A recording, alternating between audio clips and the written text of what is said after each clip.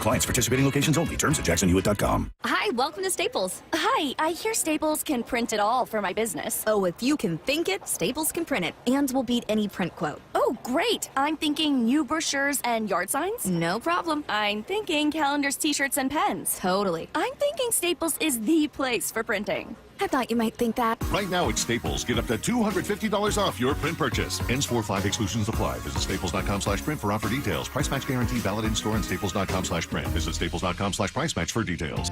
At Lake Washington Windows and Doors, we are committed to giving you quality workmanship and white glove service that exceed your expectations. Get our exclusive leak armor installation backed by a lifetime warranty. Choose Lake Washington Windows and Doors, a name you can trust. Guys, did you know your testosterone affects everything in your system, including how you feel and perform every day? Right now, Revive Men's Health Seattle will check your testosterone for free. Knowing your T levels is the first step in understanding if you have low T. Your testosterone level impacts your energy, libido, sleep, weight, hair loss, mood, and even ED. Maintaining an appropriate T level can change your whole life. Most men start to see changes in their hormone levels in their 30s. Experience and results matter. So what are you waiting for? Get your T levels checked today by local, experienced, and trusted men's health experts. They've helped thousands of men since 2011. They're so confident they can help you, they even guarantee it. Call Revive today and schedule your free testosterone test, free exam, and free consultation. Call Revive Men's Health at 206-529-1111. That's 206-529-1111. Or visit revivemenshealth.com. Cars for Kids. No more stressing over your old vehicle. Donate it today and get it picked up tomorrow. It's the easiest service out there. Donate online at carsforkids.org. That's cars with a K. Exciting personal news. I happen to be driving a brand new Bronco Sport from Wayscar Ford. The bad news is I spent way longer than I anticipated at the dealership because I truly couldn't decide. It's not my fault. They have so many options at amazing prices. Mark, what gives? Well, we have a lot of inventory right now, Stacy, and they're priced to sell. Compare our prices to our competitors. Make sure that you check out what rebates that the dealers are putting on their pricing because you probably won't qualify for a lot of them. The rebates we have online on our prices are ones that everybody qualifies for. We don't play games, there's no gimmicks, and there's absolutely no pressure, and it's all backed up by a 5-day or a 500-mile, 100% money-back guarantee. And our new cars come with a lifetime powertrain coverage. Buy with confidence. We'd love to see you. So wayscarford.com. Again, those prices are for real, like Mark said. And I'm really glad I did it. It was worth the trip to go out there. Your staff was so incredibly nice, knowledgeable, and accommodating. That's Wayscar Ford in Auburn. Wayscarford.com. Bring on the sunshine with a trip to see your Seattle Mariners. Come to sunny and warm Peoria, Arizona for another great year of spring training baseball. There's no better time to wind up at the Peoria Sports Complex where you can see all your favorite Mariners up close. Spring training in Peoria has plenty of sunshine, warm temperatures, and the best seats in baseball. It's family fun for all ages. Book your trip today. Support your Seattle Mariners in Arizona for another exciting spring training season. Get your tickets at peoriabaseball.com. Let's go! This is Seattle Sports. Streaming through the Seattle Sports app. KIRO AM Seattle. KIRO FM HD2 Tacoma. Home of the Seahawks, Mariners, and everything Seattle sports.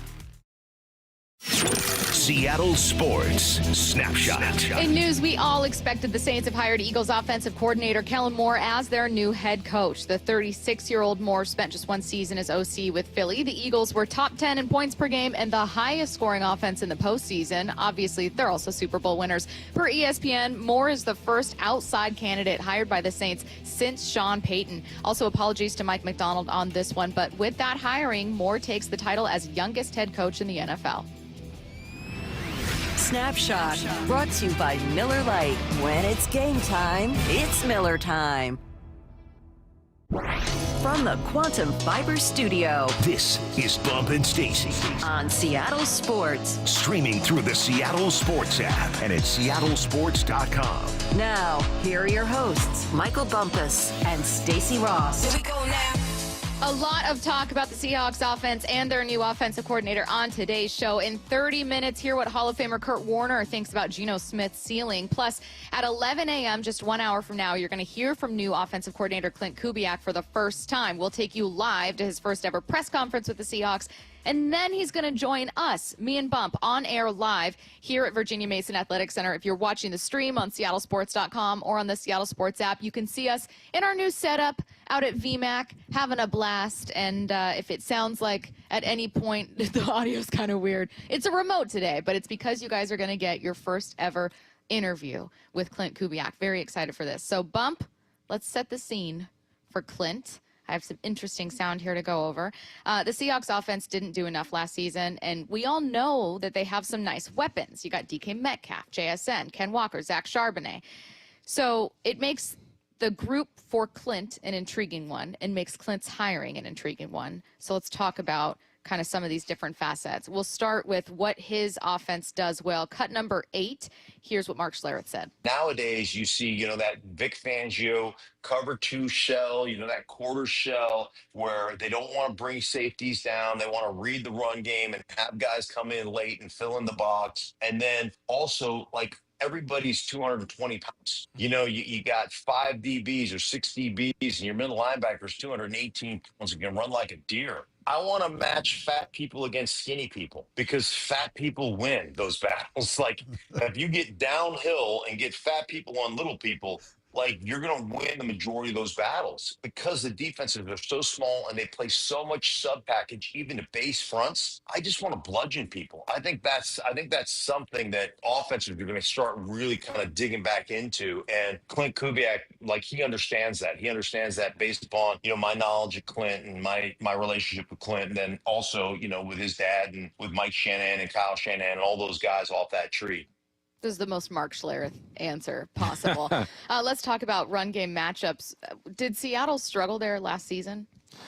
Matchup-wise, I don't know. I don't think necessarily they struggled matchup-wise because you're going to see essentially the same defense. And Schlereth is talking about fat guys and little guys. So he's saying their base defense, typically a lot of these base defenses are a 4-2-5, so 4 down linemen, 2 linebackers, and 5 DB type. Sometimes that 5th DB can be a nickel, a smaller type, or it can be a safety type that they bring in.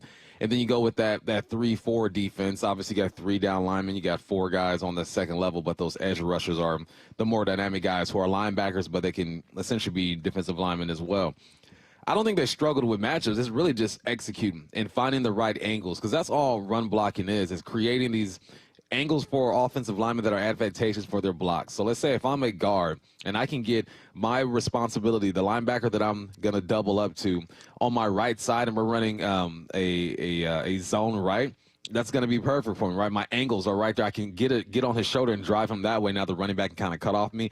Even if it's the opposite way, if I got the guy, I can get that linebacker inside. Cool, I can beat him to a spot. It's when you're head up is where it kind of messes things up because it's a 50-50 go for the guys on the second level. So I think it's more about setting your blockers up for success, whether that be your tight ends or your offensive linemen. And I think they did a decent job of doing that. It's not like Grubb was just running whatever he wanted to and not thinking about the angles, but I think there are things that Kubiak does pre-snap that helps create those angles for the linemen. What are some of those things? Or what are things in general that you just appreciated about his offense when you went back and looked at some tape? It's just essentially to create those angles, that's where the shifts and the motions come in. Because that second level has to adjust to what you're doing, and then the defensive lineman does as well, right? If they're going to shade that one text of the guy between the guard and the center to their strong side, depending on how they identify the strong side, whether it be where the tight end is or the running back is, they have to shift. So if that defensive line is identifying the strong side to where the tight end is to the right side. Okay, boom, get your tight end to the right side, just shift there. Now you bring that tight end to the left side, the D-line, if they could stay in that same look, but sometimes they shift their shade. Now you bring a motion from left to right. Now the linebackers have to shift their shade. So what you're getting is you're getting guys to kind of move around and create these angles. And I think Kubiak does a great job of doing that. And a commitment to the run. I was just watching some film before the show started, and just how Kamara gets downhill. Now, I think that's obviously a physical trait for him, right? Being able to recognize it and get downhill.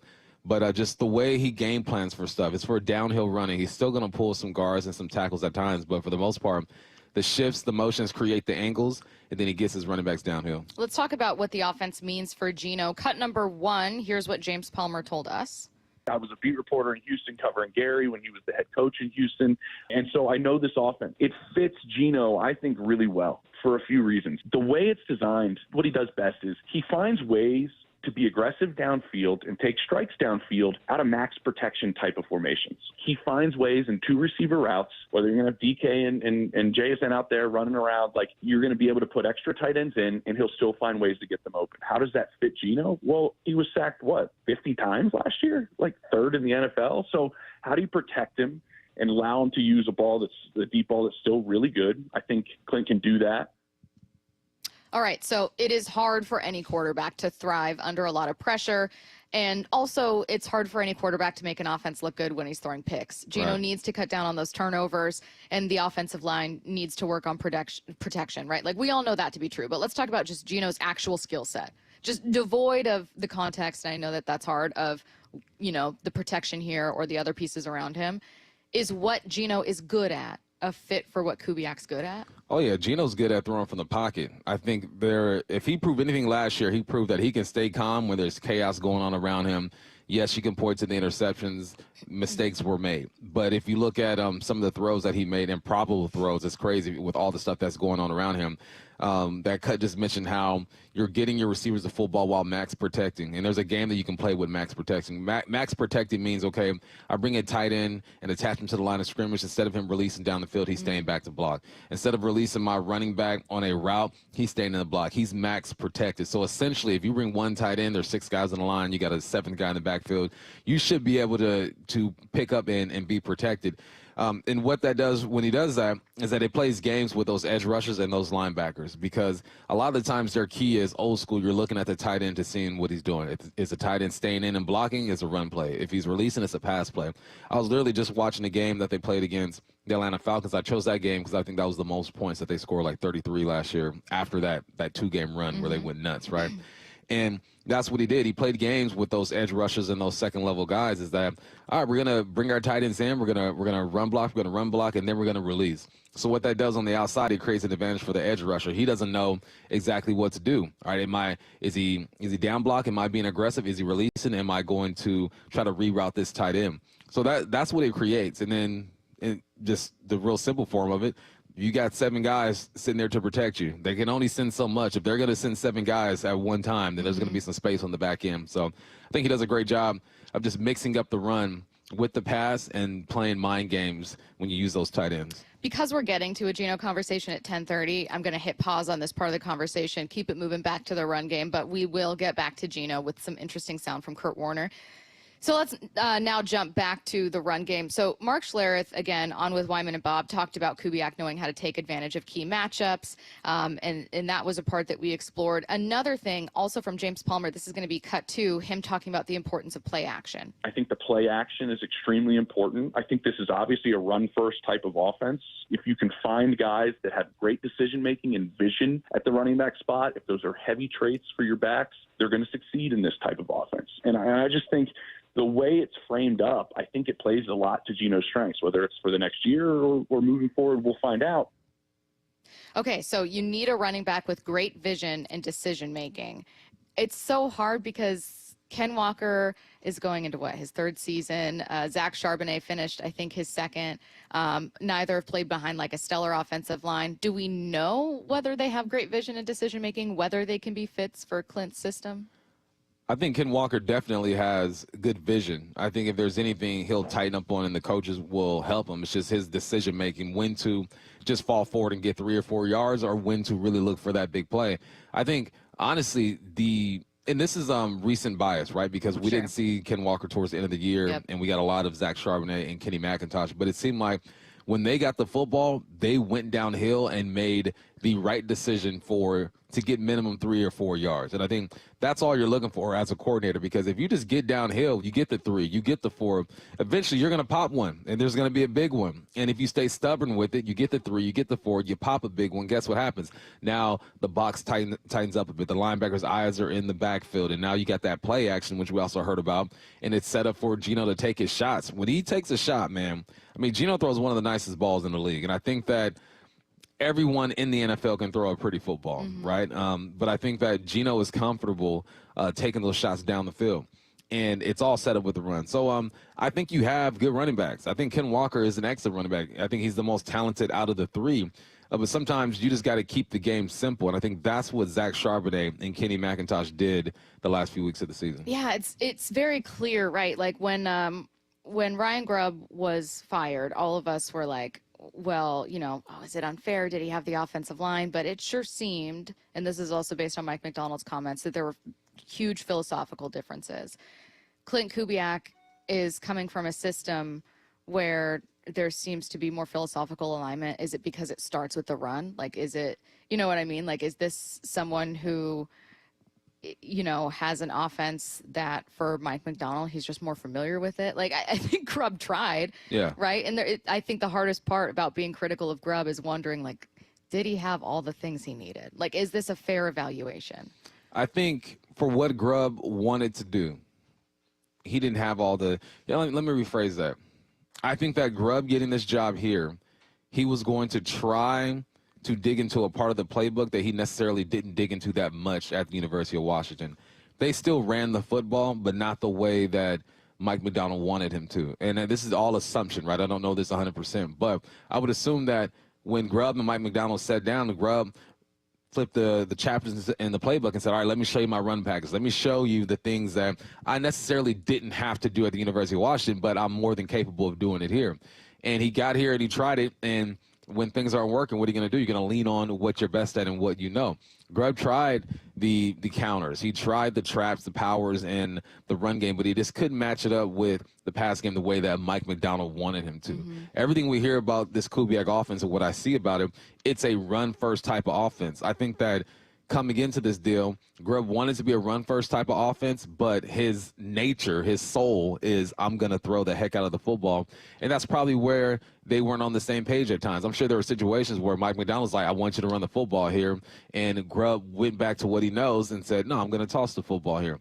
So I think it's just the foundation of this offense fits what Mike McDonald wants. Pack it in, get downhill, and let's get some positive yardage. No surprise, because he's coming from Baltimore and Michigan, where that's how they play football. All right, last one. Let's talk about DK Metcalf. We'll go to cut 3. This is what James Palmer said. I'm curious how this plays out with DK, honestly. In the finances of what they're trying to do, is DK Metcalf still there? I think in the way Clint does things, I think that's valuable. I think that's important. And I think also the one other part I didn't mention is you have good pass-catching tight ends.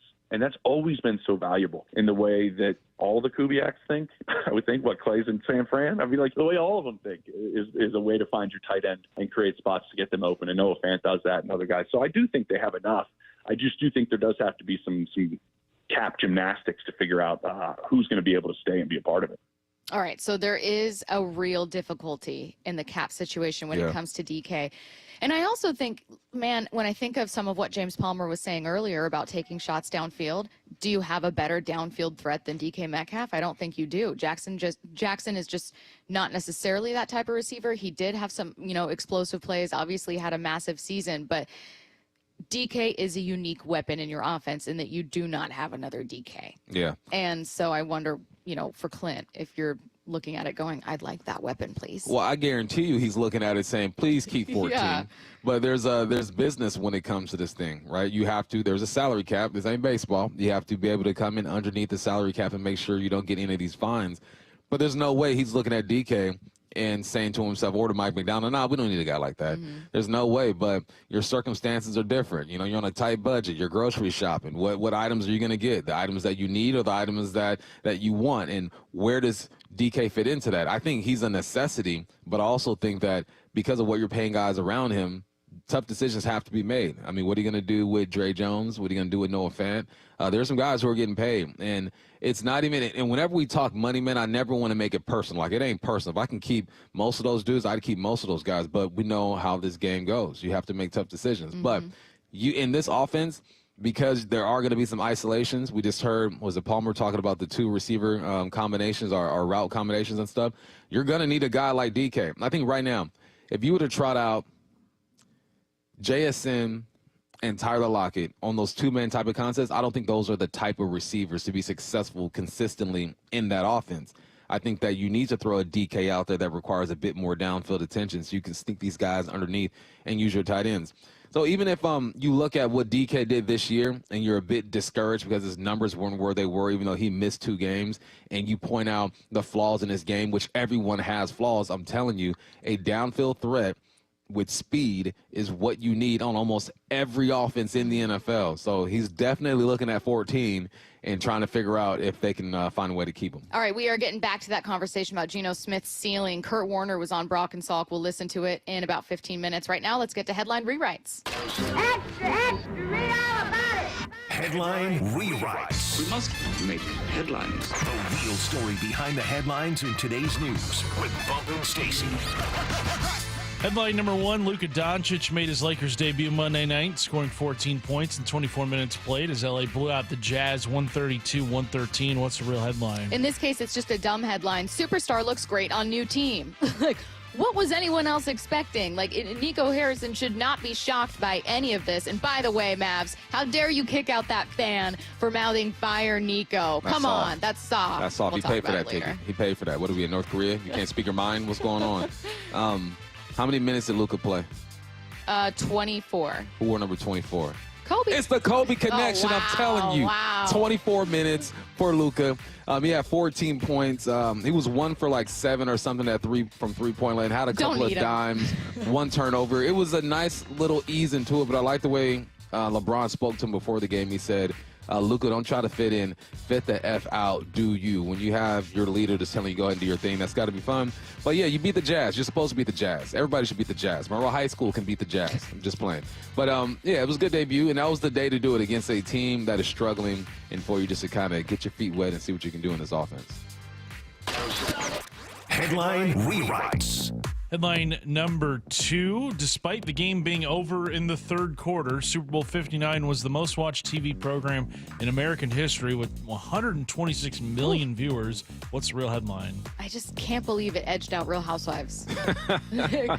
Barely. I know. I'm like, Barely what do you got 'em. mean more people watch the Super Bowl? No one's surprised, of course, that the Super Bowl was the most watched program. It always is. Every single year. It will continue to break records. But this year, knowing that the Eagles were going for a three-peat, Taylor Swift is going to be there. The Eagles were a really fun team in general. Kendrick is a halftime show. He's got this really talked about diss track that he's going to be playing and everyone knows they're going to be watching. Like, there was like an extra oomph to this Super Bowl where I could believe if next year's numbers aren't quite as massive. You know what's funny? So I'm watching the Super Bowl halftime show, and we all know Bob, and I said this to Bob when we were changing seats at the end of our show. He goes, "That was horrible." I hate it. I go, he goes, "Everyone hated it." I go, "Bob, everyone's that's a big word to say, man." And then I swear your phone's listening to you. I pick up Instagram, and it says, "Oh, the Kendrick Lamar halftime show is the #1 trending thing on YouTube in the world right now." Yeah. And whether you liked it or didn't, I mean, people were watching this thing because of all the stories that you just mentioned. There's a lot behind this. And it's easier and harder to watch the NFL at the same time or the Super Bowl because I saw all the streaming platforms that were carrying this thing. I mean, from Tubi to Fubo to, I mean, it's all out there now. And the advertisement is crazy. These numbers are just going to keep going up. But you know it helps that Pat Mahomes is going for that three-peat. Taylor Swift is going to be there. Like you mentioned, the diss track at halftime. There are a lot of things surrounding this game. And numbers will continue to go up for sure. Headline rewrites. Headline number 3, it's felt inevitable for a while now, but the Saints are officially hiring former Eagles OC Kellen Moore to be their next head coach. What's the real headline? And yet their cap guy and GM still have jobs. Yeah. Interesting. Still do. That cap situation in New Orleans and the fact that it's been like that for years. They're 60 million over right now. And it's every single year for the last, 3 seasons? New Orleans has just been in salary cap hell. Yeah. Like it's like malpractice. I'm dying to know like what's going on. He got a job. I mean, he's good with the numbers. They're over right now, but they'll come in low. They'll come in low. And the thing that concerns me about Kellen is he almost you have to take this job. If you want to be a head coach in the league, you got to take jobs that you necessarily don't want. Jobs that you are probably destined to fail, because if you don't fail, you turn something like New Orleans around. Now that becomes attractive. Let's put this out there. New Orleans is a great place to live. A great place if it's not hurricane season, a bit different. You know, it gets tough down there. But as far as like the culture and the atmosphere, the fun that you can have down there, it's a destination. People would like to play in New Orleans if you're playing some good ball. So if he can turn some things around, I can see New Orleans doing their thing, but they got to be patient with him, man. They're not set up for immediate success. Well, and what I worry about with Kellen is that there isn't a lot of leash given to new head coaches, even with the context of that head coach inheriting a bad team. I mean, I know that there's a lot that went on behind the scenes, but look at Gerard Mayo, one and done with New England. Did anyone expect that he'd be able to add a ton of wins to a really bad team? And I doubt that Vrabel will be one and done. And again, it's more complicated than that. But like, sometimes you get a new guy, and even with the context of it being a bad team, a bad situation, people get angry. People don't like seeing losses. And it doesn't take long before losses lead to locker room friction. And then you have guys in the locker room that don't trust this new head coach, right? Like, it can be a bad situation so quickly. And when I look at the Saints, when I look at their cap situation, you're not supposed to tank in the NFL, no. But it feels inevitable that that's what they're going to have to do to get out of it. Like, they can't afford a free agency class. Like, they can't, you know what I mean? And you can't necessarily keep pushing money down the road. I know that we're supposed to see the salary cap as horizontal as opposed to vertical, but you're not, you kind of have to tank and be a bad team to get some of these contracts off the books. They're not going to have to tank. They just go out there and play ball. They're going to lose a bunch of games. Ain't no tanking. They can just try their best. That's and just it's still called be a week. problem. That's called week 3 for them. You know, they don't have much over there. So, good luck to that young man, though. I'm happy for him. I watched him when he was at Boise State, and then climbed the ranks through the NFL, and now he's the youngest head coach in the NFL with not much to work with. But at least you still have guys like Cam Jordan over there who are going to be good leaders. You still got Kamara there as well. We'll see what they do with David Carr. Your boy DiNucci's over there. There are some familiar names, but you need more than what they have. All right, Clint Kubiak's introductory press conference, speaking of New Orleans, former New Orleans OC, is going to be live at 11. And then right after that press conference, Clint is going to join Bump and I in studio at Virginia Mason Athletic Center, also live. So we're going to be able to ask him some additional follow-ups. If you guys have questions, you can text them to the Mac and Jackson text line, 866-979-3776. We are sticking with the theme of the Seahawks offense. Coming up next, Kurt Warner talks Gino Smith's ceiling. The Hot Stove Show, Tuesdays from 7 to 9 p.m. Have I ever told you how much I enjoy doing the Hot Stove Show? Every day. I mean, this is truly one of the best ways that we have to get to know some of these guys. Long-form conversation. You don't have the pressures of the season. You're not in the clubhouse, right? There's not a hitters meeting or a pitchers meeting to go to. I think we get some of our very best stuff from all these guys, players and coaches, front office members, right here each and every week during the winter. Stay up to date on the Mariners offseason. The Hot Stove Show, every Tuesday leading up to spring training. Order for Jennifer C. Is this my double shot, double cream, double froth, double pump, double whip, double sleeve? Yeah. Can you handle that much caffeine? Did you know Discover automatically doubles all the cash back you've earned at the end of your first year? Oh, really? That's great. Seriously, did you know Discover automatically doubles all the cash back you've earned at the end of your first year? Yeah, you just said that. Did you say I just said that? Yeah, I'm cutting you off. I can't have any more? Why not? You earn, we match. Discover Cashback Match. See terms at discover.com/creditcard. Why choose a Sleep Number smart bed? Can I make my side softer? Can I make my side firmer? Can we sleep cooler? Sleep Number does that. Cools up to 8 times faster and lets you choose your ideal comfort on either side. Your Sleep Number setting. And now save 50% on the new Sleep Number limited edition smart bed. Plus free home delivery. Ends President's Day. Exclusively to Sleep Number store near you. Learn more at sleepnumber.com.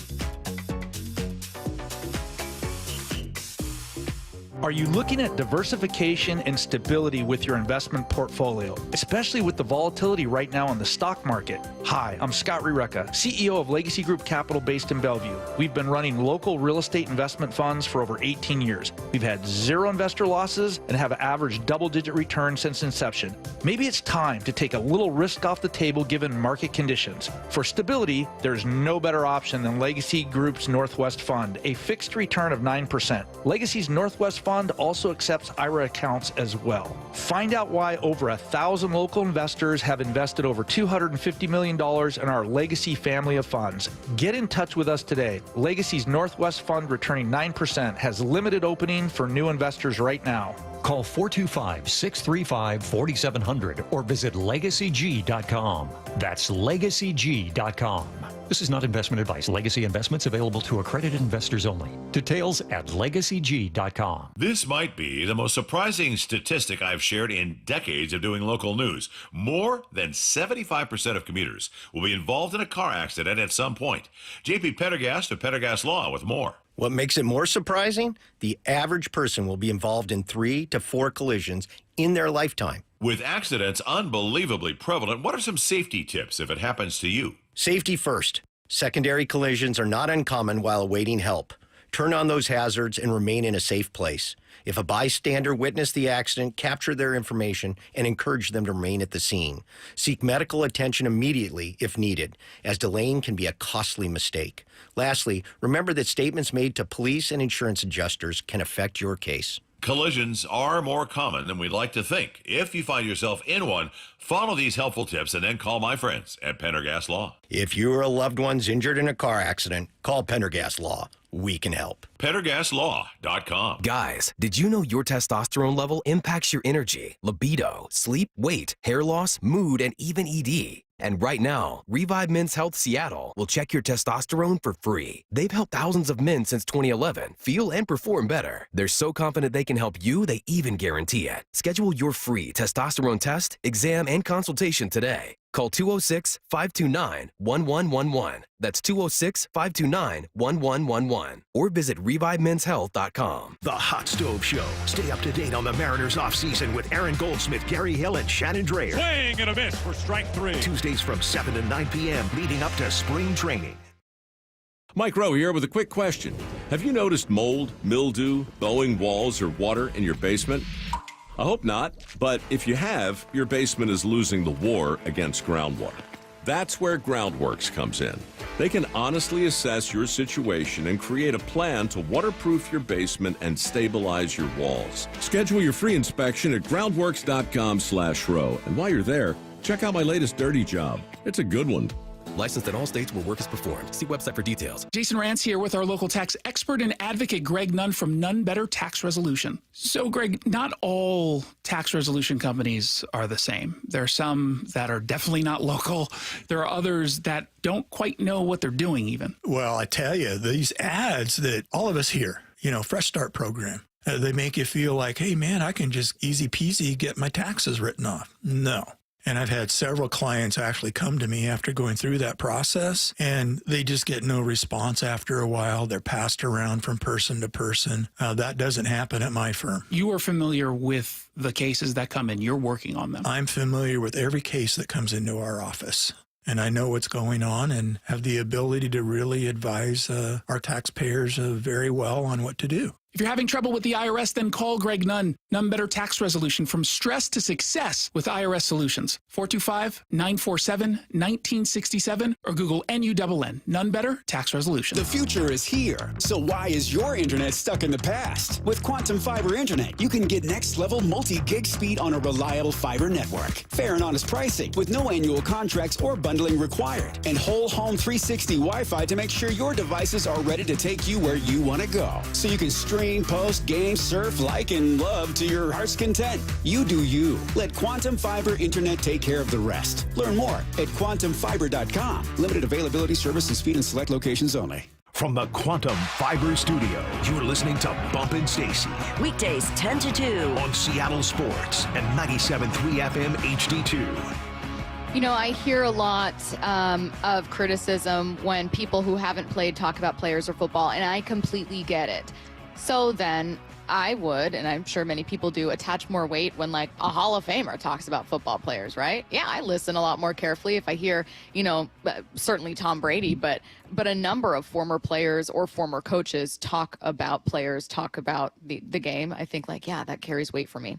So I thought it was a really great interview and a really great get for Brock and Salk this morning when they brought Hall of Famer Kurt Warner on, and of course asked Kurt his thoughts on Gino, his thoughts on the Seahawks offense. So let's go ahead and jump to it. We'll start with cut number 12. A really good starting quarterback in the National Football League.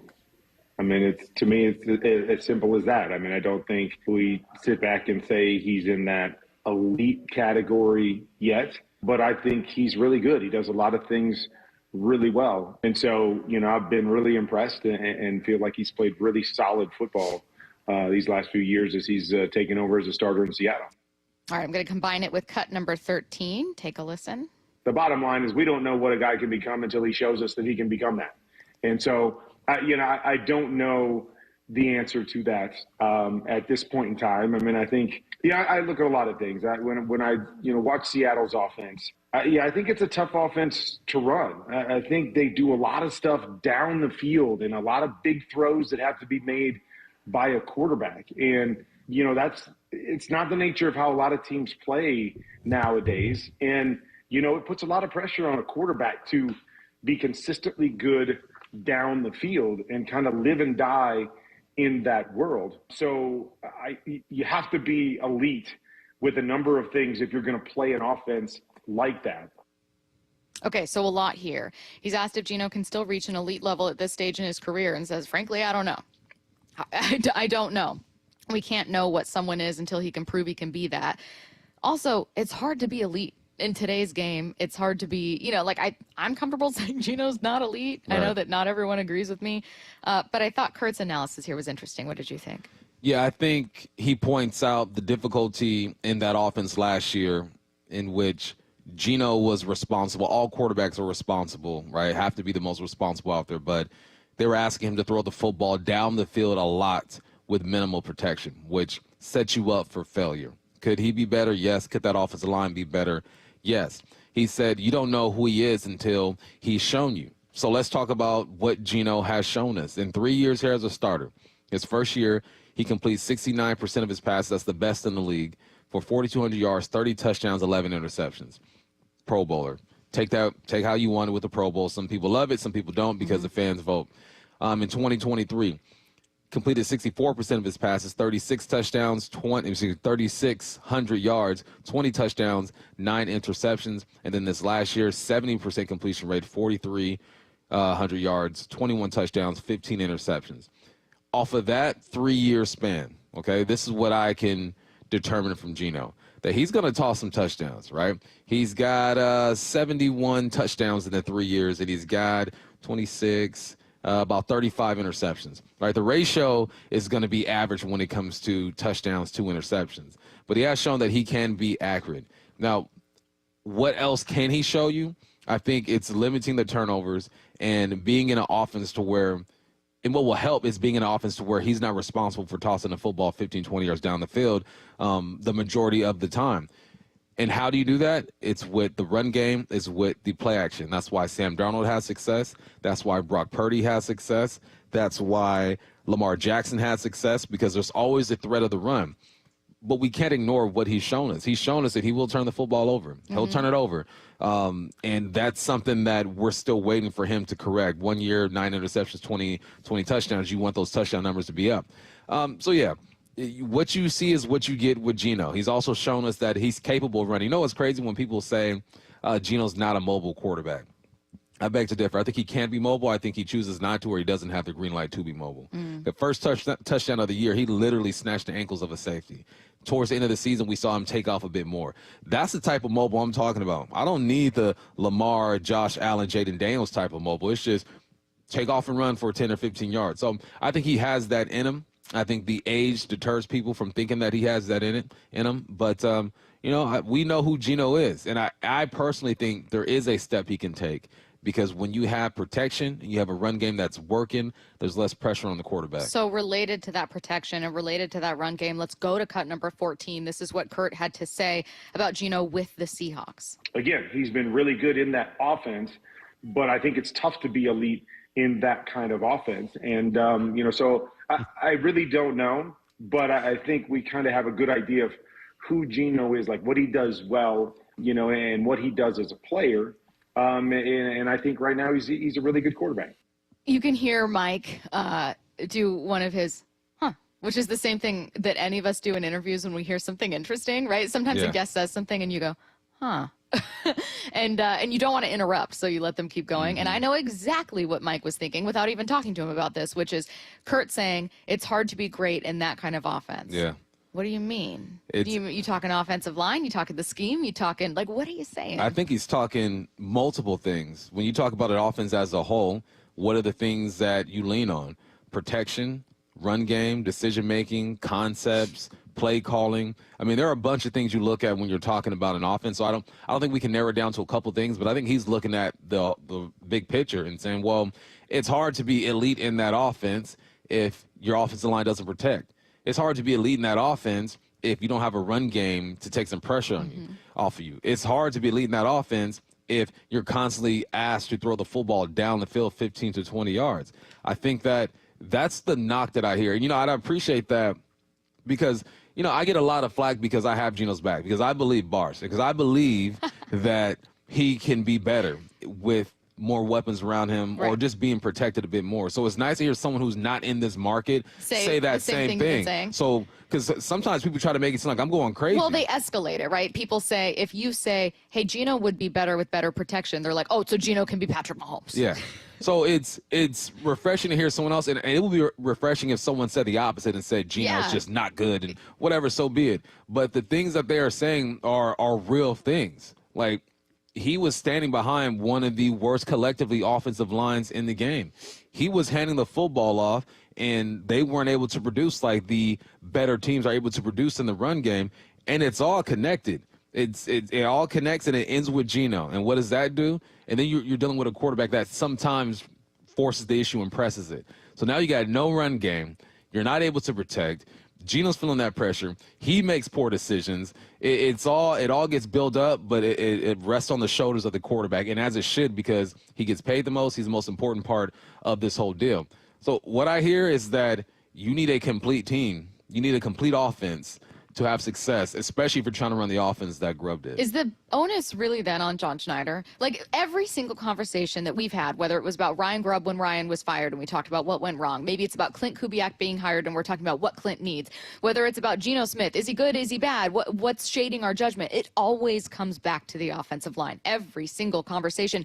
Yesterday, we talked about it after the Super Bowl. During the Super Bowl, I was watching going, God, imagine having a great offensive line. Imagine being this good in the trenches. I don't think the Seahawks can make the jump to where the Eagles are right now in one offseason. But important to know that defensively, the Eagles, the Rams, in single seasons made huge steps forward with their defensive lines. Again, I'm trying to think of an example of a team that did it up front on offense, but man, it feels like it comes down to the same thing every single conversation.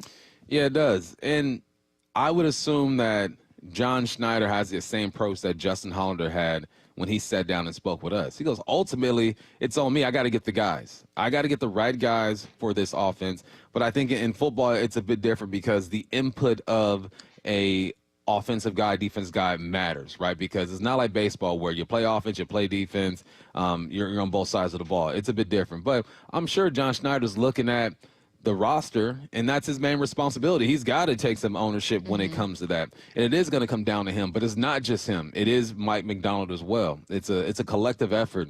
And they're only 1 year in. And I think in 1 year, they've done a dang good job with that defense. They picked up Ernest Jones. They elevated Tyrese Knight. You sign Leo to a deal. You bring Kobe in to back up Jenkins. Kobe's playing well. He keeps the job. Like, they made some moves to make this defense better. This offseason, the focus has to be on the offense. Again, we are going to learn more about what that offense could look like beginning at 11 when Clint Kubiak speaks with reporters live at Virginia Mason Athletic Center, and then immediately following that press conference, he is going to hop into the studio with Bump and I at Virginia Mason Athletic Center. If you guys are watching the stream on seattlesports.com or the Seattle Sports app, you can check it out. So again, that's all coming your way in a pretty packed 11 a.m. hour. The last segment here of 10, we're going to talk about what a Super Bowl means for another NFC quarterback, Jalen Hurts. Don't go anywhere.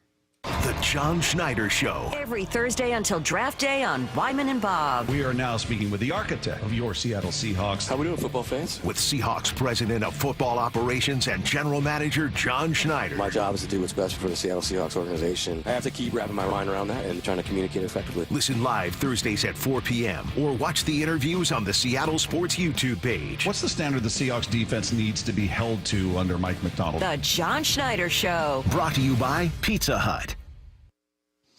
No more football means I'm ready for an escape, and since my weekends are free, I'm looking for something fun, relaxing, and with some entertainment. What's up? It's Michael Bumpus. I got just the place for you. It is Silver Reef Casino Resort. They got a hotel. They got a spa. They have multiple restaurants and the best steakhouse north of Seattle. They also have concerts and events. But hold up, you like this one?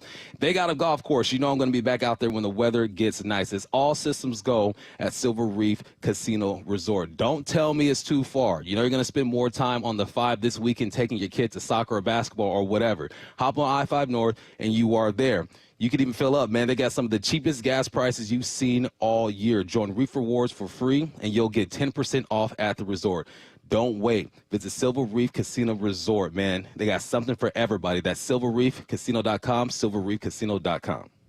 Bombas makes the most comfortable socks, underwear, and T-shirts. Warning, Bombas are so absurdly comfortable you may throw out all your other clothes. Sorry, do we legally have to say that? No, this is just how I talk, and I really love my Bombas.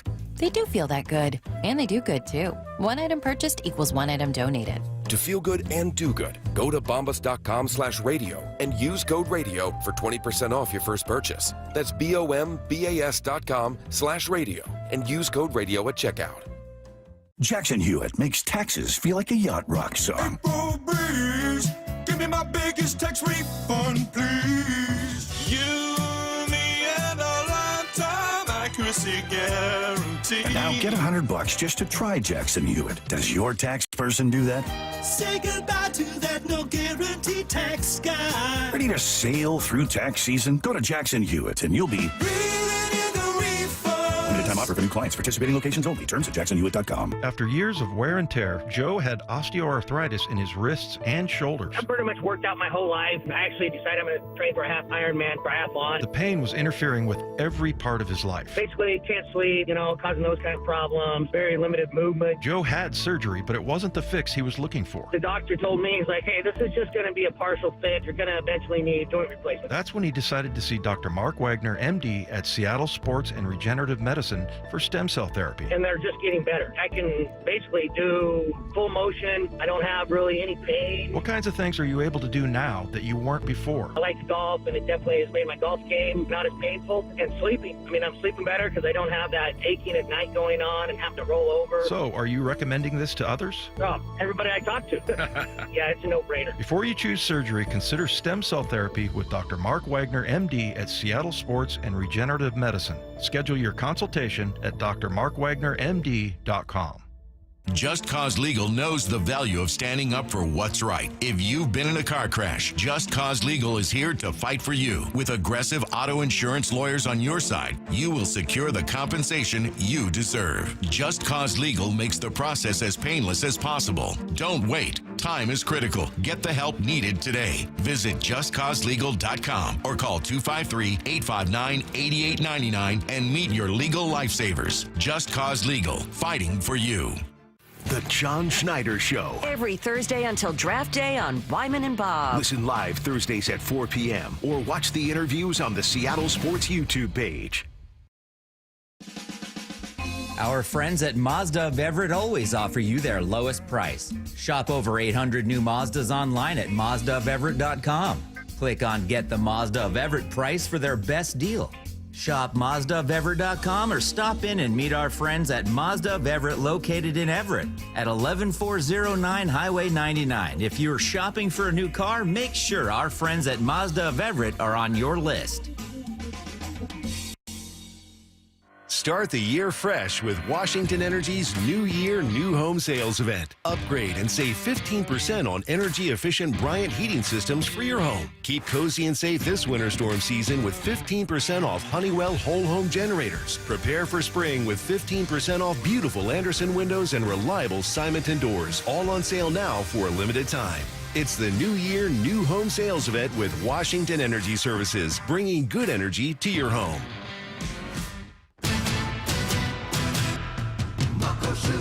Jay Leno, live Wednesday, April 9th at Muckleshoot Event Center. Come laugh it up with one of comedy's living legends. No politics, no lectures, just jokes, and they're all clean. Get your tickets before they sell out at muckleshootcasino.com. Jay Leno live Wednesday, April 9th, only at Muckleshoot Casino Resort. Muckleshoot.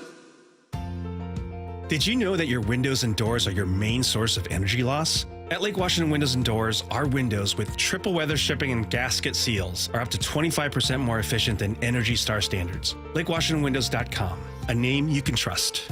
Through February, for each window or door you buy, you get one at 50% off. Plus, make no payments for 18 months OAC. For details, visit LakeWashingtonWindows.com today, a name you can trust. From the Quantum Fiber Studio, you're listening to Bumpin' Stacy. Weekdays 10 to 2. On Seattle Sports and 97.3 FM HD2. All right, not fully about the Seahawks today, though. The Seahawks are impacted, obviously, by Philly's win in the Super Bowl. And our ideas about how to build Super Bowl teams and our ideas about Gino are obviously changed by that. So let's look at the Super Bowl winning quarterback himself, Jalen Hurts. What's that win mean for Jalen? What's the win mean? It means that he needs to be looked at different. It means that when he steps into the podium, the first thing I'm saying if I'm him is talk to me nice, all right? I'm a Super Bowl champion. Excuse you. Super Bowl MVP. But I think that you have to look at him differently. He's already done some things that a lot of people haven't been able to do. You lose your first Super Bowl, and then you're back there a couple of years later, and you get her done. And I think that it's hard on Jalen because people are going to look at his passing numbers and say, well, he wasn't asked to do much. Okay, that's fine. He was still asked to throw the ball 22 times. He completed 17 of them things, and he took care of the football. What qualifies quarterbacks as elite in a lot of people's eyes are what they do throwing the football. That's why it's still ridiculous to me that Lamar did not get the MVP because he threw the football better than Josh Allen. Josh Allen, big ups to you, deserving, but I think Lamar gets it because that's how we evaluate quarterbacks. You can look at their wins and their losses, but the first thing people are going to do, how many yards did he throw for? How many touchdowns did he have? How many interceptions did he throw? But I think now with the way that the quarterback position is evolving, you have to look at rushing touchdowns as well and just his completion percentage. And that's what I did. So I went back and I looked at the games in which he threw 30 or more passes because that's the knock on Jalen, right, is that he doesn't throw the football a lot. So this year versus Green Bay, he threw it 30 or more times all of these games. He completed 58% of his passes, 2 touchdowns, 2 interceptions, W. Against Atlanta, completed 76% of his passes, 1 touchdown, 1 interception, L. Against New Orleans, 76% of his passes, 1 touchdown, no touchdowns, 1 interceptions, W. And then Steelers, 78%, 2 touchdowns, 0 interceptions, W. 3-1 this year when he throws the ball 30-plus times. Last year is the problem. So last year, I think they have to philosophically change some things. And when you get a guy like Saquon Barkley, you're going to do that automatically. But last year, they got 1, 2, 3, 4, 5, 6, 7, 8, 9, 10, 11, 12 games in which he threw the ball 30 or more times. Now, they didn't have the run game that they had. And in those 12 games, he's probably lost like 5 or 4 to 6 of those games, all right?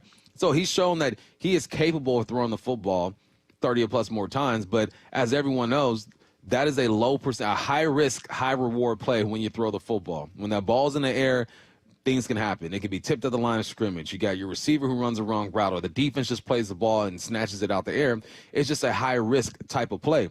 We got to look at Jalen Hurts the same way we looked at John Elway at the end of his career. He wasn't throwing the football all across the yard. Now, he had so many great years that kind of submitted his legacy to where we weren't judging him the same way. But when it was time to win, he handed the football off. Mm-hmm. A guy like even Kurt Warner. Who do you have? Marshall Faulk back in the day. Hand the football off to Marshall Faulk. There's a lot of those older quarterbacks. Troy Aikman, Emmitt Smith back in the day. Hand the ball off to him. So it's just because of the way the game is today, people are conditioned to think that a good quarterback only does this. Where no, good quarterbacks win ball games, and take care of the football. That's exactly what he did. That offense had one giveaway during the whole playoff, and it happened in the Super Bowl where the Chiefs made a big play. So I don't think he is top 4 in the league, but he's knocking on the door. He got something Lamar don't have. He got something Josh Allen don't have. Joe Burrow doesn't have either. Pat Mahomes is it. Everyone else falls beneath him, and guys might be more talented throwing the football, but he has something that they don't have. Yeah, it really is like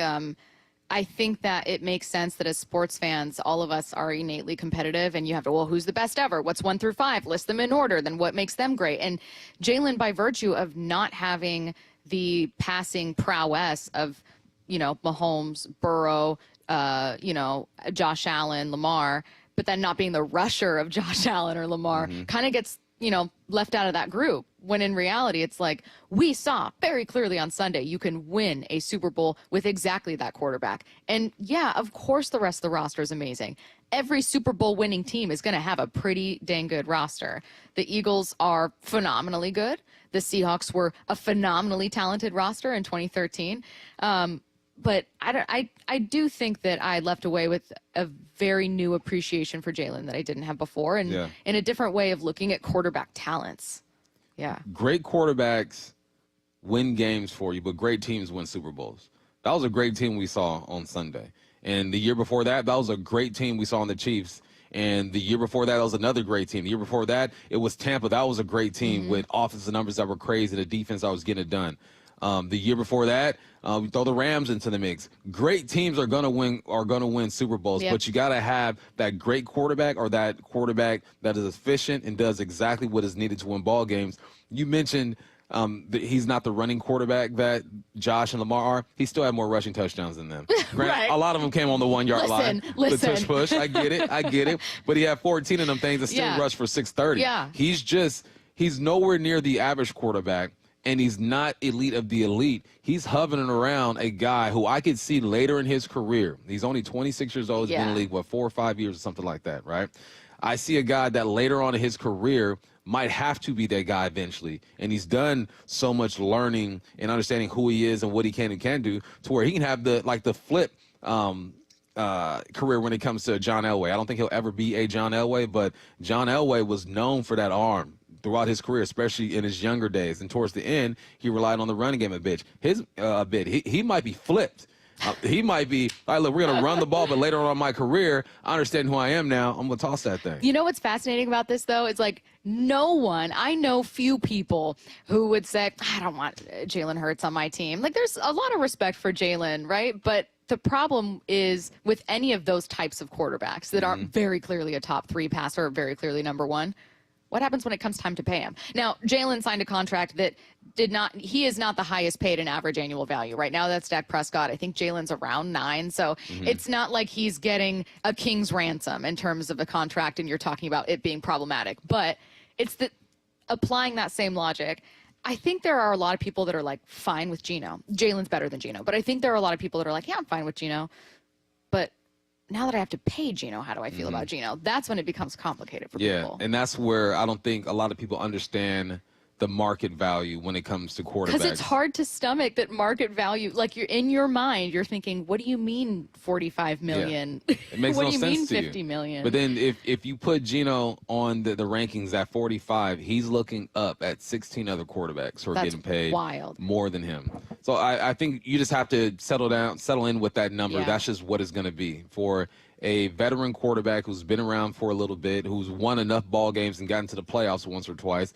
That is going to be the going price. A lot of people want to start over with a rookie quarterback. I can understand that way of thinking and wanting to do that. But I look at this football team, and I think defensively they are moving in the right direction. And offensively, they need a new system, which they have, which I think is going to be great for them. And they just need 1 or 2 pieces on that offensive line. I don't think they're that far away from expecting them to be in the playoffs. That's the first step, is just, okay, we expect this to be a playoff team. And then as the season progresses, it's about getting better. It's about making trades at the right time. It's about moving guys and putting them in the right spot. So they're closer to being playoff contenders rather than being guys who are going to get the 1st or 2nd, 3rd pick in the draft. All right, we are going to learn a lot about the Seahawks offense and a ton about Clint Kubiak. Coming up next, he's going to speak with reporters at Seahawks headquarters for the first time ever, and then immediately after, he's going to join Bump and I. If you guys have questions, send those in now to the Mac and Jack's text line. It's all coming your way next. The Hot Stove Show, Tuesdays from 7 to 9 p.m. Have I ever told you how much I enjoy doing the Hot Stove Show? Every day. I mean, this is truly one of the best ways that we have to get to know some of these guys. Long-form conversation. You don't have the pressures of the season. You're not in the clubhouse, right? There's not a hitters meeting or a pitchers meeting to go to. I think we get some of our very best stuff from all these guys, players and coaches, front office members, right here each and every week during the winter. Stay up to date on the Mariners off-season. The Hot Stove Show, every Tuesday leading up to spring training. Emerald Queen Casino, the entertainment capital of the Northwest. The best place to watch all your favorite sports. Featuring wall-to-wall viewing screens, 6 windows, and 30 kiosks. Be there at emeraldqueen.com. Emerald Queen Casino, the entertainment capital of the Northwest. Jackson Hewitt makes taxes feel like a yacht rock song. April breeze, give me my biggest tax refund, please. You, me, and a lifetime accuracy guarantee. And now get $100 just to try Jackson Hewitt. Does your tax person do that? Say goodbye to that no guarantee tax guy. Ready to sail through tax season? Go to Jackson Hewitt and you'll be limited time offer for new clients. Participating locations only. Terms at jacksonhewitt.com. Why choose a Sleep Number smart bed? Can I make my side softer? Can I make my side firmer? Can we sleep cooler? Sleep Number does that. Cools up to 8 times faster and lets you choose your ideal comfort on either side. Your Sleep Number setting. And now save 50% on the new Sleep Number limited edition smart bed. Plus free home delivery. Ends President's Day. Exclusively at a Sleep Number store near you. Learn more at sleepnumber.com. We at 3 Tree Roofing understand that your home is your castle. That's why our certified technicians use state-of-the-art installation methods to deliver the highest warranties available. Check out our hundreds of online reviews and schedule a free estimate to see for yourself. 3 Tree Roofing, your Puget Sound roofing experts. Hey, it's Jason Rance. I'm here with our local tax expert and advocate, Greg Nunn of None Better Tax Resolution. When you're dealing with business owners and the idea that they owe money to the IRS and they feel like they might be letting their staff down and it just spirals out of control. One thing I see with businesses, it's really tough because they have employees and maybe they're having a difficult time with the cash flow of the business. Then unfortunately, what a business often does is they quit making their payroll tax deposits, which is really about the worst thing you could be doing. I mean, it's a telltale sign if you're doing that.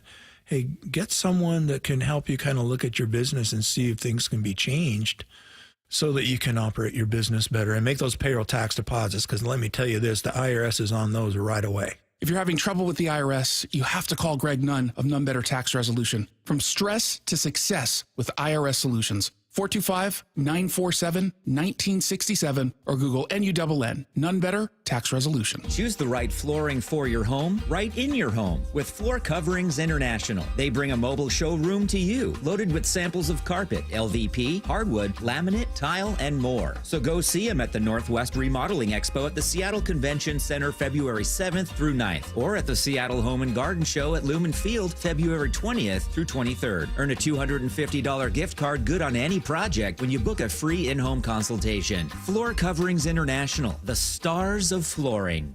Do you want to lose weight fast and keep it off? I'm Dr. Ryan Coogan with Eastside Weight Loss Clinic, and I have a plan that has helped over 4,000 people in the Seattle-Tacoma area lose up to a pound per day. No surgery, no exercise, no box packaged food, and no drugs or injections with potential side effects. We have a team of health coaches that can support you every step of the way. Schedule your free 15-minute, no-pressure phone consultation online at eastsideweightlossklinic.com and also see our incredible before and after transformations. Yeah, Mike Salk here, and I am one of those 4,000 people. I lost 35 pounds in just 8 weeks, and it's exactly as Dr. Coogan said. I lost that weight while eating good quality food that you buy at the grocery store, and it wasn't that hard. Call them at 425-588-0080 or go to eastsideweightlossklinic.com. Let our proven system help you lose 20 to 30 pounds or more in just 60 days. You can start our program in person at our Kirkland office or virtually from anywhere you live. Schedule your free phone consultation online at eastsideweightlossklinic.com. That's eastsideweightlossklinic.com. Dr. Ryan Coogan, D.C. Results may vary.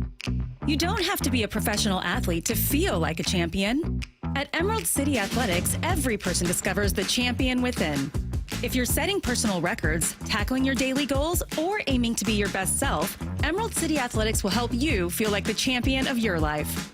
That's why they were voted the best in the Pacific Northwest. It's not just about fitness. It's about empowering you to step into your full potential so you can become your best self and feel the best you've ever felt. Each day at Emerald City Athletics is an opportunity to rise, to push beyond what you thought was possible, and to become stronger inside and out. Train for a goal, build confidence, embrace a healthier lifestyle. Emerald City Athletics will help you achieve greatness and find the champion within. Check out Emerald City Athletics today with a free 29-day pass, available now for a limited time. There are gyms, and there's Emerald City Athletics. Come discover the difference. This is Seattle Sports. Streaming through the Seattle Sports app. KIRO AM Seattle. KIRO FM HD2 Tacoma. Home of the Seahawks, Mariners, and everything Seattle sports. Seattle Sports Snapshot. In news we all expected, the Saints have hired Eagles offensive coordinator Kellen Moore as their new head coach. The 36-year-old Moore spent just one season as OC with Philly. The Eagles were top 10 in points per game and the highest scoring offense in the postseason. Plus they won the Super Bowl. Per ESPN, Moore is the first outside candidate hired by the Saints since Sean Payton. And apologies to Mike McDonald on this one, but with that hiring, Kellen Moore takes the title as the youngest head coach in the NFL. Snapshot, brought to you by Miller Lite. When it's game time, it's Miller time. From the Quantum Fiber Studio, this is Bump and Stacy on Seattle Sports. Streaming through the Seattle Sports app and at seattlesports.com. Now, here are your hosts, Michael Bumpus and Stacy Ross. Here we go now. Here right now from new Seahawks OC Clint Kubiak speaking with reporters live. Great to be back. We're ready to go. All right, great. Good to see everybody.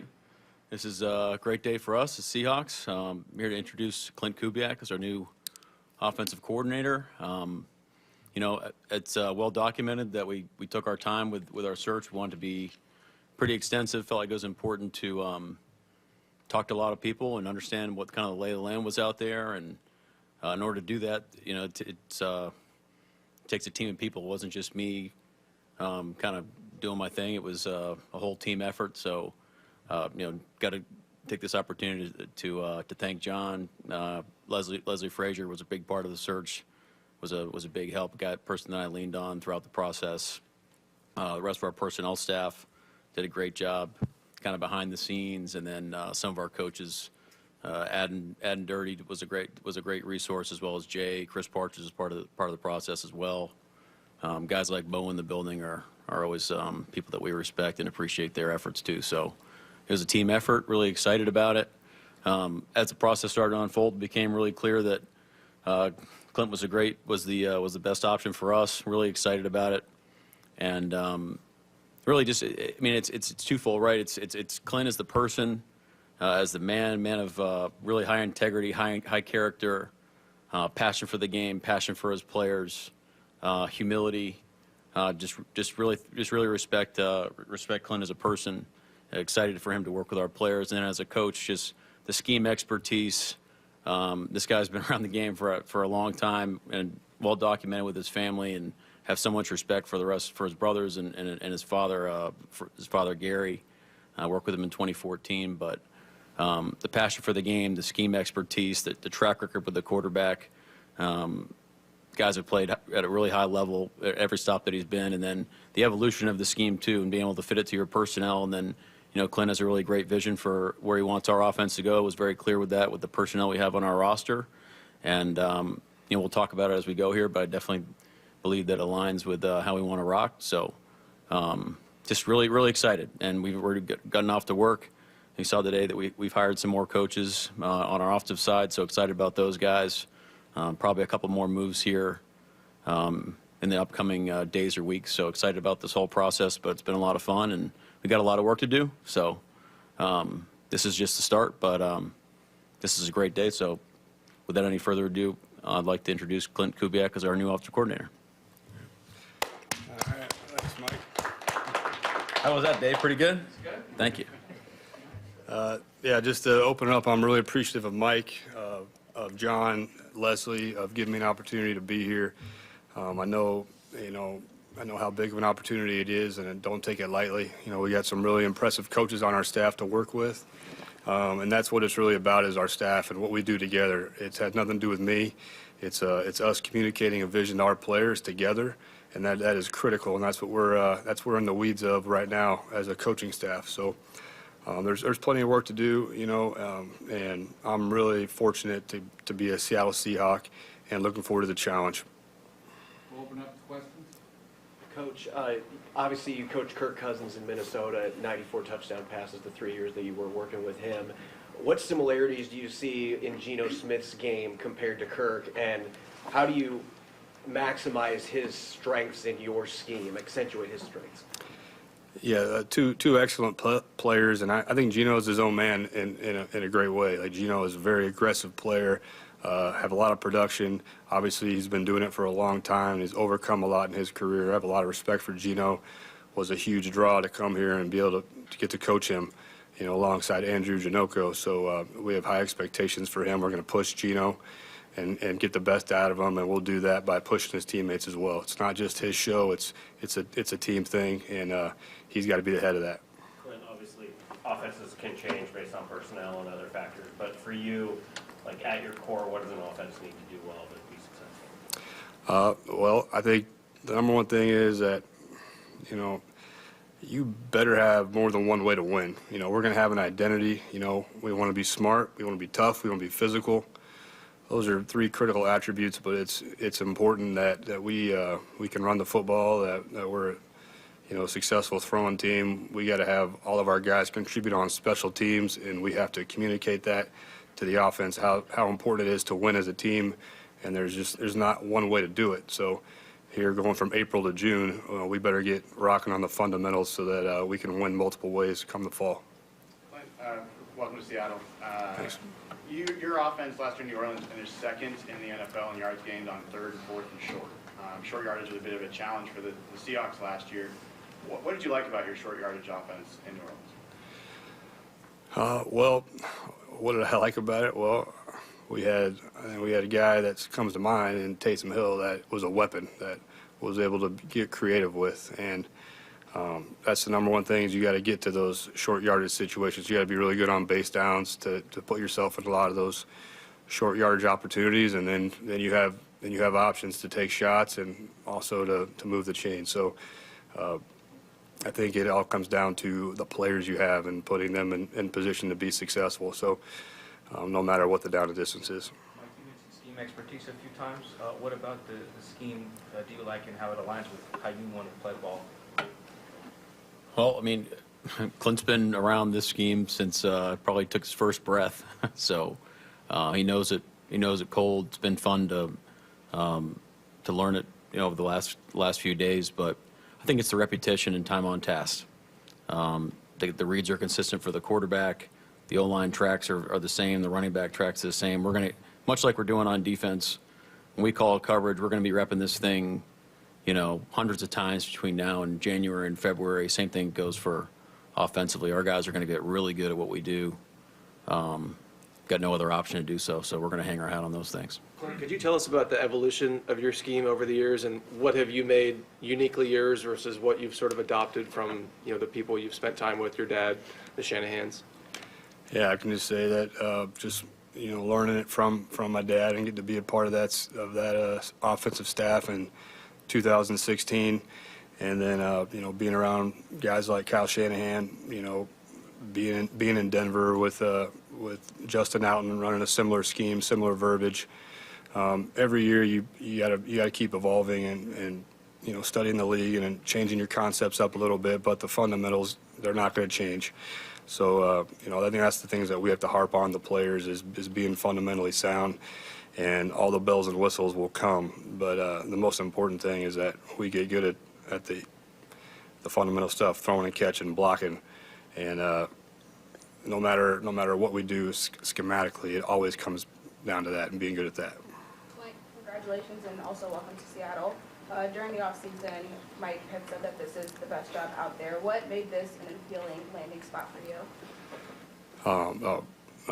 Number one was have a chance to work with Mike, to be on a team that's coached with a dang good defense, because you know how powerful that is.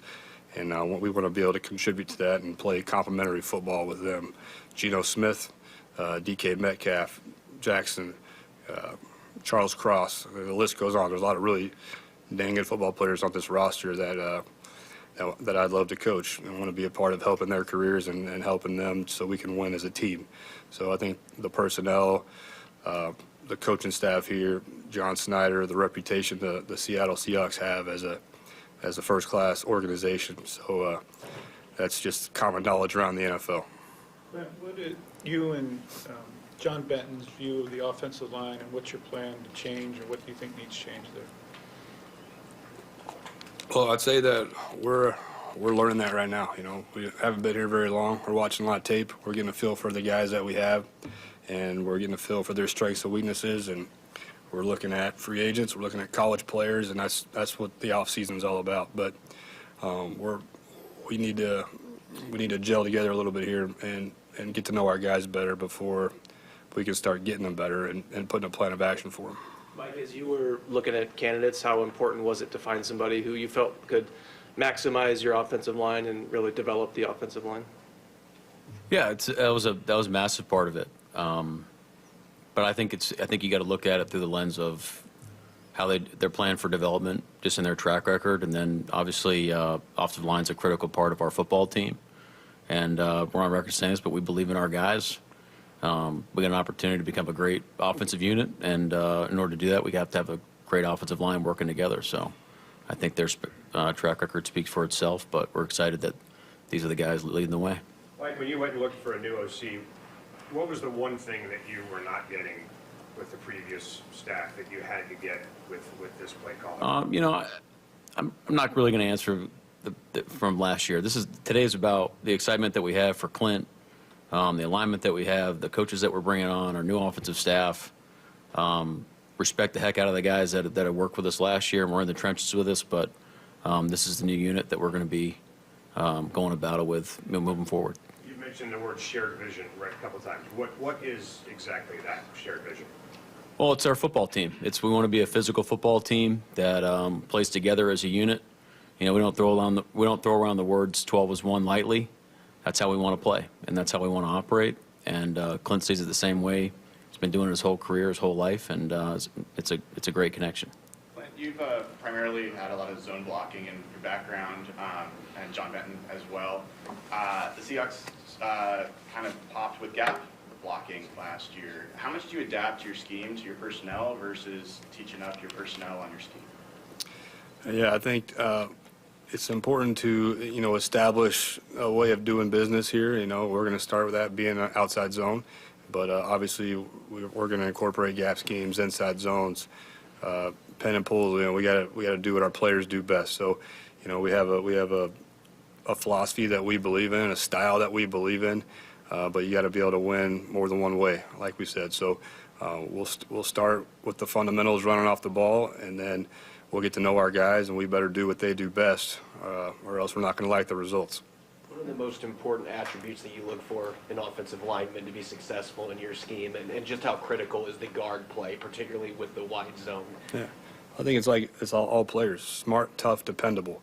And with the offensive linemen, they got to be intelligent, and they got to be available. They have to be healthy enough to get better, practice every day, and contribute to the team. So those are really important things. The skill takes care of itself. That's things that we're evaluating right now. But you know, having high intelligence between the ears and be able to react quickly to movement in front of you is very important. What's the learning curve like with your offense, and what is the message to some of the guys that are now learning their third offense in the last 3 years? Yeah, well, we're going to challenge the heck out of them. There's no doubt about that. But I know that we have a darn good group of teachers. You know, that's our job as coaches, to be excellent teachers and to get them up to speed with the verbiage. These guys are football players. We're not reinventing the wheel. We're going to say some things probably a little bit differently, but it's important that you know, we all get together early and often and start to learn this new language.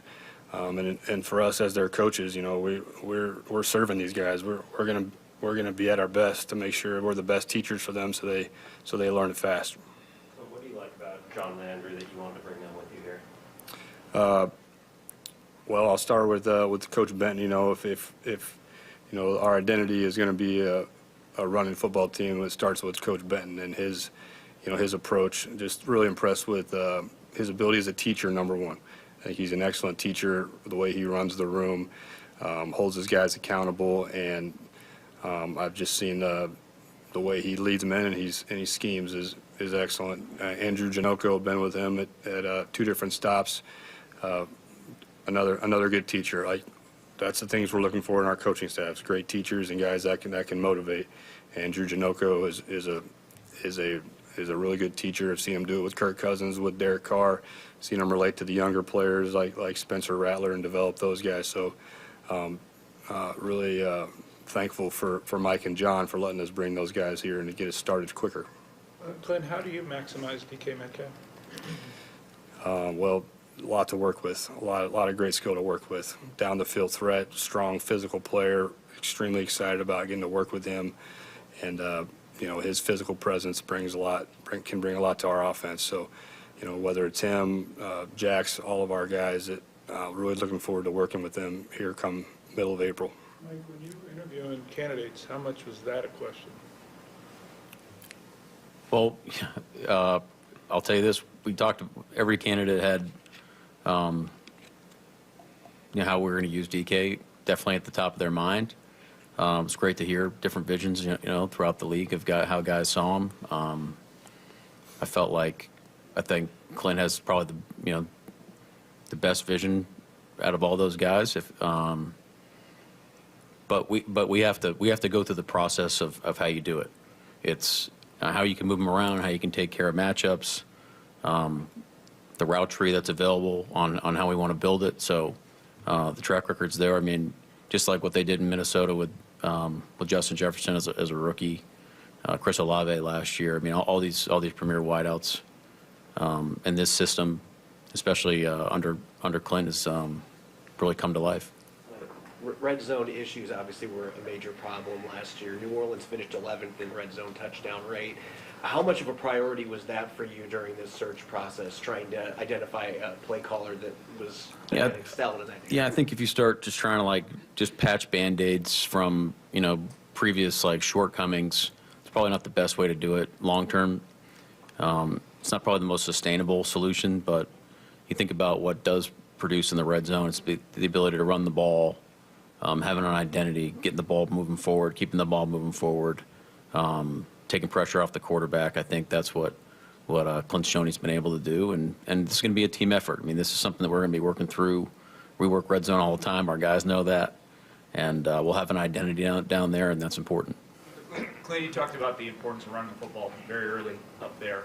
Talk about Ken and how you envision him fitting your style of run game.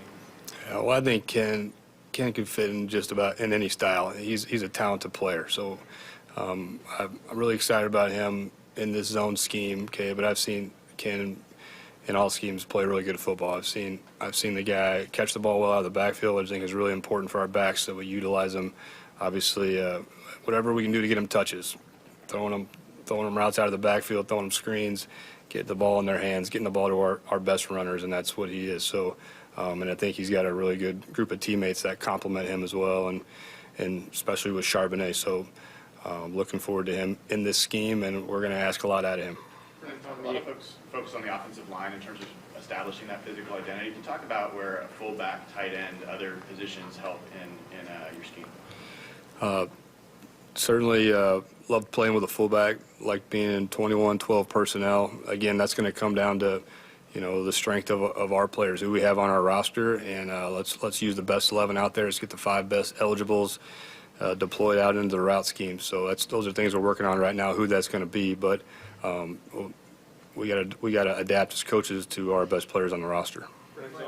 On the red zone subject, what does it take to be a good red zone offense? What do you have to do well to succeed when you get down that close to the end zone? I think you got to be excellent on first and second down. Okay, third and 8 from the 8 in the red zone isn't a real high percentage for a lot of teams. So you want to be aggressive to score on those base downs, and then once you get to third down, you got to have a quarterback that's an elite decision maker and an elite scramble drill player. That always helps. So I think we'll emphasize many things, but ending the drive on your base downs is always a good place to start. For Clint, I've heard you speak about failing forward and just the concept of learning from mistakes, successes, failures. I'm wondering how you feel like you're a better coordinator, play caller, communicator than maybe a couple years ago. It definitely just has all come with experience and being in the fire and being around really good coaches that I've been blessed to work with, because you don't do it alone. You do it with a whole staff of coaches, and I think that the guys that we have in our room right now, I'm really excited about. Obviously, the guys that I've worked with before and I've been through the fire with, and then the new guys I have not worked with that we can draw on ideas from. But it's just it comes from experience, and I've been really fortunate that I've had some experiences early in my career, and just like the players, we're just asking all of our guys to get better with every rep. Clint, you mentioned Gino being a draw for you for this job here. What are some specific things about his game that you like? I think Gino's tough as nails. I think you look at the guy in the fourth quarter and he goes and wins football games. So that excites me. It fires me up. I've watched his career, studying him more now than I ever have before. But you just, you think about a guy that's been through a lot of adversity, the guy that's been knocked off the high horse and had to claw his way back into the starter's role, and then he comes back the last 2 years and, wins more games in the fourth quarter than anybody in the NFL. That's a guy that I want to coach. You mentioned how excited you were for Andrew to have the opportunity to work with Gino, but how rare is it to have a coach on your staff that has coached offensive linemen, receivers, and quarterback? And how much of an asset is that to your staff to have somebody that brings that kind of versatility to the table?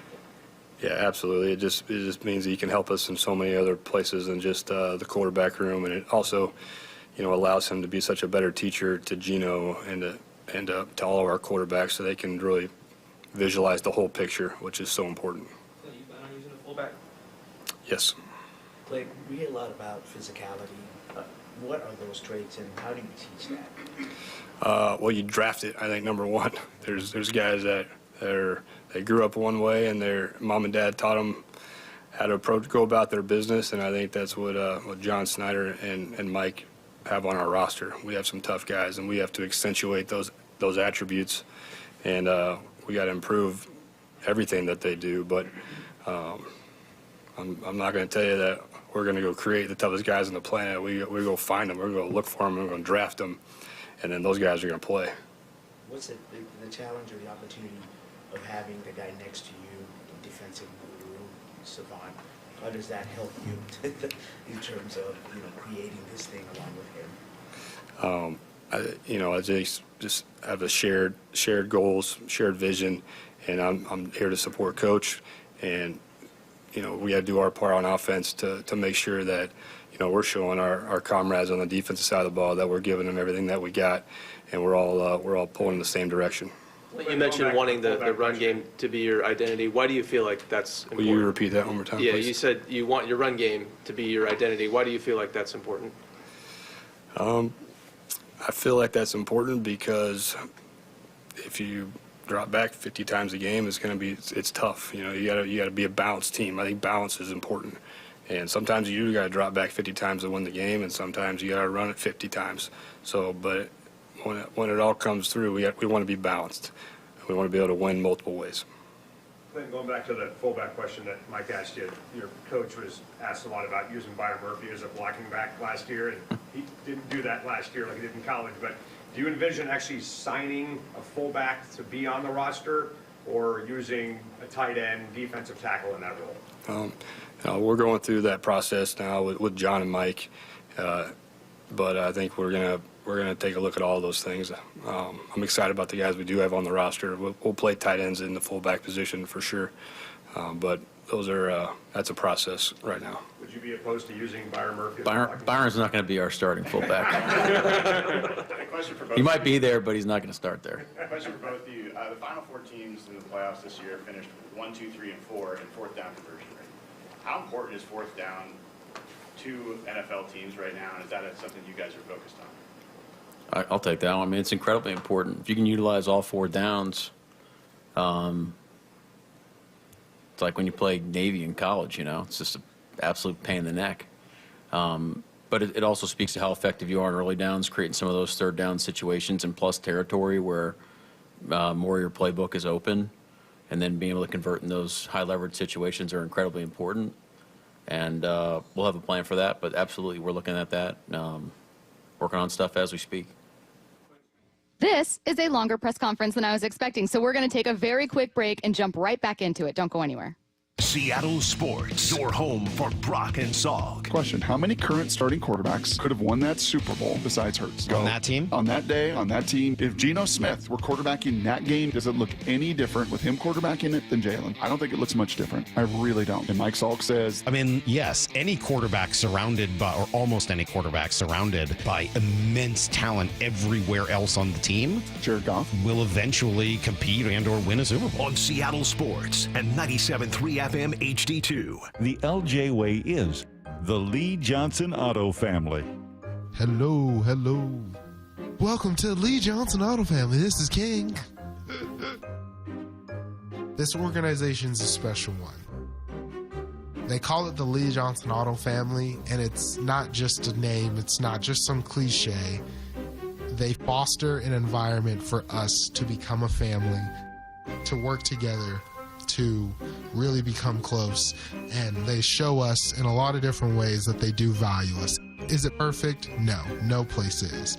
But I've been very thankful to be here in the almost 10 years and have every plan to stay here for a lot longer and just watch it continue to grow. He's fun and professional, which explains why so many people visiting Lee Johnson Kia ask for him by name.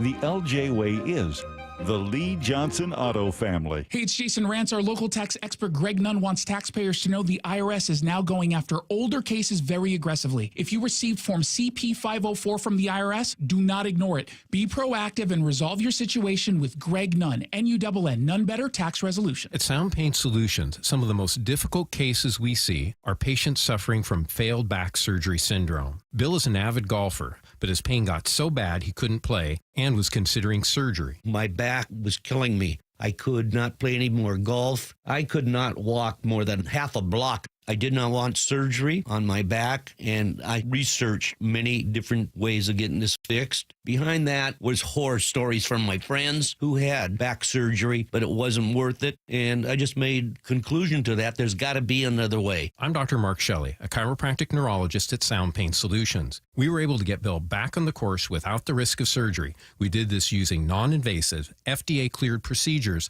like non-surgical decompression, laser, pressure wave, and bioelectrical treatments. Now, Bill is back to playing golf and enjoying life. Schedule a free consultation to learn if you qualify for our non-surgical and drug-free treatment by calling Sound Pain Solutions or visiting soundpainsolutions.com. Guys, your testosterone level impacts your energy, drive, weight, hair loss, and even ED. Revive Men's Health Seattle will check your T level for free. For your free T level check, exam, and consultation, call 206-529-1111 or visit revivemenshealth.com. Did you know you can get your prescriptions for less at your local pharmacy? You can with GoodRx. It's the free app that can save you money on your medications. Just search for your prescription, choose the pharmacy and the price that works best for you, and then show your GoodRx coupon to your pharmacist at the drop-off counter. GoodRx works at over 70,000 pharmacies, including Walmart, Rite Aid, and Walgreens, and it works whether you have insurance or not. It's easy to save. Next time you drop off your prescription, check GoodRx. To start saving today, go to GoodRx.com. GoodRx is not insurance. Okay, I have to tell you, I was just looking on eBay where I go for all kinds of things I love, and there it was. That hologram trading card. One of the rarest, the last one I needed for my set. Shiny like the... Designer handbag of my dreams. One of a kind. eBay had it, and now everyone's asking, ooh, where'd you get your... Windshield wipers. eBay has all the parts that fit my car. No more annoying... Just beautiful... Whatever you love, find it on eBay. eBay. Things people love. We are Seattle Sports, the home of the Seahawks, Mariners, and everything Seattle sports. Watch your favorite show live at seattlesports.com. Start the year fresh with Washington Energy's New Year, New Home Sales Event. Upgrade and save 15% on energy-efficient Bryant heating systems for your home. Keep cozy and safe this winter storm season with 15% off Honeywell whole home generators. Prepare for spring with 15% off beautiful Anderson windows and reliable Simonton doors. All on sale now for a limited time. It's the New Year, New Home Sales Event with Washington Energy Services, bringing good energy to your home. You're free now. Free to stream beyond your wildest dreams. Rom-coms, slasher-coms, space operas. Free to fill your feed with impossibly chunky chunkers. Cats, corgis, babies on demand.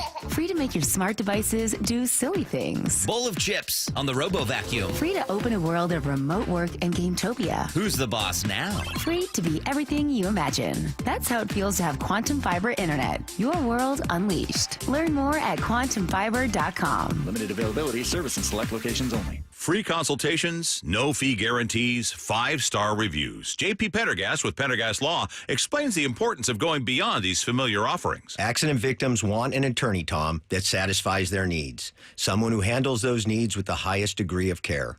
Pendergast Law offers the no-fee guarantees and free consultations, but these only scratch the surface. Okay, explain more. We make sure that every member of our team is genuinely passionate about helping others.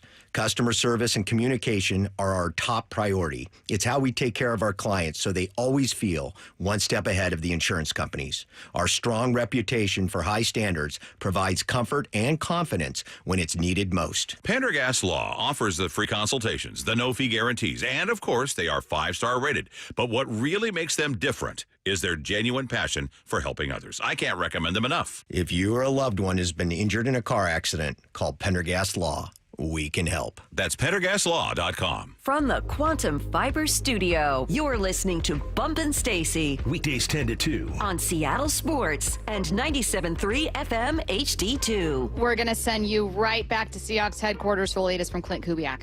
Bigger picture question. Do you feel like the running game is kind of coming back a little bit in the NFL? Like as pass heavy as things have gotten here over the last decade or so, do you start to feel like things are sliding back towards the run game being prominent again, like with the year Saquon, Derrick Henry, and such have kind of had this year? Yeah, I think you look at the world champions right now, and they had a heck of a year running the football. There's more than one way to win. You know, more than one way to win. I think it's good to see running backs coming to the forefront and getting some attention. You know, this league is cyclical and trendy, and it all comes back around. I'm not focused on the trends. We're just focused on, being good in all facets. Mike, how do you feel like this offense can help Gino, what he's going to bring to the offense? Well, I think there's a lot of clarity. All right, and Clint Kubiak, your brand new OC, joining us right now in studio, live from Virginia Mason Athletic Center. Clint, hi. How do you like Seattle so far? It's been great. It's been freezing, yeah, rainy, it's been a little cold, but cold. That's all right. Grew up in Colorado, Yeah. lived in Minnesota, so it's been a good start here. A little baptism by fire, just finding a place to live, finding out where you park at, learning the team, learning your coworkers. But really a blessing to be here. Naturally, when you were hired, everyone goes back. They're trying to figure out who you are. I went all the way back to Colorado State, man, where you were a safety, and you made the transition over to offense. And I've always had coaches that I've worked with say, well, you should try defense. You'll probably be a better defensive player because you know the different angles and stuff. What was it about you spending time on defense made you want to go over to the offensive side?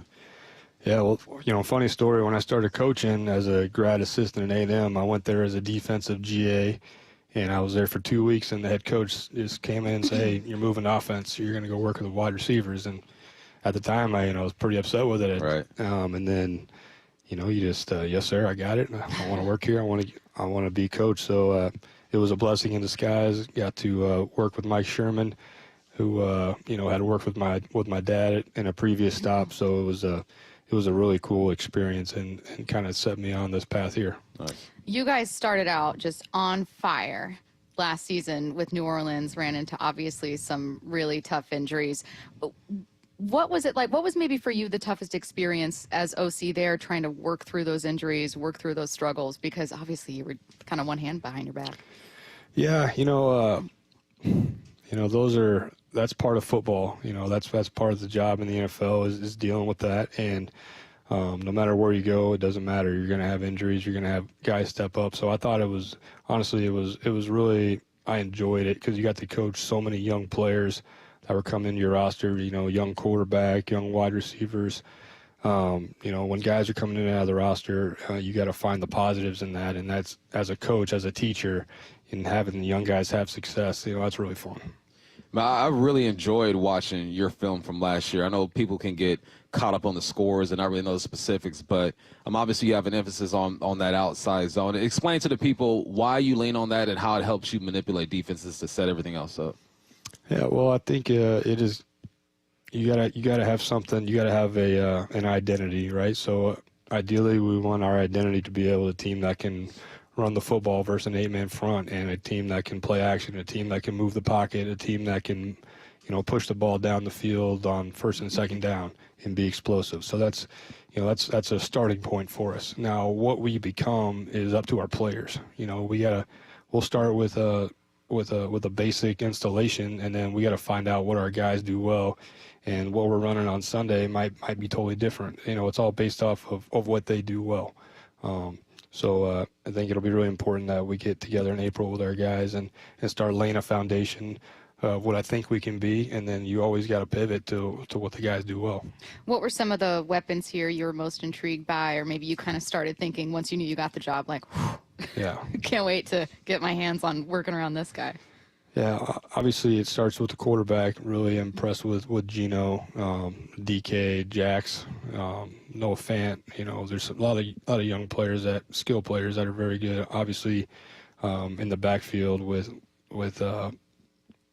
Kenneth and with Charbonnet, these are some talented backs, and there's a lot of pieces to be excited about. But there's also going to be some new pieces we add to the roster that we're going to coach. So whoever those guys are that contribute to our success on Sunday, we're going to find out in the off season, and we're going to build on that together. It might be someone we're not even talking about right now. Right. So that's the really fun part of coaching is getting to be a part of guys' careers that are whether they're a new guy or maybe a veteran that hasn't had an opportunity before.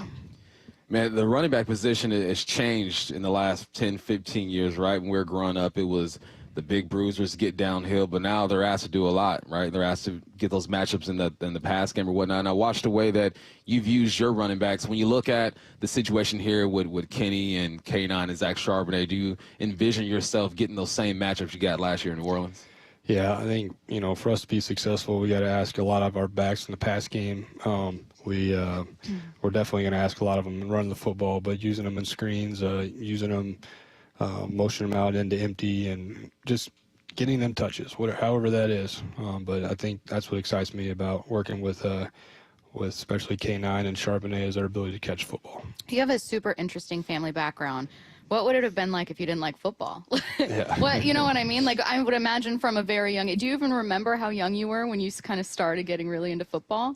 No, that's just, yeah, I was really, really lucky, obviously, to get to grow up in that environment. And to me, it was always just a normal. But now, being older and just realizing how fortunate I was to have that opportunity. So, and also really fortunate that I had parents that didn't push me into anything, just kind of follow your passions. And lucky enough, my passion aligned with a family business. How does your passion align with Mike McDonald? I know X's and O's have to make sense. You guys can be on the right page, but so far, how's that relationship going? It's been great. Obviously, going into the interview process and having a lot of respect for Mike and playing against him, when they're in Baltimore and just knowing what he's about based on the silent tape, to see the physicality of his defenses. So that was a no-brainer just from the start, and then get to be around him and work with him every day. Definitely see the intelligence, the communication skills, and the vision that he has for this football team. So I'm just, I'm excited to be a part of that vision, and I'm just, fortunate to get to work with Mike. Lots of very familiar faces for you coming to the NFC West, too. I mean, obviously, well-connected, great network. No matter where you go, you're going to know guys. But, I mean, you've got Sean McVay. You've clearly got Shanahan. I mean, these names, these people. What's it like now being in a division where do you feel like there's an added layer of fun to game planning? you know, it's going to be a real challenge. You know, those are some really impressive names and really good coaches on excellent rosters. And, you know, I'll just say this, we're going to make it about ourselves. We'll focus on us. And no matter whether we're playing our division or, you know, somebody in the AFC, it's really irrelevant. It's you know, how we develop our players and our team. And, you know, that's going to be the challenge for us as coaches. You clearly have to look at your personnel, see what you got, what they can or can't do. But just from 30,000 feet up, if we're looking at Kubiak's offense, what should we expect to see? Yeah, well, to me, it's really important that I communicate that to the players. And I haven't seen any of these players yet. I've talked to them on the phone. You know, those are going to be important conversations we have here in the middle of April. Like, guys, this is what we want out of you guys. And I hope you can appreciate that I'm not going to sit here and make a bunch of promises and say what we're going to be, because those are some things that you really got to think about and put a lot of time into. And as I watch the tape and I get to know who we are, we're going to start developing a more narrowed vision for our guys. So I look forward to having those meetings. But at the end of the day, you know, smart, tough, dependable is what we're looking for. And I know that there's a roster full of those guys right now that John and Mike have already established. This is a weird question, but we kept hearing Mike McDonald say, and it's okay if you can't answer because it's kind of related. We kept hearing Mike McDonald say, you know, like, I want toughness. And obviously a head coach is going to be limited in how he explains how he wants that. But as just a random fan who's never played, I'm always like, how do you game plan toughness? Like, how do you know what I mean? Like, how does that work its way into a scheme? Are there ways that I'm trying to think of how to ask where you're covered here. Are there ways that you like to explore, you know, toughness on a roster? Is it, you know, trying to get the most out of players? Do you prefer to look at game planning or scheme for that kind of stuff, if that makes sense? Yeah, well, you know, I can't speak for coach, but I think what comes to my mind is a brand of physicality, you know, an operating way of doing business. You know, guys that are, that can push through physical practices and long padded training camps, and guys that can stay available throughout the, you know, the little injuries that they get and play through them. Mm-hmm. You know, not guys that are playing hurt, but if you got a little nick and you can play through it and keep getting better throughout practice, you know, those are kind of guys that I see as tough guys. You know, you can be a tough team and be a team that throws the ball alive. You can be a tough team and be a team that runs the ball. I just said this in the press conference, and I truly believe this, you know, that those toughest guys, you're going to try to develop that, but those are guys that you draft. Those are guys that you bring in as free agents. You know, those are guys that have built those reputations over a career of football. So we're gonna emphasize toughness. We're gonna practice hard. We're gonna demand a lot out of them, but then we're gonna seek those individuals that possess those traits. I fell in love with the tight end position the last 5 or 6 years, man. They're one of the most versatile players on the football field. Love the way you use them at your stops. What do you look for in a tight end? Physical, mental game? What attributes are you looking for? Yeah, I think it's such a critical position in our scheme for sure, because you're involved in the run and pass game and protection. But I think you know, obviously you're looking for a guy, number one, a guy that can contribute to blocking in the run game, and then a guy that can stretch the field. You know, especially nowadays, you know, a guy that you can rip the seams to, and a guy that can make explosive plays in between the hashes for you, and then a guy that can go block a 265-pound defensive end. So that's not an easy guy to find. Right. And it's definitely you find guys in that tight end room that can probably that major in different things, you know, bigger tight ends that are better at blocking, and your move tight ends that can catch the ball better. But at the end of the day, both those guys better be able to block. Yep. Last one for me. Is there, I'm sure, you know, family members already an answer to this, but is there anyone else around the league or in previous iterations of the NFL where you've just really enjoyed watching his tape, kind of being a study of his? Yeah, you know, we're always studying the top offenses every season. You know, there's a lot of ways to go there, and you know, I don't want to pat too many guys on the back, but you could probably think about who they are. You look at the rankings in the NFL, but you know, that's something I'm asking the coaches to do right now. We're studying the teams that are the best in their category and multiple things. Who are the best third down teams, red zone teams, who takes care of the ball the best, you know, who's the best short yardage team, who's got the best most explosive passes, who's got the most explosive runs, who attacks this front the best, and every team does a little, something better than anybody else. So we're studying those guys, and we're trying to add that to our scheme, but we're also just kind of, hey, let's get good at what we do, and that's again, let's worry about ourselves. So it's something that we're going to stress to the guys initially when they get here in April. Well, and when you finally meet them, I'm so excited for you to meet these guys. Thank you so much for taking the time to talk to Bump and I. We're excited to see what you guys roll out in training camp, roll out this season. He is Clint Kubiak, and congratulations. Have fun exploring the city, kind of taking some time before you guys dive into everything. Thank you. Thanks for having me. We appreciate you joining us. All right, don't go anywhere. Seattle Sports, your home for Wyman and Bob. If you don't want Gino, who do you want? Who's the answer? Worse than anything is you think you have the right guy, and then it plays out over 2 or 3 years and you don't. Yeah, look at the Browns. They're paying Deshaun Watson over 25% of their salary cap. I would like to just stop the discussion because, unless you're going to have... He's the quarterback, the end. Yes. Or, look, if they draft somebody in, let's say, the 2nd or 3rd round, I think that would be kind of exciting. Streaming live on the Seattle Sports app. Stacy Ross here, and if you're anything like me, you've been putting off getting a new car. Maybe you don't want the expense or you don't want to spend the time, but let's be real, you also probably hate the idea of going to a dealership. So many of us have had horrible experiences. You feel like someone's being pushy with a sale, or maybe a price online was thousands more than on the lot.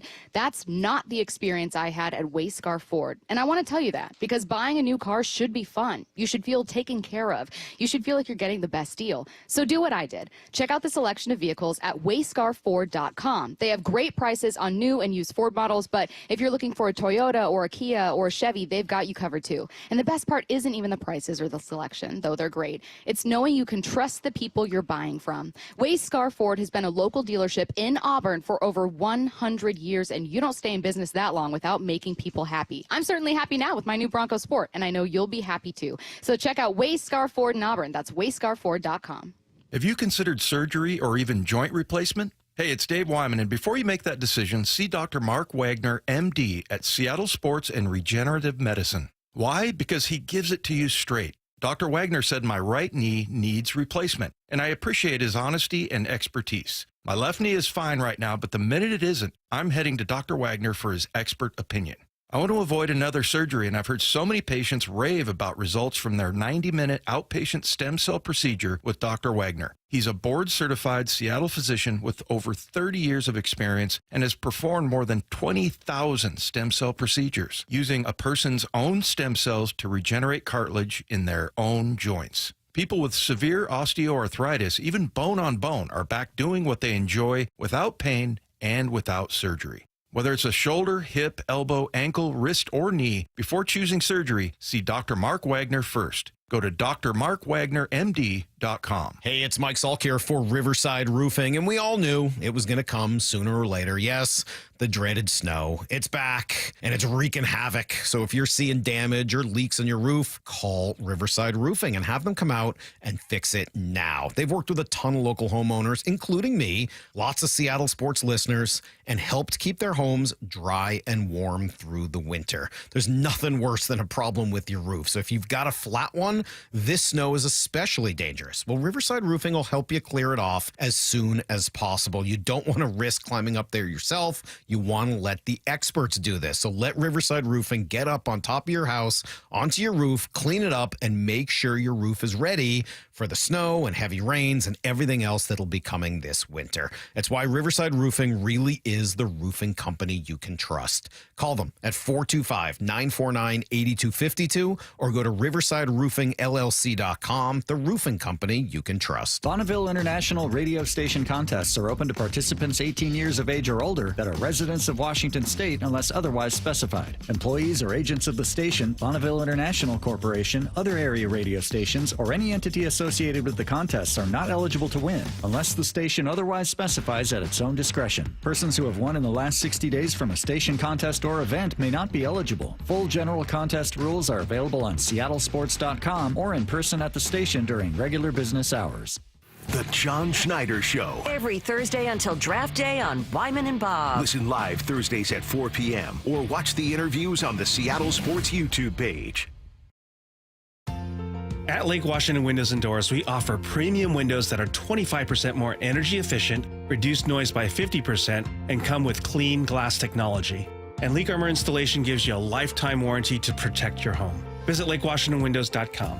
Through February, for each window or door you buy, you get one at 50% off. Plus, make no payments for 18 months OAC. For details, visit LakeWashingtonWindows.com today, a name you can trust.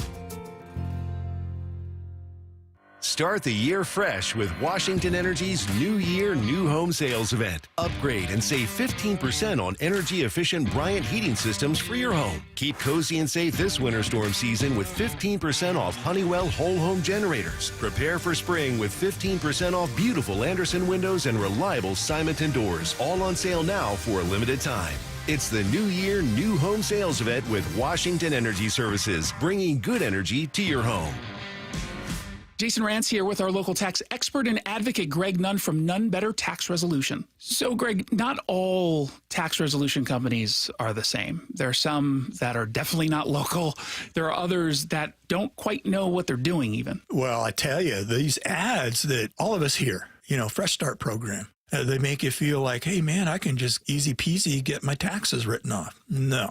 And I've had several clients actually come to me after going through that process, and they just get no response after a while. They're passed around from person to person. That doesn't happen at my firm. You are familiar with the cases that come in. You're working on them. I'm familiar with every case that comes into our office, and I know what's going on and have the ability to really advise our taxpayers very well on what to do. If you're having trouble with the IRS, then call Greg Nunn. None Better Tax Resolution, from stress to success with IRS Solutions. 425-947-1967 or Google NUNN. None Better Tax Resolution. From the Quantum Fiber Studio, you're listening to Bumpin' Stacy. Weekdays 10 to 2. On Seattle Sports and 97.3 FM HD2. All right, coming up at noon, we're going to react to our first interview with Clint Kubiak, some of what we learned from his press conference, first press conference ever here in Seattle. Obviously, some of what we learned in our conversation with Clint. Nice guy.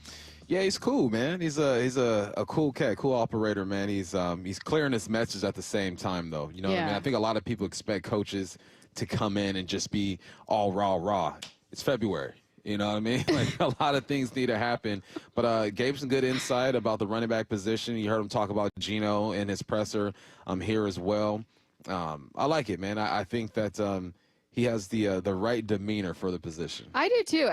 There was that joke from Mina Kimes where she was like, you want your defensive coordinator to be this in-your-face insane person and your offensive coordinator to be like a quiet rocket scientist. Yeah. Like, I know that those are stereotypes, but also kind of true for, like, we had on, God, who'd we have? Curtis, do you remember, was it Mike Haas from out in New Orleans? Play-by-play guy. Yeah, and he was a huge fan of Clint, but was like, you do have to kind of find him. Like, on a practice field, you're going to have to look for him. He's not going to be the loudest guy. And I just thought, like, well, I mean, that's okay. From an offensive coordinator, I'm very okay with that. I mean, can you teach? Can you communicate? And Mike McDonald appears to so clearly value teaching that I have to think the answer is yes. Yeah, that's what it's all about, though. I always make fun. I go, defense, man. That's why they're always typically they're ahead when it comes to the install and all that stuff. A lot of their stuff is read and react. Obviously, they have gaps and spots they have to get to and all that good stuff. But they're on the read and react, where offensively you have to be so precise in your movements, where you're going, your hand placement, all that good stuff. So it makes sense. I haven't – the craziest offensive guys I've ever been around are like fullbacks, because you got to be low-key. Not tight ends? Crazy. Tight ends are like the quirky ones, you know what I mean? The fullbacks are the ones that I'm just going to run you over every single time I got that linebacker twitch in me. So if we were making like a quadrant of like we're going to react to Clint at noon, so I'm wasting a minute here, but this is fascinating to me. I have always assumed that the without fail craziest positions on a roster are going to be tight end, okay? And then oh, you're talking about overall? Overall. Nah. On the defense? Craziest? It's on defense for sure. It's not an offensive lineman, a weird offensive lineman, and a weird tight end. No. What? If we're talking about just got that twitch in them, that twinkle in their eye, it's anybody who tackles people. I guess that's true. I should be obviously thinking of the linebackers, but I was just automatically thinking, you know, when I started covering this team, we had Luke Wilson in the locker room. You had some big personalities on the offensive line. I mean, again, it wasn't like the best offensive line in the world, but they had a lot of personality. Yeah, they got personality. They got personality. With that Always kind of weird. Twitch, if you would tackle human beings. I feel like an offensive lineman would eat a nail. You know what I mean? Like, there's a toughness with an offensive line. We need to ask Ray about this. O-linemen are like, they're protectors, whereas defensive guys are the aggressor. Who's the craziest player you've ever played with? If you can't say his name, what position was it? He was a DN. The craziest dude. Yeah, nuts. Loved him to death, though. You tell me about it I'll during tell the you break. off air. Okay, well, we're going to hit break, and when we come back, we're going to actually talk about some of the offensive stuff we learned from Kubiak. The John Schneider Show. Every Thursday until draft day on Wyman and Bob. We are now speaking with the architect of your Seattle Seahawks. How we doing, football fans? With Seahawks President of Football Operations and General Manager John Schneider. My job is to do what's best for the Seattle Seahawks organization. I have to keep wrapping my mind around that and trying to communicate effectively. Listen live Thursdays at 4 p.m. or watch the interviews on the Seattle Sports YouTube page. What's the standard the Seahawks defense needs to be held to under Mike McDonald? The John Schneider Show. Brought to you by Pizza Hut. Hi, I'm Tyler, and I want to share my awesome experience we just had with Window Nation. When we bought our home in Edmonds, Washington, we noticed some of the windows needed to be replaced. Our living room was cold and drafty in the winter, and it was hot and stale in the summer. But after a lot of research and a few bids, we chose Window Nation to replace our windows. From the first consultation to the final installation, their team was professional, friendly, and incredibly knowledgeable. Window Nation offered a wide variety of high-quality, energy-efficient windows that not only looked great, but we immediately noticed the difference in the comfort of our home. And the best part was the installation process.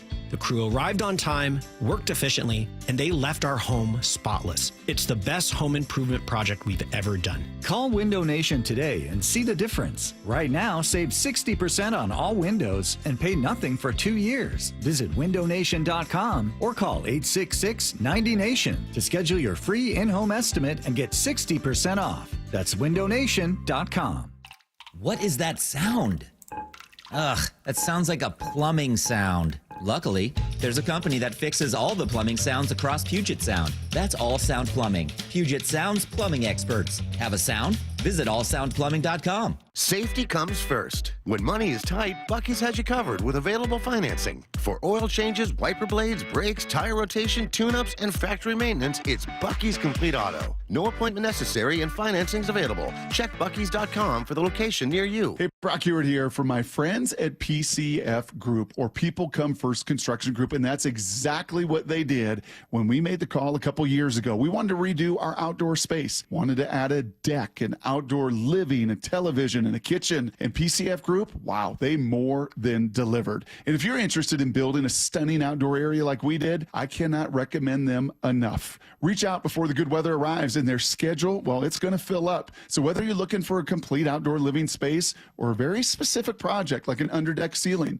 deck, patio cover, railings, PCF has you covered. Design now and pay later. In fact, get 12 months, no interest and no payments, and up to $6,000 off and a $1,000 Amazon gift card. Request that complimentary design and estimate consultation today at 206-992-0364, 206-992-0364, or project ideas, explore photos at PCFgroup.com, PCFgroup.com. Are you trying to buy a new home, or are you a local real estate agent seeking financing for a client?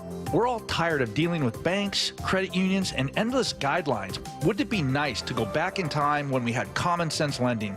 Hi, I'm Scott Rureka, CEO of Legacy Group Capital based in Bellevue. We are one of the largest local private portfolio lenders in Washington.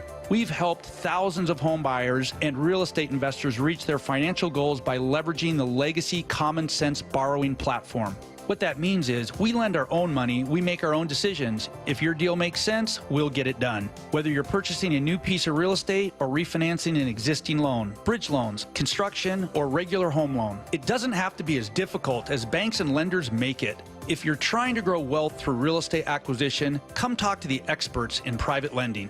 Call 425-635-4700 or LegacyG.com. Legacy Group Capital, your common sense lender. LegacyG.com. I just had Asset Roofing come out and do a full inspection on my roof because I wanted to be proactive and handle any small problems before they became big problems, and they were extremely professional with their communication and recommendations. You really need an expert on your side, and Asset Roofing is on mine. Allow them to work for you too. You can find out more at AssetRoofingCo.com. That's AssetRoofingCo.com. Certified work that's never in doubt. Asset Roofing. Excellence is on the house. Why choose a Sleep Number smart bed? Can I make my side softer? Can I make my side firmer? Can we sleep cooler? Sleep Number does that. Cools up to 8 times faster and lets you choose your ideal comfort on either side. Your Sleep Number setting. And now save 50% on the new Sleep Number limited edition smart bed. Plus free home delivery. Ends President's Day. Exclusively to Sleep Number store near you. Learn more at sleepnumber.com. This is a story of the one. As a maintenance specialist for university housing, he knows college students can major in wear and tear. Plus, housing so many students doesn't leave a lot of room to house all the supplies he needs. That's where Grainger comes in. With over 1 million industrial-grade products and fast, dependable delivery, Grainger carries the quality products he needs so he doesn't have to. From a new door hinge to a whole new faucet. Call, click Grainger.com, or just stop by. Grainger, for the ones who get it done. This is Seattle Sports. Streaming through the Seattle Sports app. KIRO AM Seattle. KIRO FM HD2 Tacoma. Home of the Seahawks, Mariners, and everything Seattle sports. Seattle Sports Snapshot. In news we all expected, the Saints have hired Eagles offensive coordinator Kellen Moore as their new head coach. The 36-year-old Moore spent 1 season as OC with Philly. The Eagles were top 10 in points per game and the highest scoring offense in the postseason. Apologies to Mike McDonald for this one, but with that hiring, Kellen Moore takes on the title as youngest head coach in the NFL. Snapshot, brought to you by Miller Lite. When it's game time, it's Miller time. From the Quantum Fiber Studio. This is Bump and Stacy On Seattle Sports. Streaming through the Seattle Sports app and at seattlesports.com. Now, here are your hosts, Michael Bumpus and Stacy Ross. Here we go now. So here's the deal. Bump and I just had a great conversation with brand new Seahawks offensive coordinator Clint Kubiak, but we still have some unaired audio from the press conference. The reason we're going to throw to it is because there's some really good stuff on Tyler Lockett, so take a listen. Bigger picture question. Do you feel like the running game is kind of coming back a little bit in the NFL, like as pass heavy as things have gotten here over the last decade or so? Do you start to feel like things are sliding back towards the run game being prominent again, like with the year Saquon, Derrick Henry, and such a kind of had this year? Yeah, I think you look at the world champions right now, and they had a heck of a year running the football. There's more than one way to win. More than one way to win. I think it's good to see running backs coming to the forefront and getting some attention. This league is cyclical and trendy, and it all comes back around. I'm not focused on the trends. We're just focused on being good in all facets. Mike, how do you feel like this offense can help Gino? What he's going to bring to the offense? Well, I think there's a lot of clarity in what we're trying to do. There's a lot of detail. They've kind of lived through all the things that could happen to the quarterback, so it's very clean in terms of progressions. And I think there's an accountability factor for the whole football team. We all got to play on the same accord. We have to be in the right spot when we need to be there. The ball needs to be out on time. Protection all works hand in hand. So it's going to take everybody, but it's a very, very clear vision and detail on how we need to get there. Clint, what have you learned, the biggest things you've learned from your dad? And is he still the guy you call right after a game? Absolutely. The main thing, overall how to act, how to treat people, how to carry yourself, everything that has nothing to do with football. That's what I've learned from him, and definitely look forward to speaking to him after every game and getting a little tough love. Mike, having now a full off season, right, being hired in the middle of last year, having this full off season right now, getting Clint in place, how much of a launch point can that be for you now in this second year?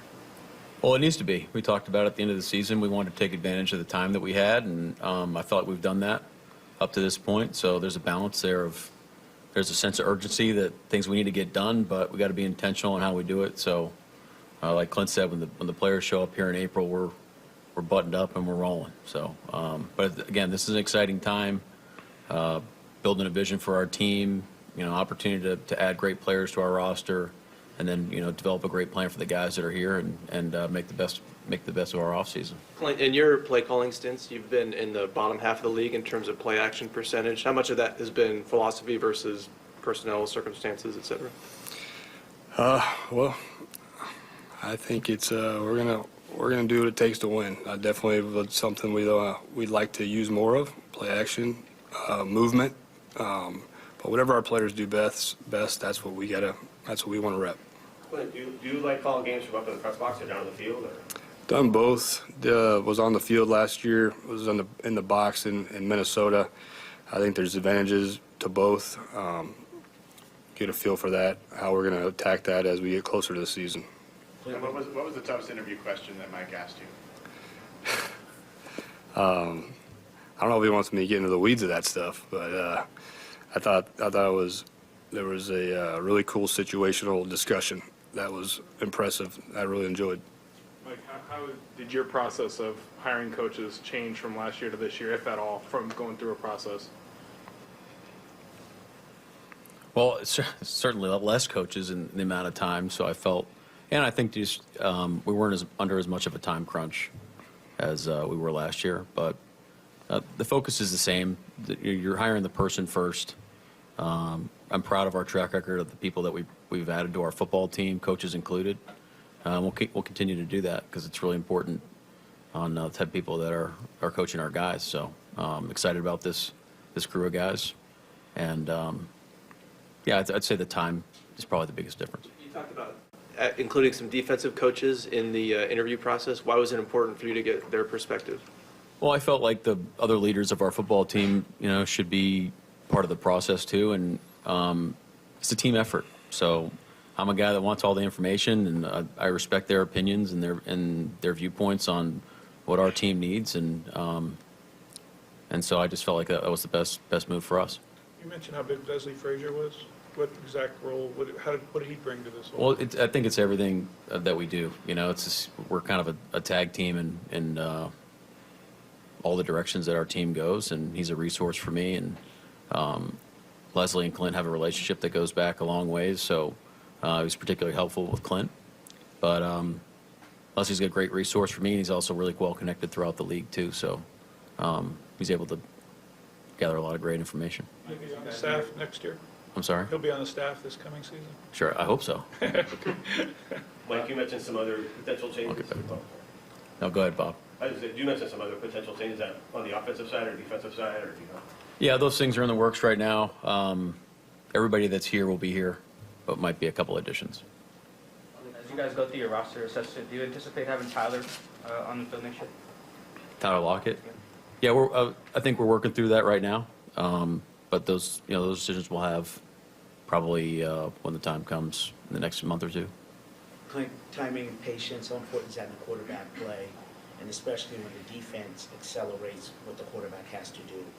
How important is that, and how do you teach that in the quarterback? You said timing and patience? Yeah. That's something that we definitely stress is decision-making, timing, and accuracy. Getting the ball out on time is critical, and our quarterback's footwork has a lot to do with that timing. So that'll be a major point of contention for us, or a major meeting point every day is, what's the footwork for every play? What exactly does it look like? How can I play the game blind by going through my reads and, when the play breaks down and getting out of the pocket. But timing is critical to obviously avoiding sacks. Anything else? Thank you. All right. Thank you. Thank you. So I'm actually going to work backwards a little bit. We will get to, as part of this conversation, everything we learned from Clint. But to me, the most interesting part of the sound that we played you guys and what we really wanted to hear was Mike McDonald's answer about Tyler Lockett. So a little unrelated, but Mike McDonald, if you guys heard, was asked about Tyler Lockett, whether he's going to be on this team next year. Again, Tyler Lockett under contract, but has a massive cap hit. So the team is probably going to want to extend him. But do you extend Tyler after Jackson's season at this price point? Mike McDonald said that they're working through it right now and said a decision will probably be made in the next month or two. How'd you feel hearing that? They're trying. They're trying. And I can accept that. I think you should try with a guy like Tyler Lockett, a guy who had, 3 or 4 consecutive 1,000-yard seasons, a guy who's second or third in almost every category when it comes to receiving in this organization. Mm-hmm. You should try to work something out that benefits the organization, though, because it is what it is. My man's been in the league 10 years. He's just not the player that he used to be. Can he still contribute to a ball club? For sure.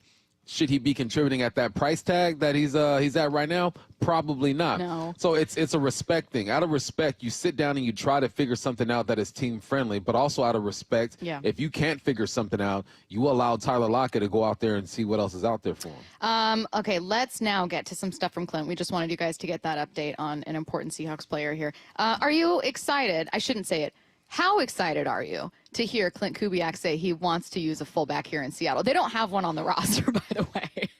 They're going to need to get a fullback somewhere, but Clint, looking for that fullback. Stacy, we've been at this for a few years now, and you know I've been yelling for a dang fullback. I already know. So I am excited, and I think if you watch his film, wherever he stopped, there is a fullback. So there's no way that Mike McDonald is going to hire him and say, you know what, do everything you want to do except do it without a fullback. Yeah. Because a fullback is integral to what he likes to do. He will motion a tight end and put him back there to shake some things up. He did have a guy like Taysom Hill who can play just about any position and put him back there. But fundamentally, that fullback is going to be a part of this offense. And I'm excited for it, man, because there are so many things you can do to manipulate a defense, especially if you have a versatile fullback like Juszczyk over there with the 49ers. I think that's another position that should and will make its way back. And then the type of fullback that you're getting isn't the old school, I'm literally just here to knock heads around.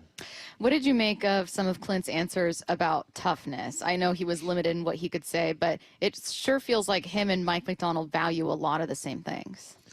Toughness, you're going to find that out real quick. You figure out who's tough once those pads come on now. It's not the same as in college and in high school where these young men are out there just hitting all day and showing it that way. But he also mentioned, he said, look, toughness to me is being a little dinged up a week or two in a training camp, and are you able to fight through it and still get better as you're fighting through that? That's true toughness, because no one's 100% healthy. You're 100% healthy for one practice. That's the stretch lines. And then as soon as that practice is over, you're sore, you're bruised up. There are things that are going to happen, and I think it's important that toughness is transferred over to the offense and not just the defense. So when you think of toughness, you think of defensive guys, right? Getting after the quarterback, tackling running backs and receivers or whatnot. But toughness is all around. Believe it or not, your diva receiver who plays 17 games is pretty tough because his ankles hurt, his hip hurts, his knees, his back, he's bruised up, he's being hit. So, yeah, I think that's one of the main ingredients to making a good football team is they have to be tough. You asked Clint a question about tight ends, and I know it was because you think that, you know, you're curious to see what this team does.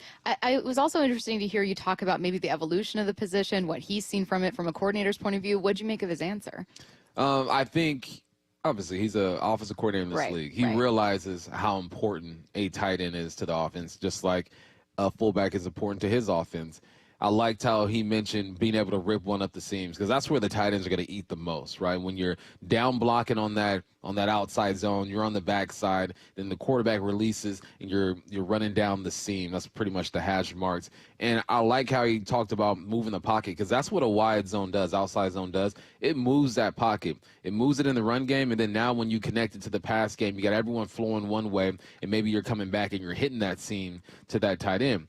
He said, look, there are tight ends who are great blockers. There are tight ends who are great at catching the football. There are tight ends who are good in pass pro. You can be great at one certain thing, but you got to be good at everything. Yeah. Because a tight end is attached to every play in football. He obviously talked about DK Metcalf during the press conference. Mike McDonald said that questions about DK were also important to the team when they were asking coordinators, and Clint had really good ideas about how to use him. Much like our conversations, I shouldn't say much like external conversations about Gino, do you think conversations about whether or not the team should hang on to DK are a little overrated? Like, it sure seems like the head coach is a fan, and your offensive coordinator can't wait to use him. It's overrated to people who just don't value DK, and they have their reasons for not valuing him the way that maybe a Clint Kubiak does, or myself, because the mistakes and the shortcomings are always highlighted and amplified. That's just how it is. DK not catching a football that people think he should catch is going to be amplified. Him not running the route a certain way is going to be amplified. But you just can't forget about the threat. I'm not saying it's a guarantee that Kubiak and the Seahawks keep DK Metcalf and the price works out for everyone and you ride off into the sunset and it's beautiful. There's always a chance that things don't line up and someone else is offering more. But to sit here and neglect what DK can do on a football field and the threat that he poses and how he makes a man like Clint Kubiak's job that much easier just having him out there will be so irresponsible. You don't have to like him as a complete football player. It's rare that you have a football player that is overall just sharp in every aspect and you're good to go, especially if you're not winning championships. If the Hawks were winning a couple championships, got to a conference championship game, and DK made a few plays in the playoffs, I think people might feel different about him. But there's no way a offensive coordinator who's fresh to a team looks at a guy like number 14 and says, nah, we don't really need to fight for that. You can just let him go. No, you're sitting down and you're trying to figure out if you can keep him and if you do keep him, how you're going to use him. Okay, I do have one more question for you that is like a bigger question. It's a tough one, but it was what was interesting to me. Okay. However, before I get to it, I know that you were taking a lot of notes. I'm sure some of it's for 4 Down Territory. Is there anything else you wanted to touch on that stood out to you? I would say I liked how he described Gino. He said, Gino is an aggressive player and was a huge draw for why he was here. And I think that's important, too. Clint Kubiak was in a situation in New Orleans where the quarterback play wasn't great. It's not like he's not used to being around that, but he also was at a place where the quarterback play was really good in Kirk Cousins, and you get Justin Jefferson going. End of the day, you have to have an offense that you feel fits the quarterback that you're going to. Sometimes you just take opportunities and run with it and say, this is my only opportunity. I'm just gonna do it. He interviewed for other jobs. I'm sure he got other offers on the table, or he could have just stayed in New Orleans. He had to look at this roster and imagine himself calling plays for this roster because it's not like Clint Kubiak was hurting for a job. He's not one of those guys who was a quarterback coach looking to advance, wide receiver coach, O-line coach looking to advance. He was at a spot. They would have gladly taken him back, I'm sure. Even with Kellen Moore coming over, things, I guess, could have been a bit gray, but I'm sure they would have entertained that. So him looking at Gino and loving his aggressiveness and saying that he was a huge draw is a positive because I look at his offense and I can see Gino running that offense. Go back and look at the Saints last year with Derek Carr. I can see Gino running that offense and having some success in it. How much success depends on everything else that's around him. Yeah, I'm really curious to see that. It sure seems like whether it was James Palmer, Mike Haas, Clint Kubiak in his own press conference, the ability and willingness, importantly, the willingness of Gino to take deep shots, right? I remember, God, who was it? I'm blanking. Trevor Sikkema, who was on with us, and he was, like, hey, I think if Gino were available on the trade market, he'd be the the free agent market, he'd be the #1 guy because he has a willingness and an ability to make a couple throws that other quarterbacks don't. Like, you can, have more appreciation for Russell Wilson now that he's gone and kind of a respect for him, but he doesn't make those throws anymore. No. Gino does. Yeah. And so it's a fascinating conversation. This was my question. So as part of my question, this is kind of weird, but forget that we're talking about Clint Kubiak, okay? Forget that we're talking about the Seahawks. This is just something that I was thinking. I have now covered, I think, 3 new offensive coordinators, maybe 4, but certainly 3. All of them said really similar things. And as an NFL reporter, I've also seen press conferences and interviews from other head coaches and offensive coordinators being hired. They all say the same thing. Yep. Like I saw, hey, Clint talks about how it matters, really matters what you get done on 1st and 2nd down as a response to questions about 3rd down. Right. Questions about, taking advantage of the run game. Well, we want to be tough and physical. Like I could write out a press conference for Clint Kubiak without knowing anything about him. And I feel like I'd nail it. That's not me saying that Clint's insincere at all. He seems like a nice dude, really interesting interview. I can't wait to see what he's got. This is my question for you. Why does it work with some guys? Like, what do good offensive coordinators do? Because every single offensive coordinator, when you make it to this level, is a smart dude who has the right ideas. So how do some guys make it click? Well, here's the thing. I've sat down now with Kubiak, Grubb, and Waldron, right? The last 3.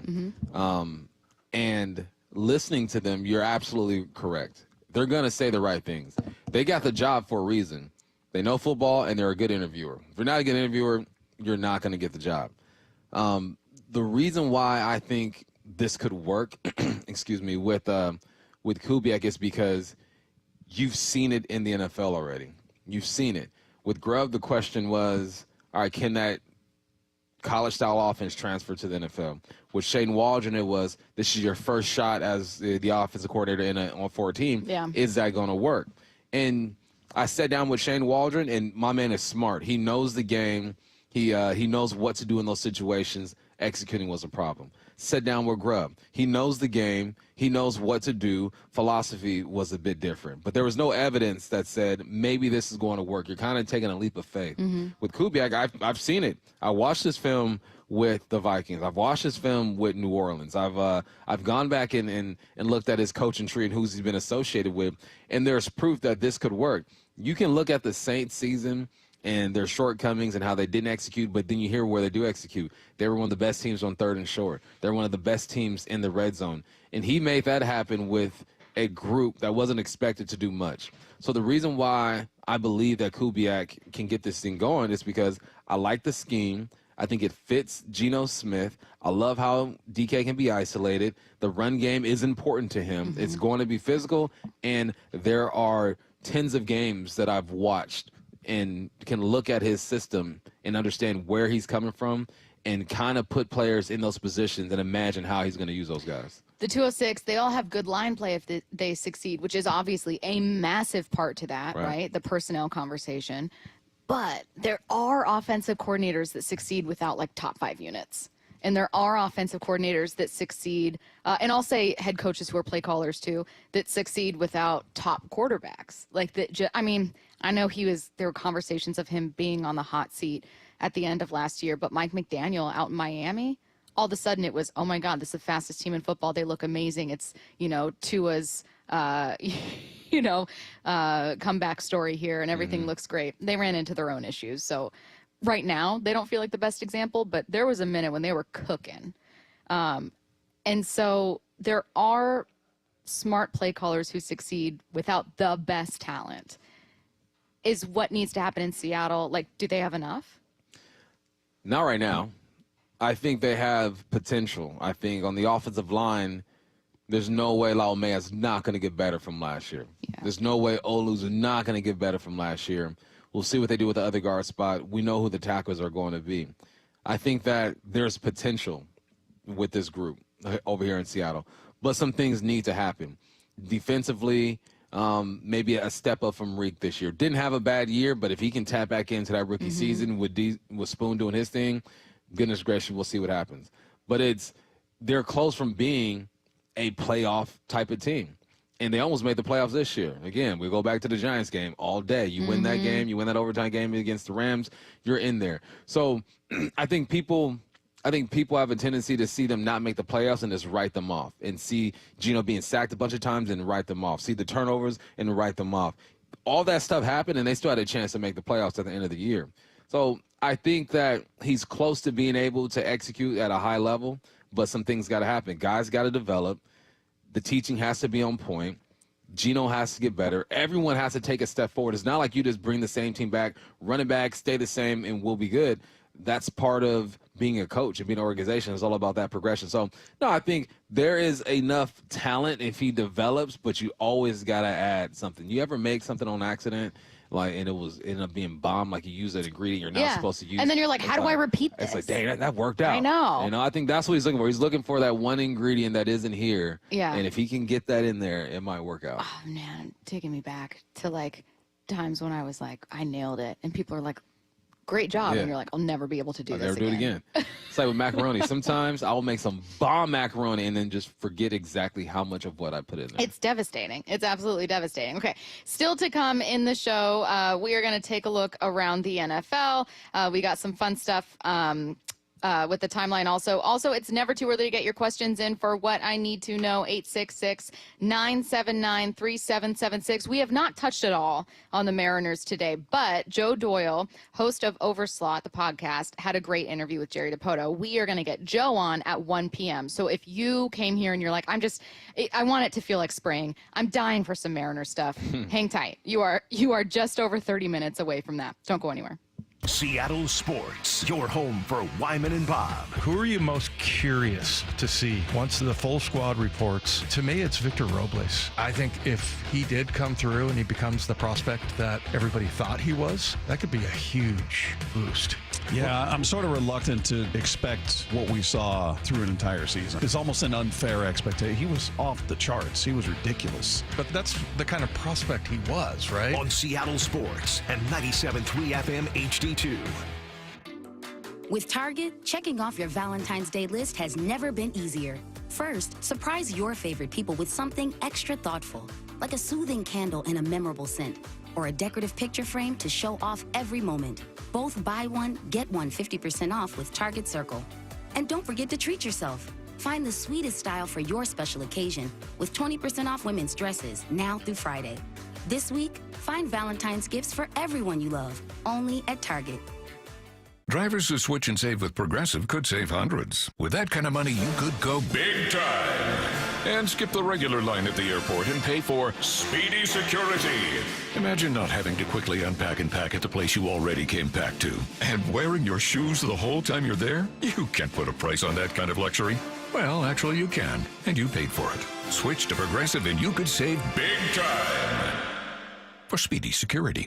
Progressive Casualty Insurance Company and affiliates, not available in all states. Potential savings will vary. Hi, Justin Shirley, CEO of State Roofing and Exteriors. For over 55 years, you've trusted us for roofing, siding, windows, decking, and gutters. Call 866-ROOF-ROOF or visit stateroofing.com today to schedule a free estimate. State Roofing and Exteriors. Bull riding, the perfect fusion of strength, skill, and pure willpower. PBR bucks into Angel of the Winds Arena in Everett Friday, February 14th and Saturday, February 15th. Tickets available at Ticketmaster. Why choose a Sleep Number smart bed? Can I make my side softer? Can I make my side firmer? Can we sleep cooler? Sleep Number does that. Cools up to 8 times faster and lets you choose your ideal comfort on either side. Your Sleep Number setting.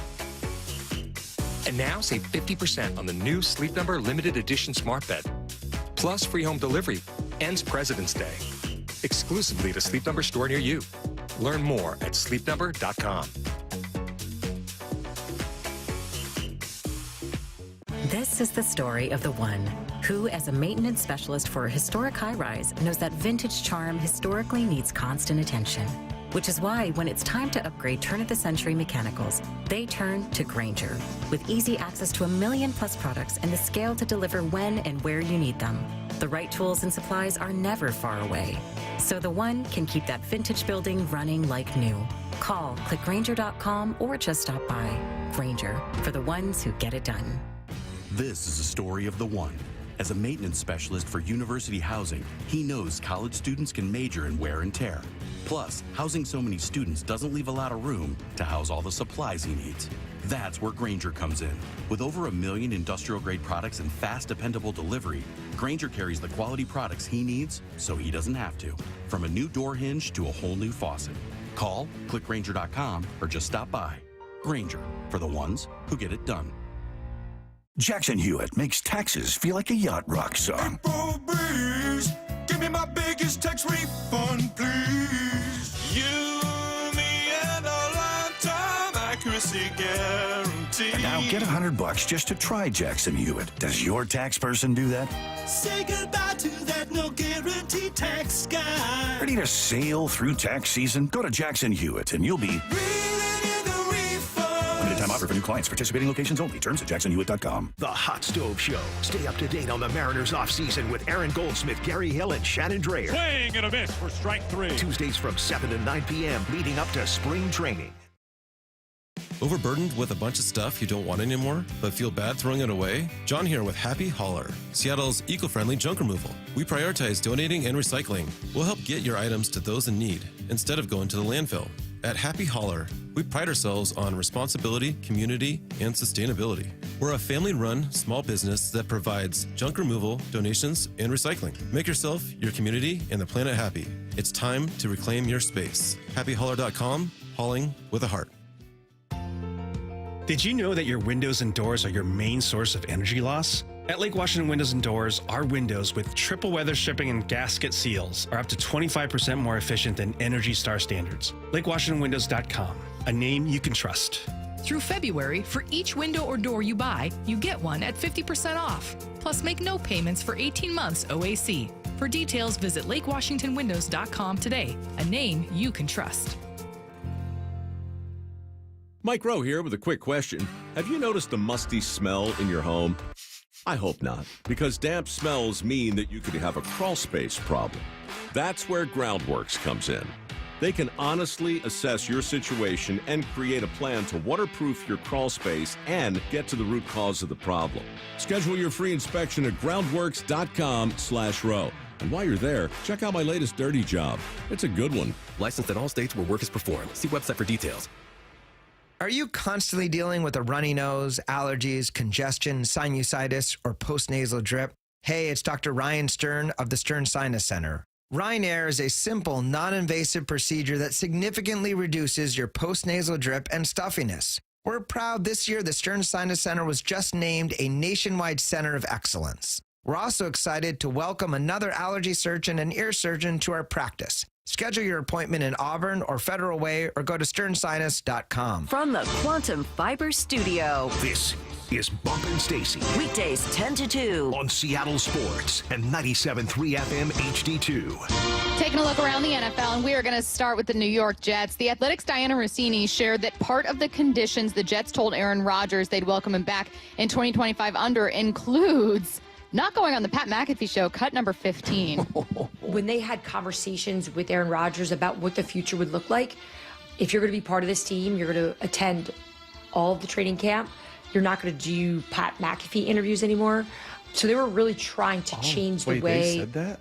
Yeah. They had a conversation with him of, if you were to stay here, here's how we would want it to be. So this, to me, is Aaron Glenn getting control back. So, again, hey, here are a couple conditions, and we don't know all of them, obviously, but one of them being that you don't go on the Pat McAfee show. He was getting about $1 million to go on the Pat McAfee show. You don't need $1 million, Aaron. He was making a little bit of bank, but here's the reason why they don't want him to go on that show. Because you keep family business. And Aaron Rodgers talked about all preseason long about distractions. You were the biggest distraction on that football team. I understand you are a future Hall of Famer. You demand a certain level of respect that most guys on the roster don't get because you've earned it. But you also got to look in the mirror and realize I was doing some stuff that was distracting from this football team. I didn't show up for these mandatory trainings. I put so much pressure on my coaching staff. I'm the one who got them fired. Yep. I'm the one who's going on Pat McAfee and giving the media fuel. He has to realize that, but he also is Aaron Rodgers. And if he don't want to do that, Yeah. he ain't got to do that. Really, really good at lacking self-awareness currently. Yeah, But I mean, I don't know. It's a really weird quarterback market. I don't know where Aaron Rodgers could go, and which sounds so stupid. He was like the best quarterback ever when I was growing up. But like, I don't know where Aaron Rodgers could go and be a starter and have enough pieces around him. Certainly not more than he would in New York. And say what you will about the Jets, they are more often than not a hot mess of an organization. But there's a lot of talent on that roster. Yeah. You cannot say that about Vegas. You cannot say that about Tennessee, who are going to draft their quarterback. You know what I mean? Like, I don't know where you go, Aaron. There ain't places to go where he can win right now. He might be done. Well, speaking of controversial quarterbacks, Cam Newton has stepped in it again, this time with his former Panthers teammates. So this is following a conversation Cam had with Travis Hunter on his podcast. Travis asked him about being the #1 pick, and they were talking about the weight that carries and the situations you walk into. In theory, a fun conversation, but, well, cut 10. Take a listen. How did you handle the pressure of being the top pick? Let's put it in perspective. You're the top pick because what? Where you play. No. You're looking at it from a personal situation. I'm talking about from the professional situation. You're the top pick because that was the worst team in the NFL the year before. For me, I wanted to be the #1 pick. You could potentially be the first pick, but bro, you have no way of impacting the game like a quarterback does. You can lock down the #1 receiver. You can make impact plays on offense all you want, but it's still not like a quarterback. My issue is when I was the first pick, I went into a locker room of losers. Guys didn't know how to win. Guys didn't know how to prepare. It was a culture shock for me. The games don't mean a lot to a lot of people in the league like you would expect. It's just money. Not everybody has capabilities to be impact players. They're just players. Uh-oh, Steve Smith Sr. tweeted, 53-man locker room -1 equals 52 losers. Wow, breaking news to 89. He said, I've watched and listened from as far as you, Cam Newton, talk about the Panthers, none of us are perfect. Yes, we were 2-14 before you blessed us with your presence. The way you've talked about the Panthers lately, I'm very disappointed. I wish you nothing but the best. I'm done. Jeff Schwartz said, a locker room full of losers who didn't know how to win and who didn't know how to prepare. Oh boy, sure, we went 2-14, but the core of that roster also went 12-4 2 years beforehand. Maybe it's a tad more nuanced than a bunch of losers who can't prepare. Well, maybe Cam Newton clearly wasn't talking about Steve Smith. He clearly wasn't talking about Stewart. He clearly wasn't talking about was D'Angelo Williams on the team at the time. He clearly wasn't talking about Kuechly, but this is what happens when you have a guy like Steve Smith who is so prideful and loves that organization that he's going to take it personally. So Cam Newton cannot determine how guys take the message, but he has to know you put it out there, there's going to be some backlash, man. But was he lying? They weren't winning ball games. Okay. And I'll tell you this too, in the NFL, it is a business. I played on bad football teams in the NFL, 2 of them things, right? And it is a business. You're not winning ball games, and guys are just clocking in and clocking out because they know they're not going to make it. They know end of the day, this check is going to be signed, and I'm going to get my game check. So there is a business to it. I think Cam is right. I think Smith is right as well. I think that Cam is ultimately right. And he's right also in what he's telling Travis Hunter. Hey, you might go into a club that it's a wreck. Like, the culture's broken there. They have 2 wins. You don't have the power to influence that as much as a quarterback can. So best of luck to you is kind of what he's telling Travis Hunter.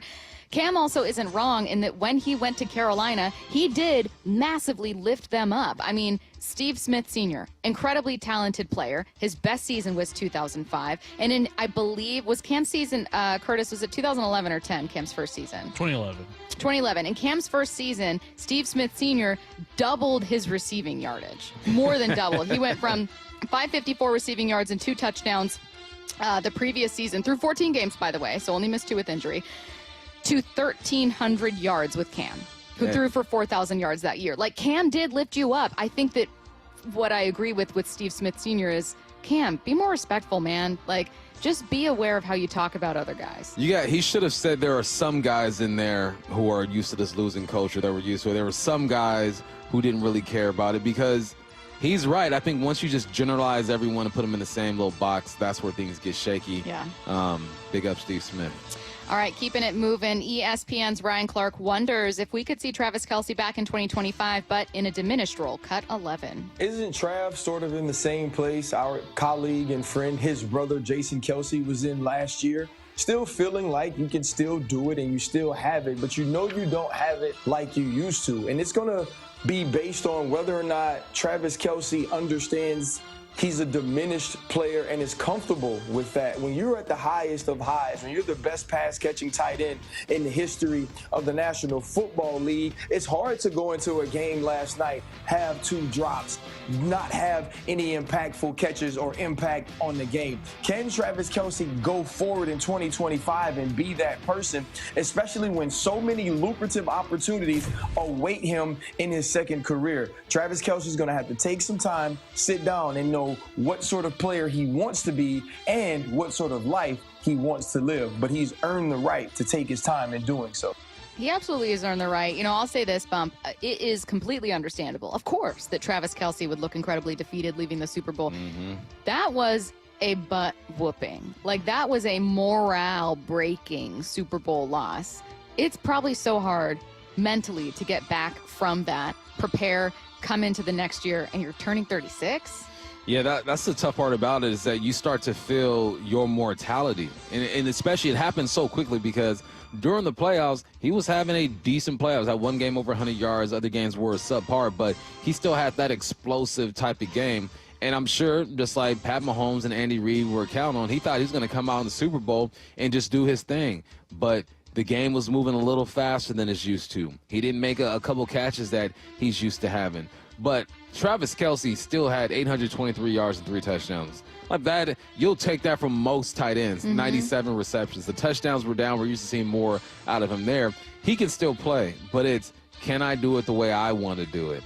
And I told you yesterday, when I went to church league and I was 29 and they made me guard this 20-year-old and he was running me all across that court, I realized then I'm done with this. I can't keep up with the youngsters. He probably felt something like that. Who Who might the Eagles play in next year's season opening game? We obviously know the home team is going to be Philadelphia. Will it be one of their NFC East counterparts? I'm all for a Commanders rematch on opening night, but you've obviously got the Cowboys and Giants as selections as well. The Giants maybe luck into having someone like Shadur Sanders, so that's kind of intriguing. You've also got the Bears, Lions, Broncos, Raiders, and Rams as option. You have maybe a 1 and a second favorite from that list, Bump?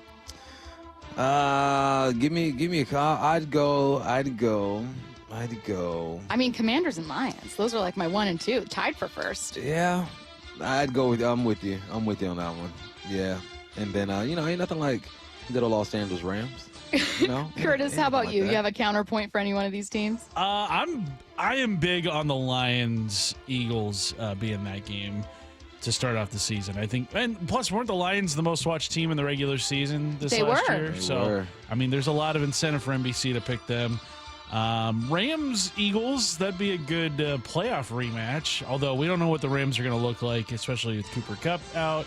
Who knows if Matthew Stafford comes back? Probably not a lot of draw if Stafford's not the quarterback. So I think Lions-Eagles gets my vote. Yeah, I'm going to be excited to see Pete Carroll and the Raiders, but I'm kind of okay with it not being the Bears, not being the Raiders. Wish them the best of luck this year. Okay with it not being the Giants. Okay with it not being the Cowboys. No disrespect, but yeah, I think as a team we're going to go Lions, Commanders, and then, like you said, maybe Rams here. All right, you guys, we are jumping into the timeline. A very controversial moment at the Kraken Community Iceplex. I can't believe this. Crazy. I could not believe this when I saw the video. That's next. Seattle Sports, your home for Wyman and Bob. If you don't want Gino, who do you want? Who's the answer? Worse than anything is you think you have the right guy, and then it plays out over 2 or 3 years and you don't. Yeah, look at the Browns. They're paying Deshaun Watson over 25% of their salary cap. I would like to just stop the discussion because, unless you're going to have... He's the quarterback, the end. Yes. Or, look, if they draft somebody in, let's say, the 2nd or 3rd round, I think that would be kind of exciting. Streaming live on the Seattle Sports app. Xfinity here. How can we help? Hi. My daughter invited her entire class to her birthday party. Can my Wi-Fi handle it? Oh, well, at Xfinity, our latest gateways have tri-band Wi-Fi technology, letting you connect hundreds of devices at once. No way. So if all the kids are watching stuff on their phones, well, their parents are sharing videos online. Yep. Go ahead and watch videos. They can all do their thing and party their way. No problem. Oh, we are going to need a bigger cake. Now through March 4th, get fast, reliable Xfinity Gig Internet for $25 a month for 1 year with no annual contract and Wi-Fi equipment included when you add an unlimited mobile line. And ask how to get an eligible free 5G phone with trade-in. Go to Xfinity.com, call 1-800-XFINITY, or visit a store today. Restrictions apply. Requires PayPal Display and auto-pay stored bank account. Taxes and fees extra. After promo, regular rates apply. Xfinity Internet required. Reduced mobile speeds after use of monthly data included with your data option. Data thresholds and actual internet speeds vary. We've all been there, sleepless nights, wondering if your business's security service is really protecting what matters. At Bay Alarm, we can put your security insecurities to bed. Our advanced technology and personalized support ensure you can rest easy knowing we're here for you. BayAlarm.com. Swedish Cyberknife has been serving the Pacific Northwest with innovative and compassionate care since 2006. The Cyberknife system, with advanced tracking technology and robotic design, keeps the radiation on target even with tumor or patient movement. Being able to precisely and accurately deliver radiation makes a difference in terms of controlling cancer and reducing the risk of side effects. And the treatment is completed in only 5 sessions, lasting less than an hour. But the technology is only half the story. The skilled and dedicated team of providers and caregivers match the technology by providing unparalleled, personalized treatment plans and compassionate care. They are committed to patient-focused care, partnering with the patient and their families. The results speak for themselves. Patient surveys consistently give Swedish Cyberknife the highest of rankings. When diagnosed with prostate cancer, consider treatment with Swedish Cyberknife. Swedish.org/cyberknifeprostate. Treat prostate cancer with Swedish Cyberknife. What is that sound? Ugh, that sounds like a plumbing sound. Luckily, there's a company that fixes all the plumbing sounds across Puget Sound. That's All Sound Plumbing. Puget Sound's plumbing experts. Have a sound? Visit allsoundplumbing.com. Choose the right flooring for your home, right in your home, with Floor Coverings International. They bring a mobile showroom to you, loaded with samples of carpet, LVP, hardwood, laminate, tile, and more. So go see them at the Northwest Remodeling Expo at the Seattle Convention Center February 7th through 9th, or at the Seattle Home and Garden Show at Lumen Field February 20th through 23rd. Earn a $250 gift card good on any project when you book a free in-home consultation. Floor Coverings International, the stars of flooring. Washington's biggest night out for sports is the annual Sports Star of the Year Awards. Join the Seattle Sports Commission for the 90th anniversary of Sports Star and experience red carpet interviews on Media Row, a champions gallery of sports memorabilia, and a live awards show created for the sports community by the sports community. Don't miss your chance to be among the stars on February 27th at the 90th annual Sports Star of the Year Awards, presented by Microsoft. Get your tickets now at seattlesports.org. For Down Territory, going inside the game with Michael Bumpus. I like this. More quarterbacks should start doing this. Every day at 11:15 and 1:15 on Bump and Stacy. If you're looking for a new Mazda, go see our friends at Mazda of Everett. With over 790 new Mazdas in stock at 11409 Highway 99 in Everett, they have something for every budget and credit type. Save up to $3,970 on new Mazda CX-5s. Come meet the team and see why they've been Washington's largest Mazda dealer since 2015. Exceptional service and always their lowest prices. Visit in-store or online at MazdaofEverett.com today. MSRP for stock number 26315 is $30,585. Every window tells a story, whether it's watching your kids play outside or enjoying a beautiful sunset. This is Justin Shirley, CEO of State Roofing and Exteriors. Our replacement windows are designed to frame those moments. Brighten your home with our exclusive offer. Buy 3 windows and get 1 free. Call today to take advantage of this limited deal. 866-ROOF-ROOF or visit stateroofing.com today to schedule a free estimate. State Roofing and Exteriors, held to a higher standard since 1968. So I formed Davis Law Group about 30 years ago, and I would get, the same questions from people about what to do in the case of an accident. Do you need a lawyer? To the point where I decided that I would at least write a book which would answer the common questions that I would receive as a lawyer. Once I wrote my first book, it proved to be hugely popular. I decided to write then a series of books in different accident cases so that we could really teach people about their rights, how to protect them, and how to decide on whether they need a lawyer and what lawyer to hire. I've found in my career that having a client that is educated and knowledgeable about their particular type of case really helps the client and also usually ends up making the case or the claim more successful. To get your free copy of any of my Washington accident books, visit WashingtonAccidentBooks.com. This is The Timeline with Bump and Stacy. Brought to you by 1-800-DUI-AWAY. It is The Timeline, where we read you the top stories you're going to see on your own timelines. You most certainly saw this one. If you didn't, there's a video of the altercation. I shouldn't even say altercation, of the assault. Bullies. Circulating online. Okay, so this is what happened. A lot of you know where this is going, but if you don't. Over the weekend, a parent at the Kraken Community Iceplex up in Northgate was filmed pushing down a ref. Here's the thing. That ref is like between 12 and 14 years old. Yeah. So one ref was 14, one was 12. They are clearly smaller than, like, when I first saw the video, my immediate reaction was, is that a woman? Just because the person who was pushed, the ref, looked much more petite than the man. Right. It's a child. The parent is 6'2" and 250. Come on, man. So shoves this kid down. The police are currently investigating the situation. From NHL reporter Jeff Marek, the Kraken will be inviting the refs, those kids, to an upcoming home game. So good on them. Good, man. If you watch the video, it's like these 2 children are on the ice having a conversation probably about what's happening in the game. And this big old cowardly bully walks over there and pushes both of them, just walks away.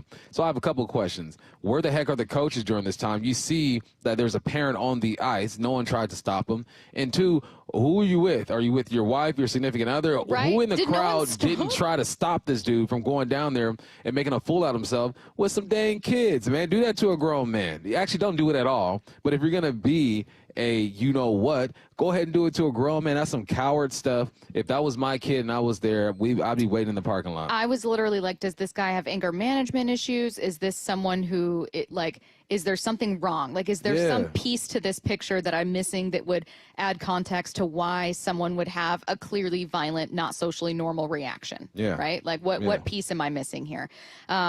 But yeah, the Kraken Community Iceplex posted a statement saying that they want to extend their heartfelt concern for the officials, players, coaches, and families involved in the incident. They're in touch with all of them to offer support, and they're grateful to hear that the young official appears to be in good spirits and is looking forward to officiating their next game. Good for them.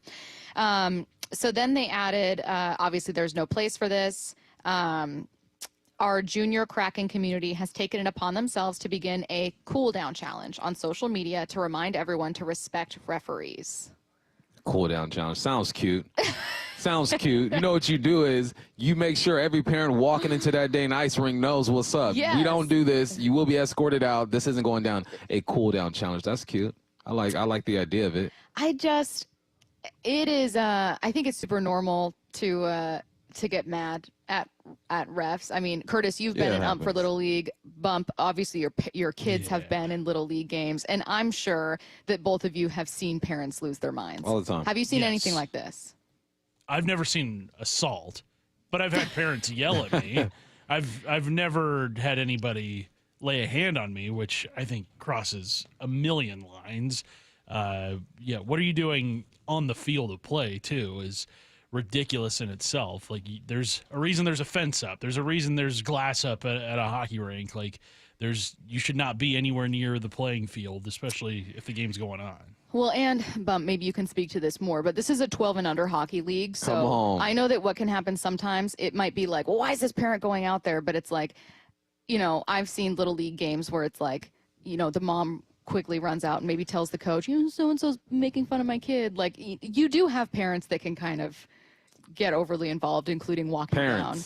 Unless your child is being physically, emotionally harmed out there, sit your butt down and let your child deal with whatever adversity they are dealing with, because when they are grown and out the house and you're not there for them, they're going to have to deal with it. So calm your little butts down. They have every weekend. That's why I don't sit next to parents most of the time. I sit by myself. Literally nothing could be happening. Nothing in the world could be happening in a 12 and under hockey game that would make me that fired up. You know what I mean? Like, what kind of call is that?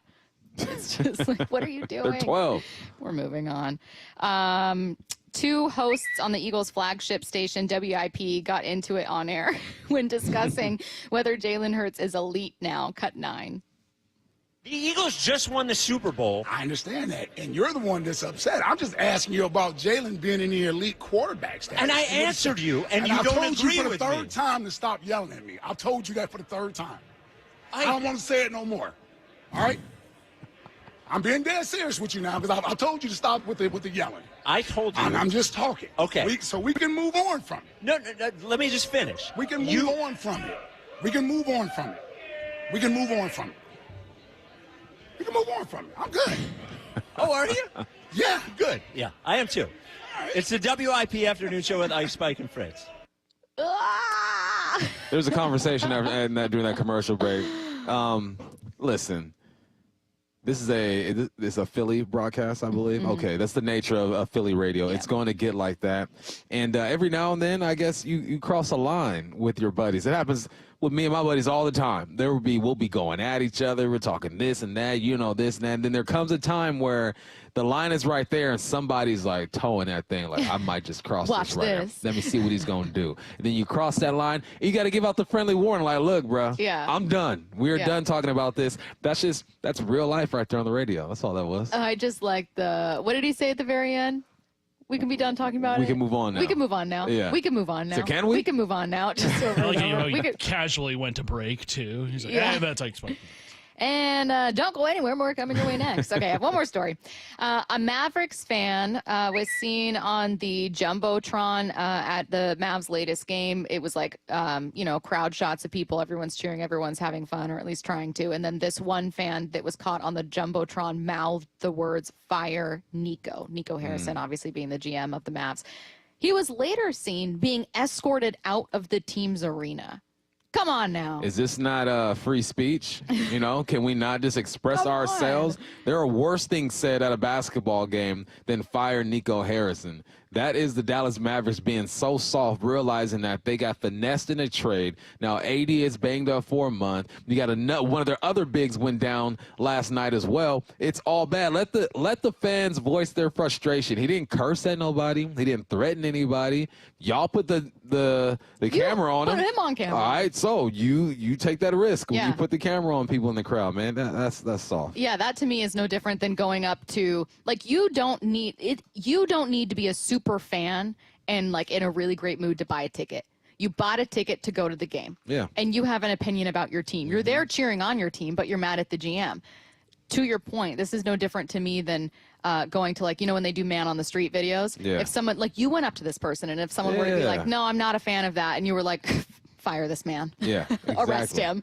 It's soft. It's really pathetically just a soft move on the part of the Mavericks. It was so soft. I almost cursed right now. Ooh. I almost did it. I had to stop myself because I just see Matthew glaring through his glasses at me. Matt's going to be so disappointed. Oh, thank you so much for not doing it. I really mean that. All right, we are going to jump back into the Mariners here. Haven't had a chance. We've had so much to talk about with NFL news, Clint Kubiak's interview, all kinds of good stuff, but the wait is over. We are going to talk to Overslap podcast host Joe Doyle about his 40-minute conversation with Jerry Dipoto next. The John Schneider Show. Every Thursday until draft day on Wyman and Bob. We are now speaking with the architect of your Seattle Seahawks. How we doing, football fans? With Seahawks President of Football Operations and General Manager John Schneider. My job is to do what's best for the Seattle Seahawks organization. I have to keep wrapping my mind around that and trying to communicate effectively. Listen live Thursdays at 4 p.m. or watch the interviews on the Seattle Sports YouTube page. What's the standard the Seahawks defense needs to be held to under Mike McDonald? The John Schneider Show. Brought to you by Pizza Hut. Hey, Brock Hewitt here for my friends at PCF Group, or People Come First Construction Group, and that's exactly what they did when we made the call a couple years ago. We wanted to redo our outdoor space, wanted to add a deck, an outdoor living, a television, and a kitchen, and PCF Group, wow, they more than delivered. And if you're interested in building a stunning outdoor area like we did, I cannot recommend them enough. Reach out before the good weather arrives, and their schedule, well, it's going to fill up. So whether you're looking for a complete outdoor living space or a very specific project like an underdeck ceiling, deck, patio cover, railings, PCF has you covered. Design now and pay later. In fact, get 12 months, no interest and no payments, and up to $6,000 off and a $1,000 Amazon gift card. Request that complimentary design and estimate consultation today at 206-992-0364, 206-992-0364, or project ideas, explore photos at pcfgroup.com, pcfgroup.com. I've always said, the car sales in the 1980s and 1990s, earned the rep that we have today. The concerns that consumers have because of what has happened in our industry in the past, they're warranted. It's our job to show them that that's not how business is done anymore, right? It's very different business. It's much more transparent. There's much more information that's available to people, and we're much more customer focused than I think the car industry was, 20, 30 years ago. I'm more focused on providing good customer service and relationships, because I think if you take care of people, money will always come. So I think just the philosophy and the focus for us has changed, where I was constantly chasing a paycheck, and now I'm just constantly trying to take care of customers and employees, because I know if I do that, then my paycheck will take care of itself. The LJ way is the Lee Johnson Auto family. Guys, did you know your testosterone affects everything in your system, including how you feel and perform every day? Right now, Revive Men's Health Seattle will check your testosterone for free. Knowing your T levels is the first step in understanding if you have low T. Your testosterone level impacts your energy, libido, sleep, weight, hair loss, mood, and even ED. Maintaining an appropriate T level can change your whole life. Most men start to see changes in their hormone levels in their 30s. Experience and results matter. So what are you waiting for? Get your T levels checked today by local, experienced, and trusted men's health experts. They've helped thousands of men since 2011. They're so confident they can help you, they even guarantee it. Call Revive today and schedule your free testosterone test, free exam, and free consultation. Call Revive Men's Health at 206-529-1111. That's 206-529-1111. Or visit ReviveMen'sHealth.com. Emerald Queen Casino, the entertainment capital of the Northwest. The best place to watch all your favorite sports. Featuring wall-to-wall viewing screens, 6 windows, and 30 kiosks. Be there at EmeraldQueen.com. Emerald Queen Casino, the entertainment capital of the Northwest. Okay, I have to tell you, I was just looking on eBay where I go for all kinds of things I love, and there it was. That hologram trading card. One of the rarest. The last one I needed for my set. Shiny like the designer handbag of my dreams. One of a kind. eBay had it, and now everyone's asking, ooh, where'd you get your windshield wipers? eBay has all the parts that fit my car. No more annoying. Just beautiful. Whatever you love, find it on eBay. eBay. Things people love. What if your limited inventory had unlimited potential? What if your biggest risk was not taking one? What if you could make every move matter? Bank of America's Business Solutions can help bring your biggest what-ifs within reach. Find out how our digital tools, cutting-edge insights, and trusted expertise can work for your business. What would you like the power to do? Visit bankofamerica.com/banking for business to learn more. Bank of America is proud to be the official bank sponsor of FIFA World Cup 2026. Hey, it's Jason Rantz. Our local tax expert Greg Nunn wants taxpayers to know the IRS is now going after older cases very aggressively. If you received Form CP-504 from the IRS, do not ignore it. Be proactive and resolve your situation with Greg Nunn, N-U-N-N, None Better Tax Resolution.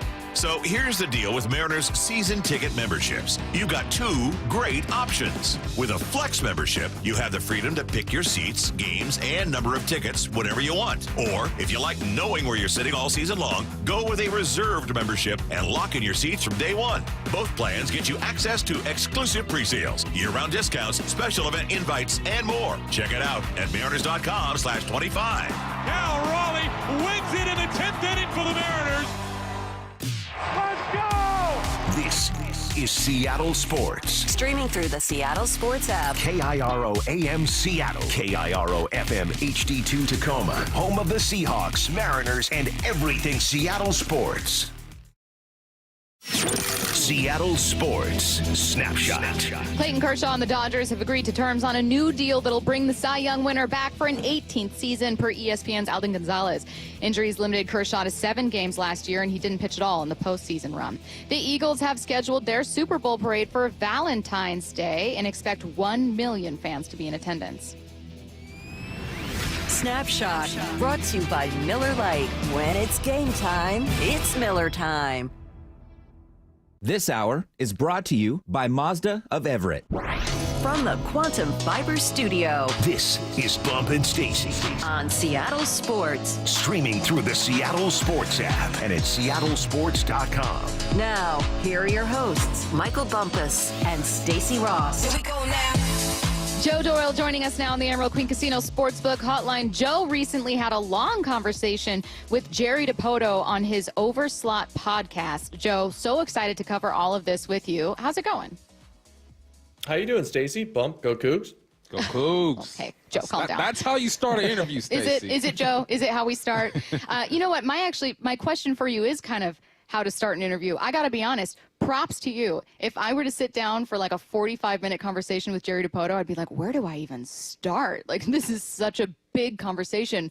What were you most interested in when you sat down with Jerry? Yeah, I think with Jerry, I just wanted to kind of pick through the offseason, pick through processes, and see how this organization is valuing prospects, what the value in the industry is of prospects, what he expects the value of prospects to be in July, and whether or not the addition of another playoff team with the new CBA a couple of years ago is just rendering prospects more or less redundant in the winter. And I think we were able to get to the point where at least I understood where Jerry was coming from with prospects this winter.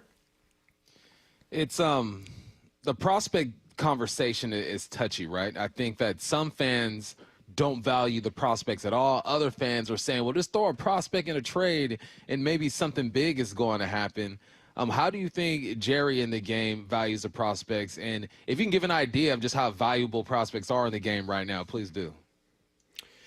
Yeah, I mean, I think Jerry and the organization think that prospects are exceptionally valuable. And I just think from a baseball perspective, if you rewind to where this organization was in 2017, 2018, and to a lesser extent 2019 when the rebuild began, the farm system was absolutely empty. So, whether you're spending $300 million a year or $150 million a year, you have to have a farm system. You have to have reinforcements. It's just a currency in baseball. And if this organization wants to make trades in the winter and in July, they have to have them. Where I see, or where I came to understand what Jerry believes the value of a prospect is right now, at least in today's given climate, is I think he's ready to move them. I think he's ready to trade prospects. He talked about this being the biggest competitive window for the organization since he's been here, and that they've pushed chips in and they've tried to make big deals in the past. And he feels as though they are still in that window. Unfortunately for the organization, for Jerry, for the front office, there just wasn't a lot of avenues for those trades to take place where, he made a good point. He goes, there are always going to be teams that want one of your top 5 or 2 of your top 5 prospects. But during the winter, there just aren't organizations that are looking for players in the 8 to 20 range in any organization, which is how the organization landed guys like Randy Arozarena in the past. So it's a tricky climate right now for the front office, and Jerry did reinforce that, hey, if the deal was out there to be made, they were interested, but nothing came to pass. You guys also had a conversation, Joe, about the T-Mobile Park factors and whether or not that in their mind alters their performance, adds context to their performance. One of the things that's always interested me is whether or not they draft, develop, trade with the park in mind. What did you learn from this conversation with Jerry? Yeah, I think that was probably my biggest takeaway from the entire conversation is just how important having a headstrong, mentally tough player is coming into this organization. They're looking for guys that are okay with failing, and that T-Mobile Park is going to lead to more failure than other parks will. I just found it interesting that, the guys that he brought up, guys that they've developed internally, Julio, Kyle Lewis, Cal Raleigh, the guys that have been through Dickey Stevens and gone through the rigors of what this minor league system will provide, they're succeeding, and T-Mobile Park isn't slowing them down. I also found it a little interesting that there was almost a surrenderist mindset from Jerry, where it's like, hey, we're probably not going to put together a top 5 offense because 81 games are played at T-Mobile Park. But if you guys can go out and grind and win 3-2 ball games at T-Mobile Park and then go let it eat on the road, that's kind of the mentality that you have to take into being a Seattle Mariner. And so I thought that was some nuance in terms of, don't expect to score 8 runs a game at home, but expect to grind, expect it to be difficult, and it's going to be a lot more fun on the road. Yeah, I try to put myself in his shoes and have to think like that. As a competitor, man, that is tough, knowing that, look, it's going to be tougher at home. You hope for that home field advantage, but it is what it is, man.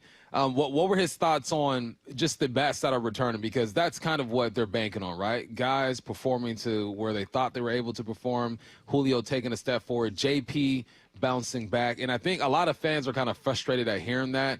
But as we get closer to the season, I just have to start buying into it. I'm just going to walk around and be frustrated all day. So what were his thoughts on the guys coming back and his real expectations for these veterans, some you just mentioned? Yeah, we talked about that on camera. We talked about that off camera. I think one thing that Jerry reinforced was the way that these guys played compared to their baseball cards. It's just not realistic. I mean, Mitch Garver's been one of the best bats in the American League for the better part of his career, and he had just a meteoric, apocalyptically bad year. And they need something from Mitch Garver this year if they're going to find success. And, guys like JP need to bounce back. Guys like Julio need to take that next step into superstardom. But I think for a lot of the other role players, the Dylan Moores and the Ryan Blisses and the Donovan Solanos, they just got to grind. They got to put together better at-bats at T-Mobile Park. They got to put the game in motion. They got to avoid the strikeouts because, I talked about this on another podcast. If you just eliminate 200 strikeouts from this organization last year, and they can still be outs, ground balls, pop flies, the amount of those, those 200 strikeouts turning into advancing the runner to second or scoring the runner from third base on a sacrifice fly, it totally changes the DNA of the team, and it probably scores the team another 30, 40, 50 runs over the course of the season. So when the margin for error for the Mariners is 1 or 2 games to get into the playoffs, you got to be doing the little things. And I think Jerry and I both came to the conclusion that eliminating strikeouts and keeping the game moving in motion, that conga line mentality, is the quickest way to get there. I think where I think where a lot of people were frustrated following Jerry Dipoto's comments was if it makes sense, what wasn't said. So, for instance, Joe, if I'm going back to your previous answer, you were like, I think that there is this kind of surrenderist attitude to playing at T-Mobile, which you can absolutely understand because of the way that it benefits your pitchers, kind of produces strikeouts, and then also hurts offense, but then just make sure you eat on the road. The problem is, man, my memory of this past season was not that they were like a drastically better offense on the road. Am I misremembering? You know more than I do. I mean, are there stats you kind of, looked back on? Did you see that much of a split for this team? Yeah, I mean, listen, I'll give kudos to Luke Arkins. I know he's been on your guys' show before. That guy puts out some of the best information you can find. And, if you go over the numbers from last year, Seattle was a top 12, top 10, top 14, depending on the statistic, offense on the road. They scored runs, they moved the game, they put the game in motion and impacted the baseball on the road. So again, I don't think anybody would look at that and say, okay, well, we're still not talking about a good offense. We're still talking about a middle of the road offense on the road, right? Like that's still not good enough. But if you can have a middle of the road offense on the road and you can have something even remarkably close to a middle of the road offense at home, you're tacking 5, 6, 7 more wins onto this record. And with the pitching that they have, they just have to be able to do that at home because they should be blowing people out at home if it's really that hard to hit. This rotation obviously is crucial to what these Mariners want to do, and I guess they've been fairly healthy over the last couple seasons. You did lose Brash for a little bit last season, but I mean, is it responsible to ask this rotation to be as dominant as they've been the last 2 years and not really provide the type of support that most people want to see? It's a good question, Bump. I think it is responsible to ask them to be the players that they've been. I don't think anybody, we're not talking about guys that are racking up Cy Young awards. We're not talking about guys that are racking up All-Star game appearances. We're talking about 5 guys that have all been very, very good big league starters. And when they're on the mound, I think it's fair to ask them to be what they've been. But the question is, and this is the question everyone's going to ask all season, is can their bodies, can their arms withstand the innings workload that they've been forced into? If they can stay healthy, I have no doubt that this rotation is going to be the same rotation that they were last year. But that's the biggest question, especially in today's day and age in Major League Baseball with arm injuries, is ultimately every single pitcher in baseball, I think, would make the argument everyone's a ticking time bomb. And it's going to be someone's time, especially if you're throwing 99 at some point. And you just kind of hope that this rotation can keep it all together and can continue to impact the game that they have over the next few seasons. Joe, I think that sometimes with these interviews, there are always questions that you want to ask because they're some of your biggest questions about the team, but you can't because the person you're interviewing doesn't have an answer. And if they did, you wouldn't have the question. So, for instance, one of my biggest questions with this team is like, why does Julio get off to slow starts and then, kind of heat up later? Like, how can you stop that? If they knew the answer, Julio wouldn't be getting off to slow starts. What to you is one of your big questions about this team that just, you know what I mean? Like, you just find yourself kind of ruminating on it sometimes and thinking if they could just unlock this.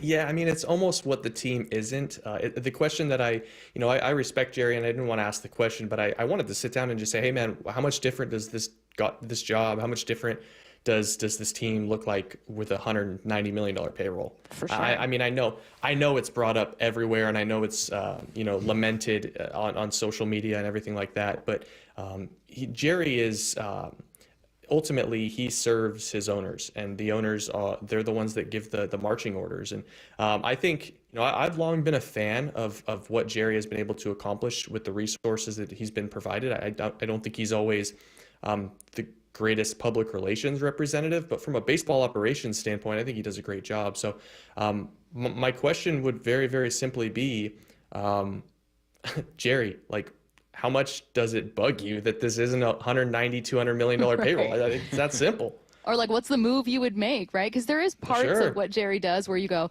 I think even with a higher payroll, there are certain things that he truly believes about team building.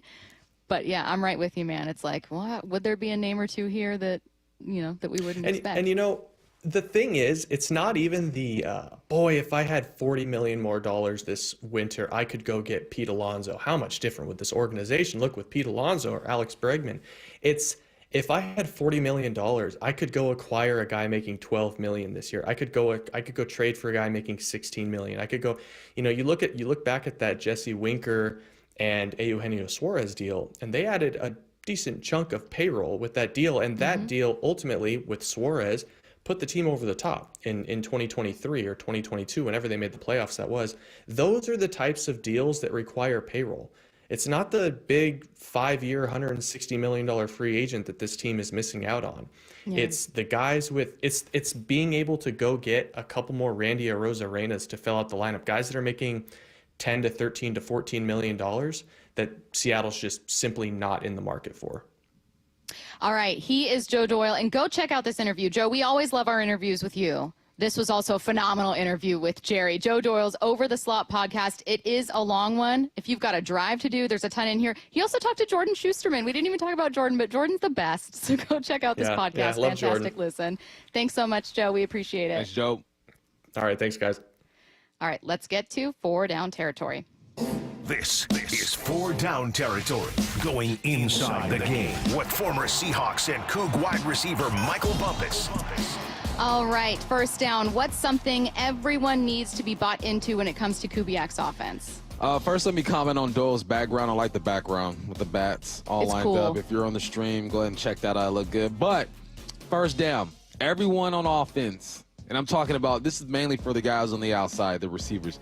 You have to be bought in to blocking. You have to be a good blocking receiver if you want to play in this offense and if you want this offense to go. And the reason why I say that is because a lot of the formations we're going to see out of this Kubiak offense, the receivers are going to be uptight. They're going to be tight. They're going to bunch them up in a 2x2 stack, maybe in a bunch formation, and try to set the edge with those receivers, right? The tackle is going to reach, but then it's up to the slot to climb and get that outside backer. It's up to the wide receiver to get the corner. You have to be good in blocking, because if you are a good blocking wideout on this team, big runs are going to happen just by that outside zone, looking for the cutbacks, finding the seam.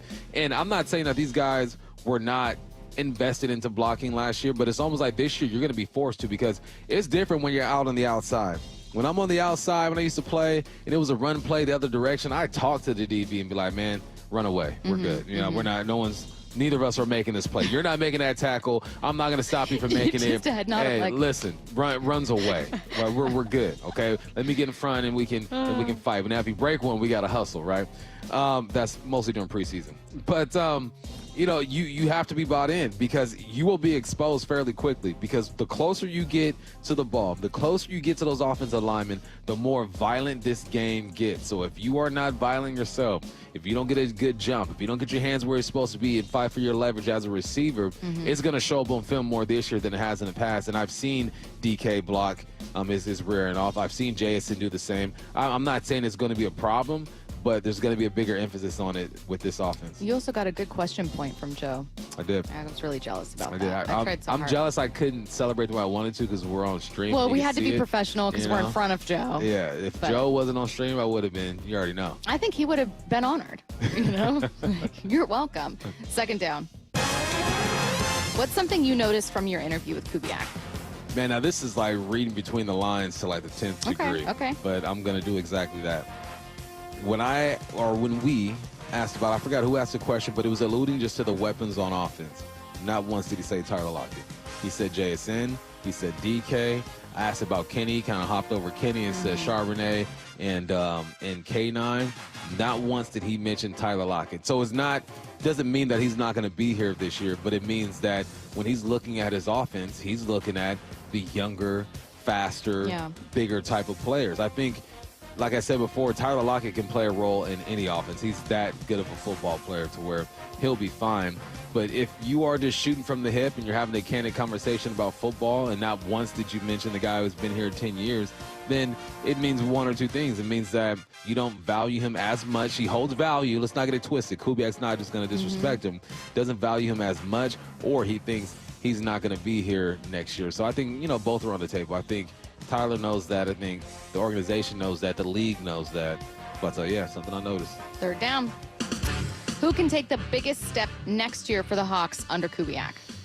So the last position we talked about were the tight ends. And I think that this is an offense where a guy like A.J. Brown, if he understands his blocking assignments, if he is just vicious off the line of scrimmage and gets his hands going, he can be that guy to catch the football, as Kubiak mentioned, that's ripped down the seam. A guy who works the middle of the field. That's where tight ends do most of the work.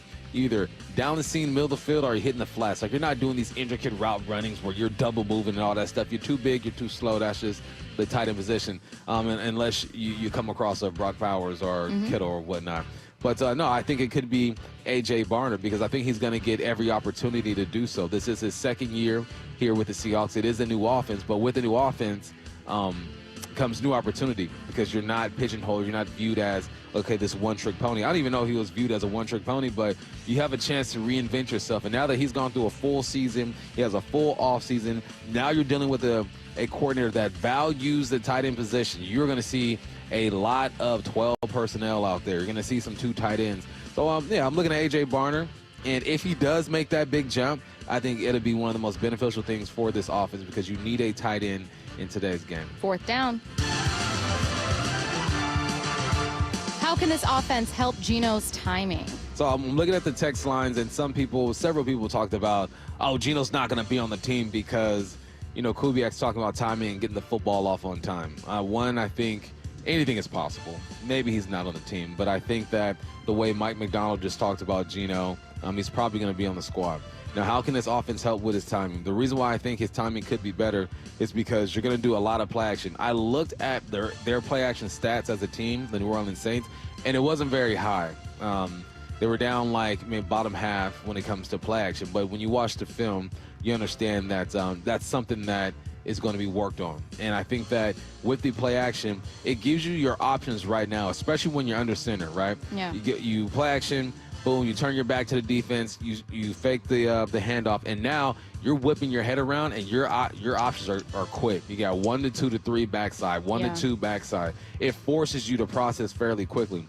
So Gino's still going to get into his traditional drop back and pat the ball and look down the field. But when it comes to play action, especially if you're running a naked boot and you have that DN who's free that you're banking on biting on the play fake, you got to process fairly quickly. So I don't think timing has always been an issue with Gino. I think that guys being covered down the field and him waiting for long plays to come open also contributed to him holding on to the football. But I think that when you get an offense where play action is big and your back is to the defense, you got to whip your head around and process quickly. It's going to make you know where to go with the football and hopefully get it out on time. Going back to our last one, a listener says, I can see Gino signing an extension, but not DK. If we were DK, would we take less? His next deal is likely his biggest payday, and he can choose where to go. Well, he's under contract, so I guess if the team would have to decide to release him, or they could trade him, but he is under contract for this upcoming season. My thing with Gino's extension bump is the top paid receivers in terms of average annual value. Much like with Gino, you can't make the case that you deserve that.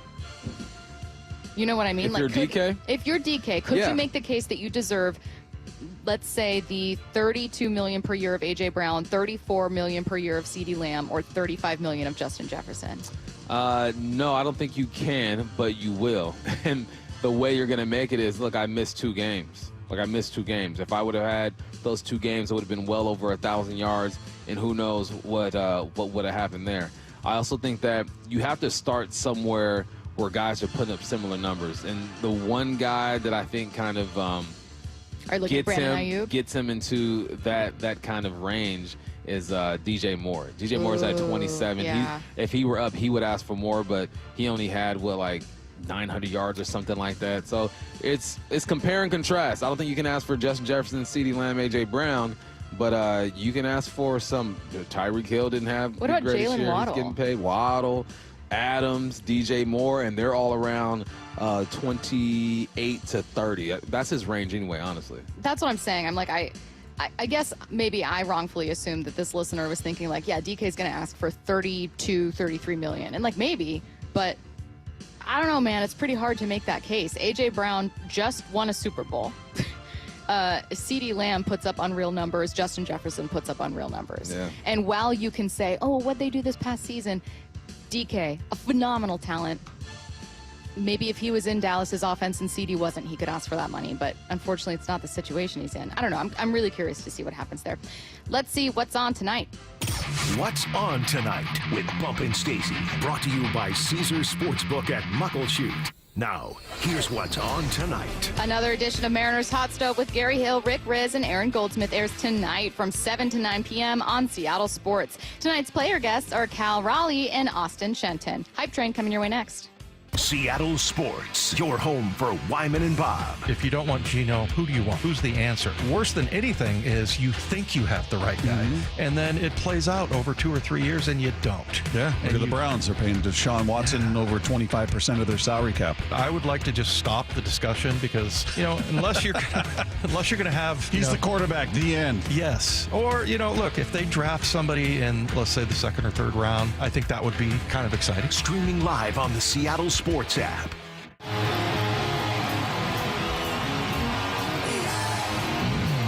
The Gene Simmons Band, live Tuesday, April 8th at Muckleshoot Event Center. He's the God of Thunder. He's gonna rock and roll all night and bring you an unforgettable night of headbanging rock and roll. Get tickets now at muckleshootcasino.com. The Gene Simmons Band, only at Muckleshoot Casino Resort.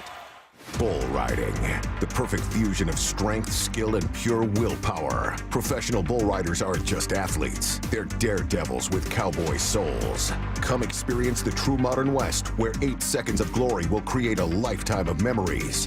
PBR bucks into Angel of the Winds Arena in Everett, Friday, February 14th and Saturday, February 15th. Tickets available at Ticketmaster. Hold on tight. The ride of your life is about to begin. Hey, it's Jason Rantz. Our local tax expert Greg Nunn wants taxpayers to know the IRS is now going after older cases very aggressively. If you received Form CP504 from the IRS, do not ignore it. Be proactive and resolve your situation with Greg Nunn, N-U-N-N, None Better Tax Resolution. Stream every Seattle sports show with the Seattle Sports app. Brought to you by Fred Hutchinson Cancer Center. Get new videos, podcasts, and articles on the Seahawks and Mariners from your favorite Seattle sports personalities daily. Jackson Hewitt makes taxes feel like a yacht rock song. Breeze, give me my biggest tax refund, please. You, me, and a lifetime accuracy guarantee. And now get $100 just to try Jackson Hewitt. Does your tax person do that? Say goodbye to that no guarantee tax guy. Ready to sail through tax season? Go to Jackson Hewitt and you'll be... Limited time offer for new clients. Participating locations only. Terms at jacksonhewitt.com. What if your business could see beyond what is and into what can be? What if you could create more impact in every decision? What if you had a partner as visionary as you are? With Bank of America, you get access to our trusted experts, real-time insights, and digital tools. So whether you run a local shop or a global enterprise, you're backed by business solutions to make every move matter. What would you like the power to do? Find out how at bankofamerica.com/banking for business. Bank of America is proud to be the official bank sponsor of FIFA World Cup 2026. Get in zone, AutoZone. Welcome to AutoZone. What are you working on today? I think my battery's dead. With free battery testing and charging, we can help you get back on the road. Get in zone, AutoZone. So what if I need a new one? We have the right Duralast battery for you, only at AutoZone. Get in zone, AutoZone. And what about my old battery?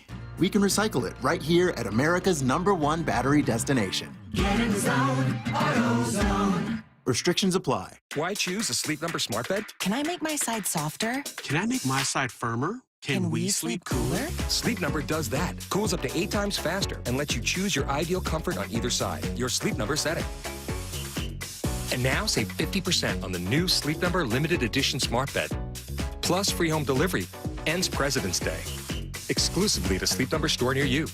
Learn more at sleepnumber.com. The John Schneider Show. Every Thursday until draft day on Wyman and Bob. Listen live Thursdays at 4 p.m. or watch the interviews on the Seattle Sports YouTube page. Xfinity here. How can we help? Hi. My daughter invited her entire class to her birthday party. Can my Wi-Fi handle it? Oh, well, at Xfinity, our latest gateways have tri-band Wi-Fi technology, letting you connect hundreds of devices at once. No way. So if all the kids are watching stuff on their phones, well, their parents are sharing videos online. Yep, go ahead and watch videos. They can all do their thing and party their way. No problem. Oh, we are gonna need a bigger cake. Now through March 4th, get fast, reliable Xfinity Gig Internet for $25 a month for 1 year with no annual contract and Wi-Fi equipment included when you add an unlimited mobile line. And ask how to get an eligible free 5G phone with trade-in. Go to Xfinity.com, call 1-800-XFINITY or visit a store today. Restrictions apply. Requires PayPal split on auto stored bank account. Taxes and fees extra. After promo, regular rates apply. Xfinity Internet required. Reduced mobile speeds after use of monthly data included with your data option. Data thresholds and actual internet speeds vary. Tingling and numbness or burning pain in the feet or hands are warning signs of peripheral neuropathy. For years, Sound Pain Solutions has helped thousands using our innovative, narcotic-free approach. Now we're excited to introduce our most powerful treatment yet.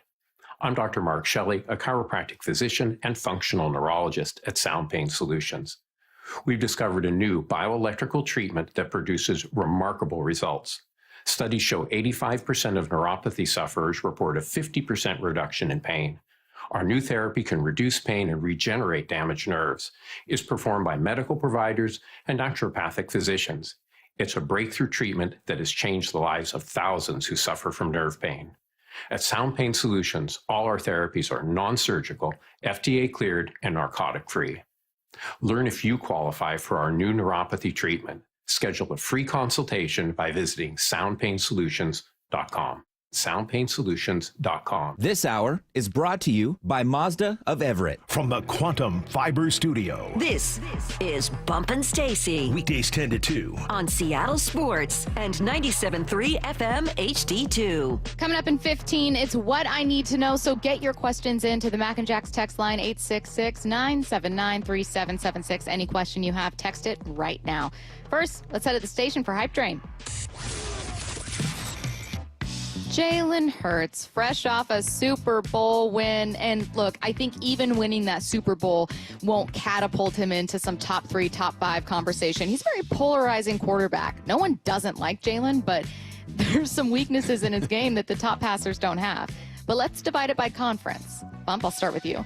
Jalen Hurts is the second best quarterback in the NFC. In the NFC. And if, by the way, if you decide he's actually the best, feel free to not board the train for that reason. All right, no, he's not. I mean, you got Jaden, who is, oh my gosh. This is tougher than I thought it was going to be, honestly. Right, that's what I'm saying. So you think it's so easy. You go in like, not a problem. Okay, so no. who do you have after Daniels? It has to be him. It has to be. Because the only other quarterback with a Super Bowl is Matthew Stafford, and he's better than Matthew Stafford. No one else in this conference has a Super Bowl to their name. So I think you got to go with him. I don't think he is in an offense where he can show all of his talents, but he's in the perfect offense. But I think that Jaden's on his butt. And it's so weird because Dak Prescott is a good quarterback, but he doesn't win in the playoffs. So you can't put him in the mix. Jared Goff ain't doing it. Jordan Love ain't doing it. Yeah, it's Jalen. It's Jalen. Let's go. All right, Bump is boarding that train. The hype train is that Jalen Hurts, fresh off a Super Bowl win, is the second best quarterback in the NFC. Curtis. It's weird because, like, there's a lot of good in the NFC. Not a lot of great. Not a lot of great. And I think just by virtue of having a Super Bowl ring and having a pretty decent career up to this point, yeah, I would board this train. Jalen Hurts, top 2 in the NFC for sure. And I mean, Jaden Daniels, to me, feels like the only quarterback that can ascend to that great level in the NFC right now, just because his career is so young. But like we know who Dak Prescott is as a quarterback. We know who Jared Goff is as a quarterback. We know who Matthew Stafford is, Gino, Kyler. Brock Purdy, we know who he is as a quarterback. The book's kind of written on a lot of these guys. I'd say Jaden Daniels, we still don't quite know what his ceiling can be. We know he's amazing right now. Maybe Jordan Love is another guy we don't know what his ceiling can be, but it kind of feels like maybe he plateaued a little bit this year. Just a lot of good, not great in the NFC right now. I debated going, okay, well, Love and Daniels take 1 and 2, reverse order, probably if I'm looking at like ceiling. And then maybe I'll have Jalen Hurts at 3. But I'll admit that I'm aboard this train as well, and it's fully recency bias. It's absolute recency bias with Jalen having 2 of his best games of the season in the last 2 games of the season, and they were the ones that mattered most, sending him to the Super Bowl and winning the Super Bowl. And I know that you can look at those and you can go, well, he didn't throw, a bunch of touchdowns. What did he really do?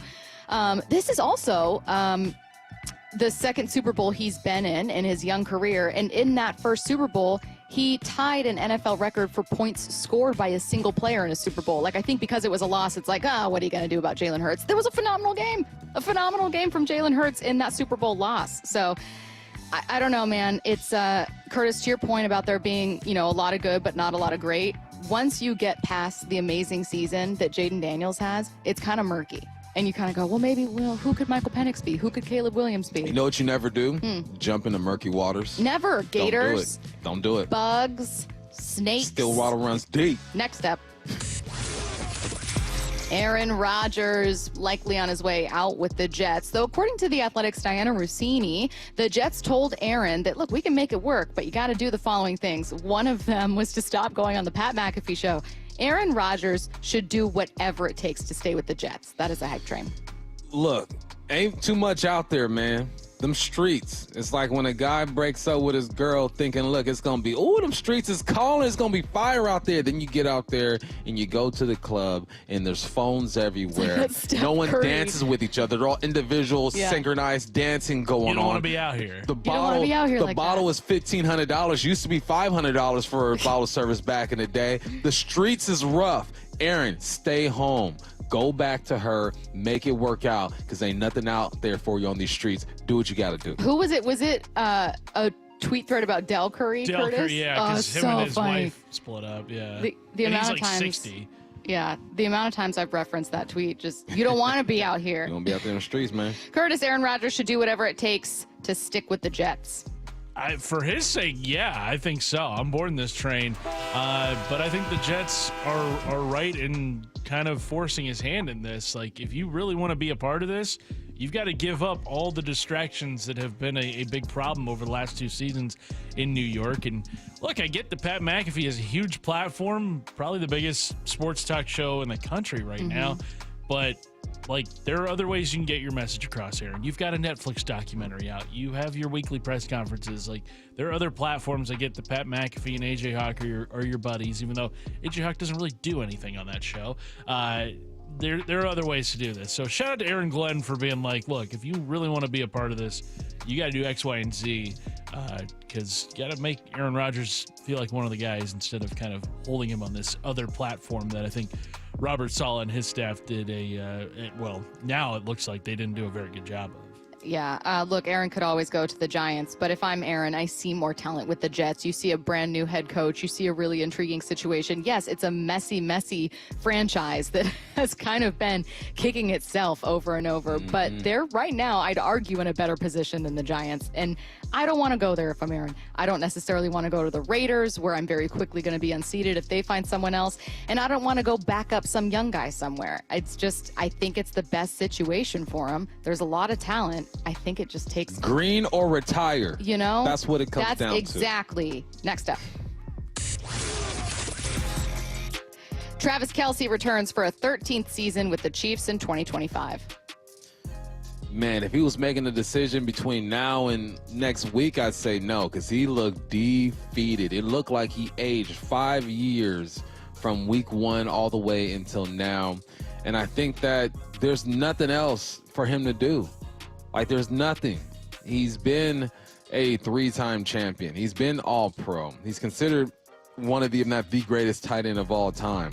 Why not just go on vacation, follow your girl everywhere, go to these exotic places, play golf, live your life. I'm so jealous of Travis Kelce. I was going to say, this is coming from a personal place. I'm so jealous. That's my goal. I told my son by 50, I want to retire and just play golf. So, nah, man, he's done. He ain't coming back. Travis Kelce returns for a 13th season with the Chiefs in 2025. Bump is not boarding. Curtis, are you?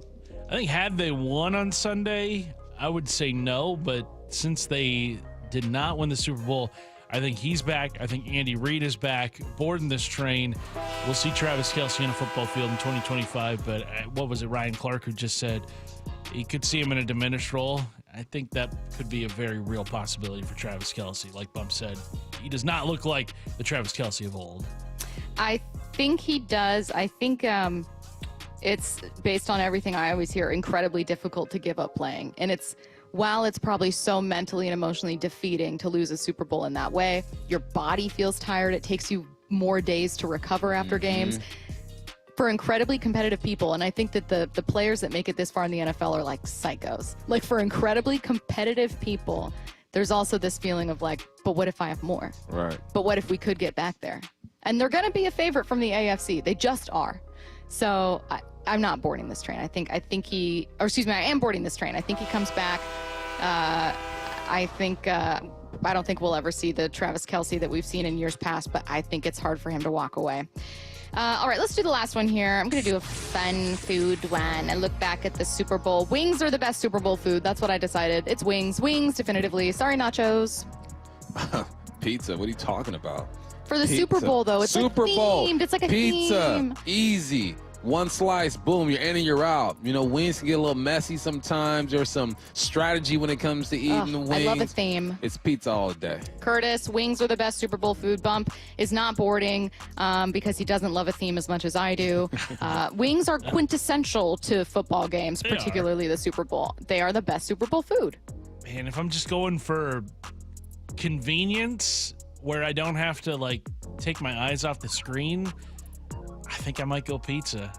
Wings, you got to really commit to it. Crazy people. You gotta. I mean, I love pizza, but if you're thinking like, man, I can't wait for the Super Bowl, game's getting started in a half hour, I better open up Uber Eats and order some. Pizza.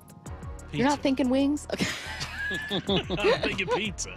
Okay, fine. You can get wings with your pizza. I guess. All right, get your questions in for what I need to know. Text them now. Anything to the Mac and Jacks text line 866-979-3776.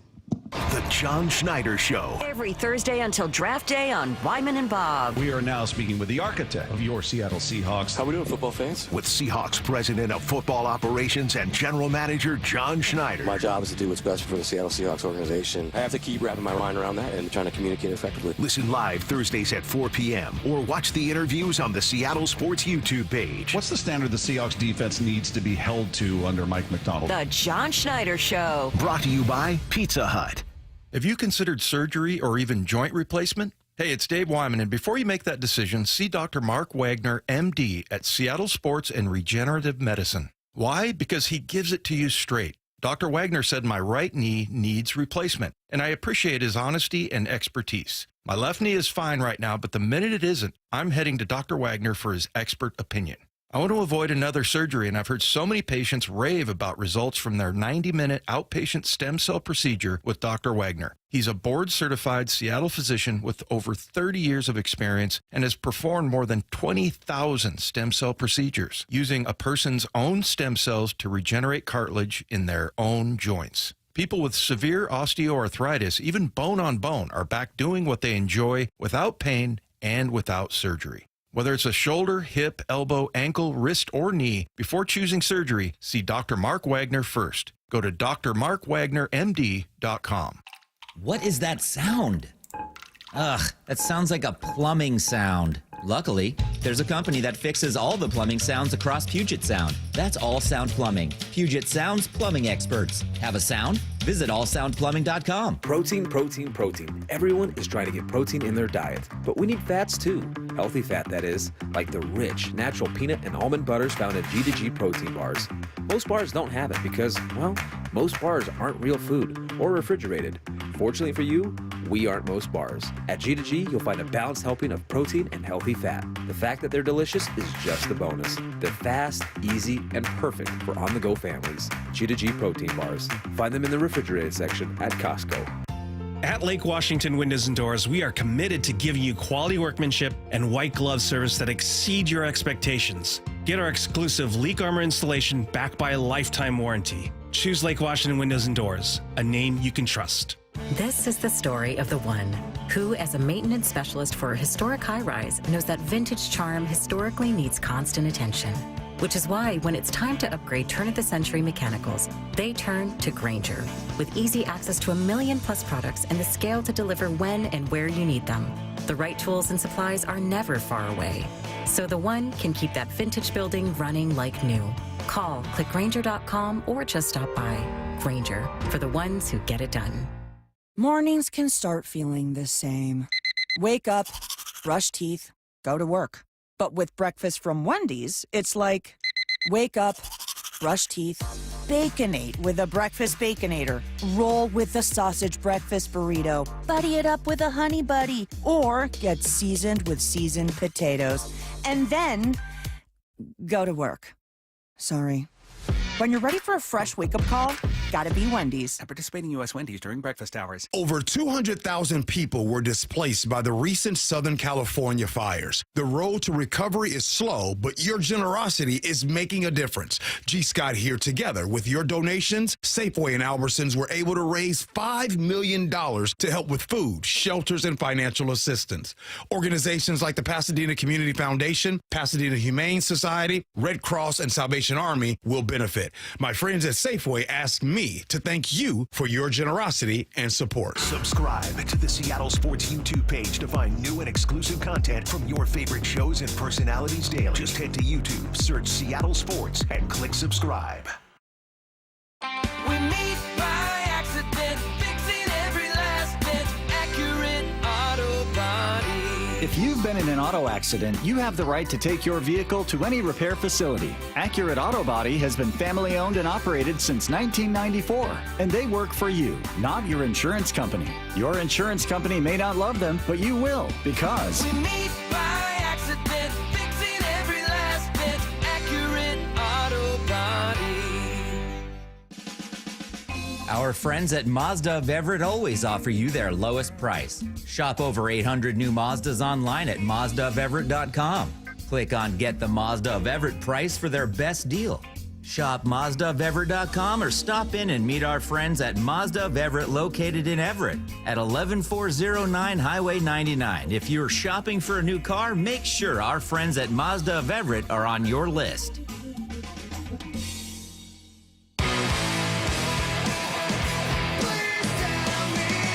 Two explosive bands. One massive night of alternative rock. Lit. Fuel. The Ignited We Stand Tour hits Muckleshoot Event Center Wednesday, February 19th. Get your tickets now at muckleshootcasino.com. Lit and Fuel. Light up the stage. February 19th. Only at Muckleshoot Casino Resort. Guys, did you know your testosterone level impacts your energy, libido, sleep, weight, hair loss, mood, and even ED? And right now, Revive Men's Health Seattle will check your testosterone for free. They've helped thousands of men since 2011 feel and perform better. They're so confident they can help you, they even guarantee it. Schedule your free testosterone test, exam, and consultation today. Call 206-529-1111. That's 206-529-1111. Or visit ReviveMen'sHealth.com. From the Quantum Fiber Studio. This is Bumpin' Stacy. Weekdays 10 to 2. On Seattle Sports and 97.3 FM HD2. Get your questions in for What I Need to Know. Any question, text it to the Mac and Jack's text line right now. 866-979-3776. It doesn't have to be about football. My first couple ones are about sports, but you could text about anything. What I need to know. I should have said my first couple were about sports, and then the second one was Mariners. What I need to know. A hashtag more Bobo question. Great blocker, great motor, great hands, good size, meh speed. Wouldn't he be a nice fullback tight end weapon? Bobo? Bobo. As a fullback? Yeah, Jacob Bobo. Listen, guys, fullbacks are a certain breed. Okay, they are the warthogs of the NFL. Oh my God, Okay. that's a perfect analogy. Wow. Bobo is not a warthog. He might be big in height. He might be tough when it comes to blocking the perimeter. Yeah. But in those trenches, it's a different ballgame. Do we not give credit to warthogs for how violent they can be as They're creatures? violent as heck. They're violent. It's not Pumbaa out here. You see a warthog in the wild, he will get you. He'll kill you. He'll kill you. Who's a warthog? On this team, you ain't Yeah. got one. You got to go get Okay. yourself a warthog. Okay. Warthog. They're the warthogs of the NFL. What I need to know, if the Mariners make the playoffs as a wild card and then lose in the first round, maybe in the second round, was it a successful season? Yeah, didn't go to the playoffs last year. Got to crawl before you walk. Yeah. Yes. With this squad, the way it's constructed, yes, most definitely. I think so too. And I think that it's okay for the bar to change year over year. Like, if they make the playoffs, then my expectation next year is like, well, where can you be better? If you spend an entire, let's say you spend now what's going into a third offseason in a row talking about strikeouts, my expectation is going to start to be that it changes. Yeah. Like, what are you doing? What's changing? Yep. How is it? So if you make the playoffs and let's say you lose in the wild card round, to me, that's a successful season, but then next year, can you make it to the ALDS? What I need to know, do you have a collectible you own that's worth a good amount of money? This person said, like a baseball card, autograph, Beanie Baby, or a strand of someone's hair.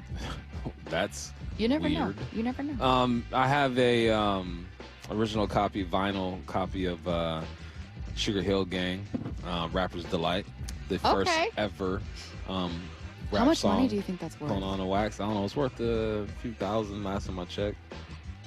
It's about as good as it gets for me, though. It ain't much. Yeah, I used to have like a garbage bag full of Beanie Babies when I was younger. And then? Well, Beanie Babies never were worth Did you have anything. the Princess Diana one that was worth Yes, like of course I did, and I millions? kept it in a plastic box. Obviously, Curtis. It's funny because let's- everybody back then thought Beanie Babies were so exclusive, and it's like, no, they produced millions of these. They're worth everybody pennies. back then thought that the year 2000 might be the end of the world. So, I mean, We gone. you know what I mean? We didn't always nail it. We struggled at times. Let's see. What I need to know, is there a team, this is a tough one. I haven't looked a lot at the trade market. Is there a team that's rebuilding that has a great guard willing to trade for a pick? Sure. Like, is there a bad team with a good offense? It's hard to find bad teams with good offensive lines. It is. Or good players. Well, here's the thing. You can have a bad It's a good offensive question. line, but good players on the line. You know, like Yeah. one or two good players and a bad O line collectively. So I'm sure they're out there. I just couldn't tell you who at this point. Yeah, someone said they have a Marcus Trufant signed football. Okay. Someone else has. I got a B Wags football. Okay. What grade would you? Oh, like this one. The NFL season now fully complete for 2024. What grade would you give the NFL 2024 season? Oh, I'll give it an A. Me too. You got Almost every Jay year. Daniels doing his thing. The Lions, the Vikings were a great story. Joe Burrow in the AFC turning something into nothing, almost making the playoffs. You got Pat Mahomes going for the three-peat. He gets beat. Jalen Hurts does his thing. Yeah, man. The football, as much as we complain about the little things, they don't miss. Well, and like think of the stuff you saw this year. You nearly saw records being broken. The Seahawks. This sounds like such a whatever, but like the Seahawks almost made the playoffs. You've already pointed this all out. I'm just kind of like ruminating over it myself. Yeah, for all the same reasons. I'm just an echo chamber. I thought it was a great season. Me I too. really enjoyed it. I'm trying to think of the last season that I didn't like. It's Where- football, man. You know, It's freaking football, man. We all love it. there have been some weird ones. You know what? You got about, 2020 was a 40-something weird days season. until the USFL pops Yeah. off. So let's Oh, go get okay, it. okay. Let's go get it. Stop. Yeah, stop Go it. spend time with your family. Do you see a scenario where the Hawks release DK but keep Tyler Lockett? Release him? No. You're No. not going to release him. And keep Lockett? No, I don't see that happening. Yeah, it's either extend or trade DK, Yeah. and then probably the opposite. He knows to be like, we don't want anything for you, man. You go hit the block and good luck to you. Heck no. Can you imagine they pat his butt on the way? I like it. Go get him. Go get him, guy. We're proud of you. Let's see. 866-979-3776. Someone said they have a Bob Gibson rookie card. You guys have so many collectible Wow. items. An Aaron Judge 1-of-1 autograph. Let's see. Wow, that's really cool. You guys have some cool stuff. Let's see. Did Jameis Winston win Super Bowl MVP without playing in the game? Dude had a blast in NOLA. Man, he is destined for TV. It's all said and done. He's going to be all over ESPN, interviews, whatever he wants, man. Yeah, he had a blast. That was fun watching him out there. Yeah. What I need to know, would you rather be on a horrible, horrible date for 3 hours, or stuck in traffic for 2 hours, or stuck in an elevator for 1? I go a horrible date for 3 because there's probably a TV behind her I could watch. You know what I mean? Like I can still have some cocktails and set up. Hey guys, I'll be done here in 2 hours. Let's meet up at the range or something. Oh, Curtis? I think I'd rather sit in traffic for 2 hours because that's not very different from my regular day. Okay, what if I told you? What if I That's told kind of what I you do. that the traffic that you're in, pretend it's a 5-minute drive, and it's taking you 2 hours. You're not moving. You're like inching along, centimeters you're picking up here. I think I might take that. Yeah. I don't know anyone that would take 1 hour stuck in an elevator. Heck That's no. that's I'll start freaking out. yeah, that's too claustrophobic for me. That's bad. What I need to know, what's going to be the toughest football division next season? The North, AFC North once again. Yeah, if the Cowboys could just get it together, or the Giants. Like, if one other team from the East could do something fun, then you'd be like, well, I mean. Yeah, I think the NFC West will be interesting too, though. Yeah. AFC West has the best coaching. You got I like. four dudes in that division. Someone wants to know if the Seahawks will be featured on Hard Knocks, which I don't know. When do they decide? Because they're eligible. It's during the summertime they decide. Okay. Selfishly, I hope they are. I know. I know for them, they're going to hate it. Do you guys know how often I'm going to find that camera?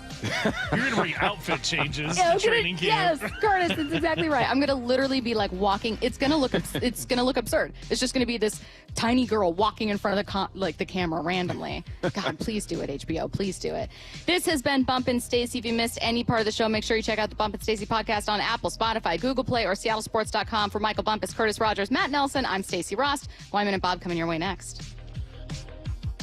Seattle Sports, your home for Wyman and Bob. If you don't want Gino, who do you want? Who's the answer? Worse than anything is you think you have the right guy, and then it plays out over 2 or 3 years and you don't. Yeah, look at the Browns. They're paying Deshaun Watson over 25% of their salary cap. I would like to just stop the discussion because, unless you're going to have... He's the quarterback, the end. Yes. Or, look, if they draft somebody in, let's say, the second or third round, I think that would be kind of exciting. Streaming live on the Seattle Sports app.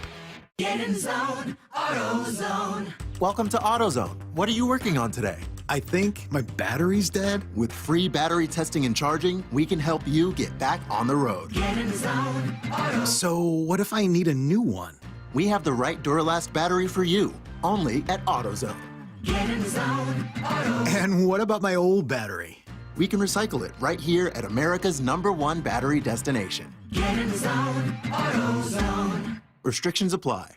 Progressive presents Renter's MVP's Most Valuable Possessions. Today's MVP, Joe Fallon's bedroom mini fridge. Sure, this pint-sized chiller's max capacity is 3 soda cans, but what it lacks in stature, it makes up in cooling strength. Each beverage a perfect 37 degrees every time. And the 2 feet Joe walks to get a drink, priceless. That's why his mini fridge is today's MVP. Keep your most valuable possessions protected by bundling your renters and auto insurance with Progressive. Progressive Casualty Insurance Company affiliates and other insurers not available in all states. Hey guys, did you know that half of men over age 50 have erectile dysfunction on some level? Whether you have mild, moderate, or severe ED, West Coast Men's Health can help. We don't prescribe pills and hope they work. Instead, we treat the root cause of the problem with acoustic wave therapy, which breaks down plaque, unclogs arteries, and restores blood flow. We have treated thousands of men across our 11 locations nationwide and have established ourselves as a leader in the industry. So whether you have ED, Peyronie's disease, or suffer from chronic pain, such as neuropathy, carpal tunnel, or Dupuytren's contracture, West Coast Men's Health can help. No pills, no shots, no surgery, just results. With clinics in Redmond and Tacoma, call West Coast Men's Health at 206-519-6541. That's 206-519-6541. 206-519-6541. Online at westcoastmenshealth.com. Sometimes even heroes need rescuing. I'm a retired firefighter, 27 years. Kurt had severe pain in his knees and his shoulder, which was keeping him from enjoying his well-deserved retirement. Loved to ski, loved to fish, and couldn't even walk 18 holes. That's why Kurt decided to see Dr. Mark Wagner, MD at Seattle Sports and Regenerative Medicine for stem cell therapy. He was just awesome. He goes, yeah, give me a shot. And he took care of me. He stemmed my knee and my shoulder. And how are you feeling now? I was pain-free in 12 weeks. I play golf now pain-free, and it's awesome. So you'd recommend this treatment to others in your situation? Absolutely. Yeah, Dr. Wagner's, he's had a couple people call me, and I recommended that they do it. Before you choose surgery, consider stem cell therapy with Dr. Mark Wagner, MD at Seattle Sports and Regenerative Medicine. Schedule your consultation at drmarkwagnermd.com. Endless hours of research, seeking referrals, dozens of calls. Hiring the right attorney can be a challenging process during an already difficult time. J.P. Pendergast with Pendergast Law explains. In Washington State, Tom, there are thousands of attorneys to choose from. Referrals and online research can be helpful, but discovering the right attorney requires a conversation. It can be hard to identify integrity and authenticity without that interaction. So, what do you recommend? We encourage anyone looking for personal injury representation to call for a free consultation with our team before making a decision simply based on referrals or online research. Accident victims need an attorney that listens, demonstrates honesty, and is genuinely understanding of their unique circumstances. The care, attention, and preparation that our firm provides throughout the case mirrors the effort involved when taking on the insurance companies. Save time and avoid mistakes after an injury. Contact the caring and compassionate team at Pendergast Law. If you or a loved one has been injured in a car accident, call Pendergast Law.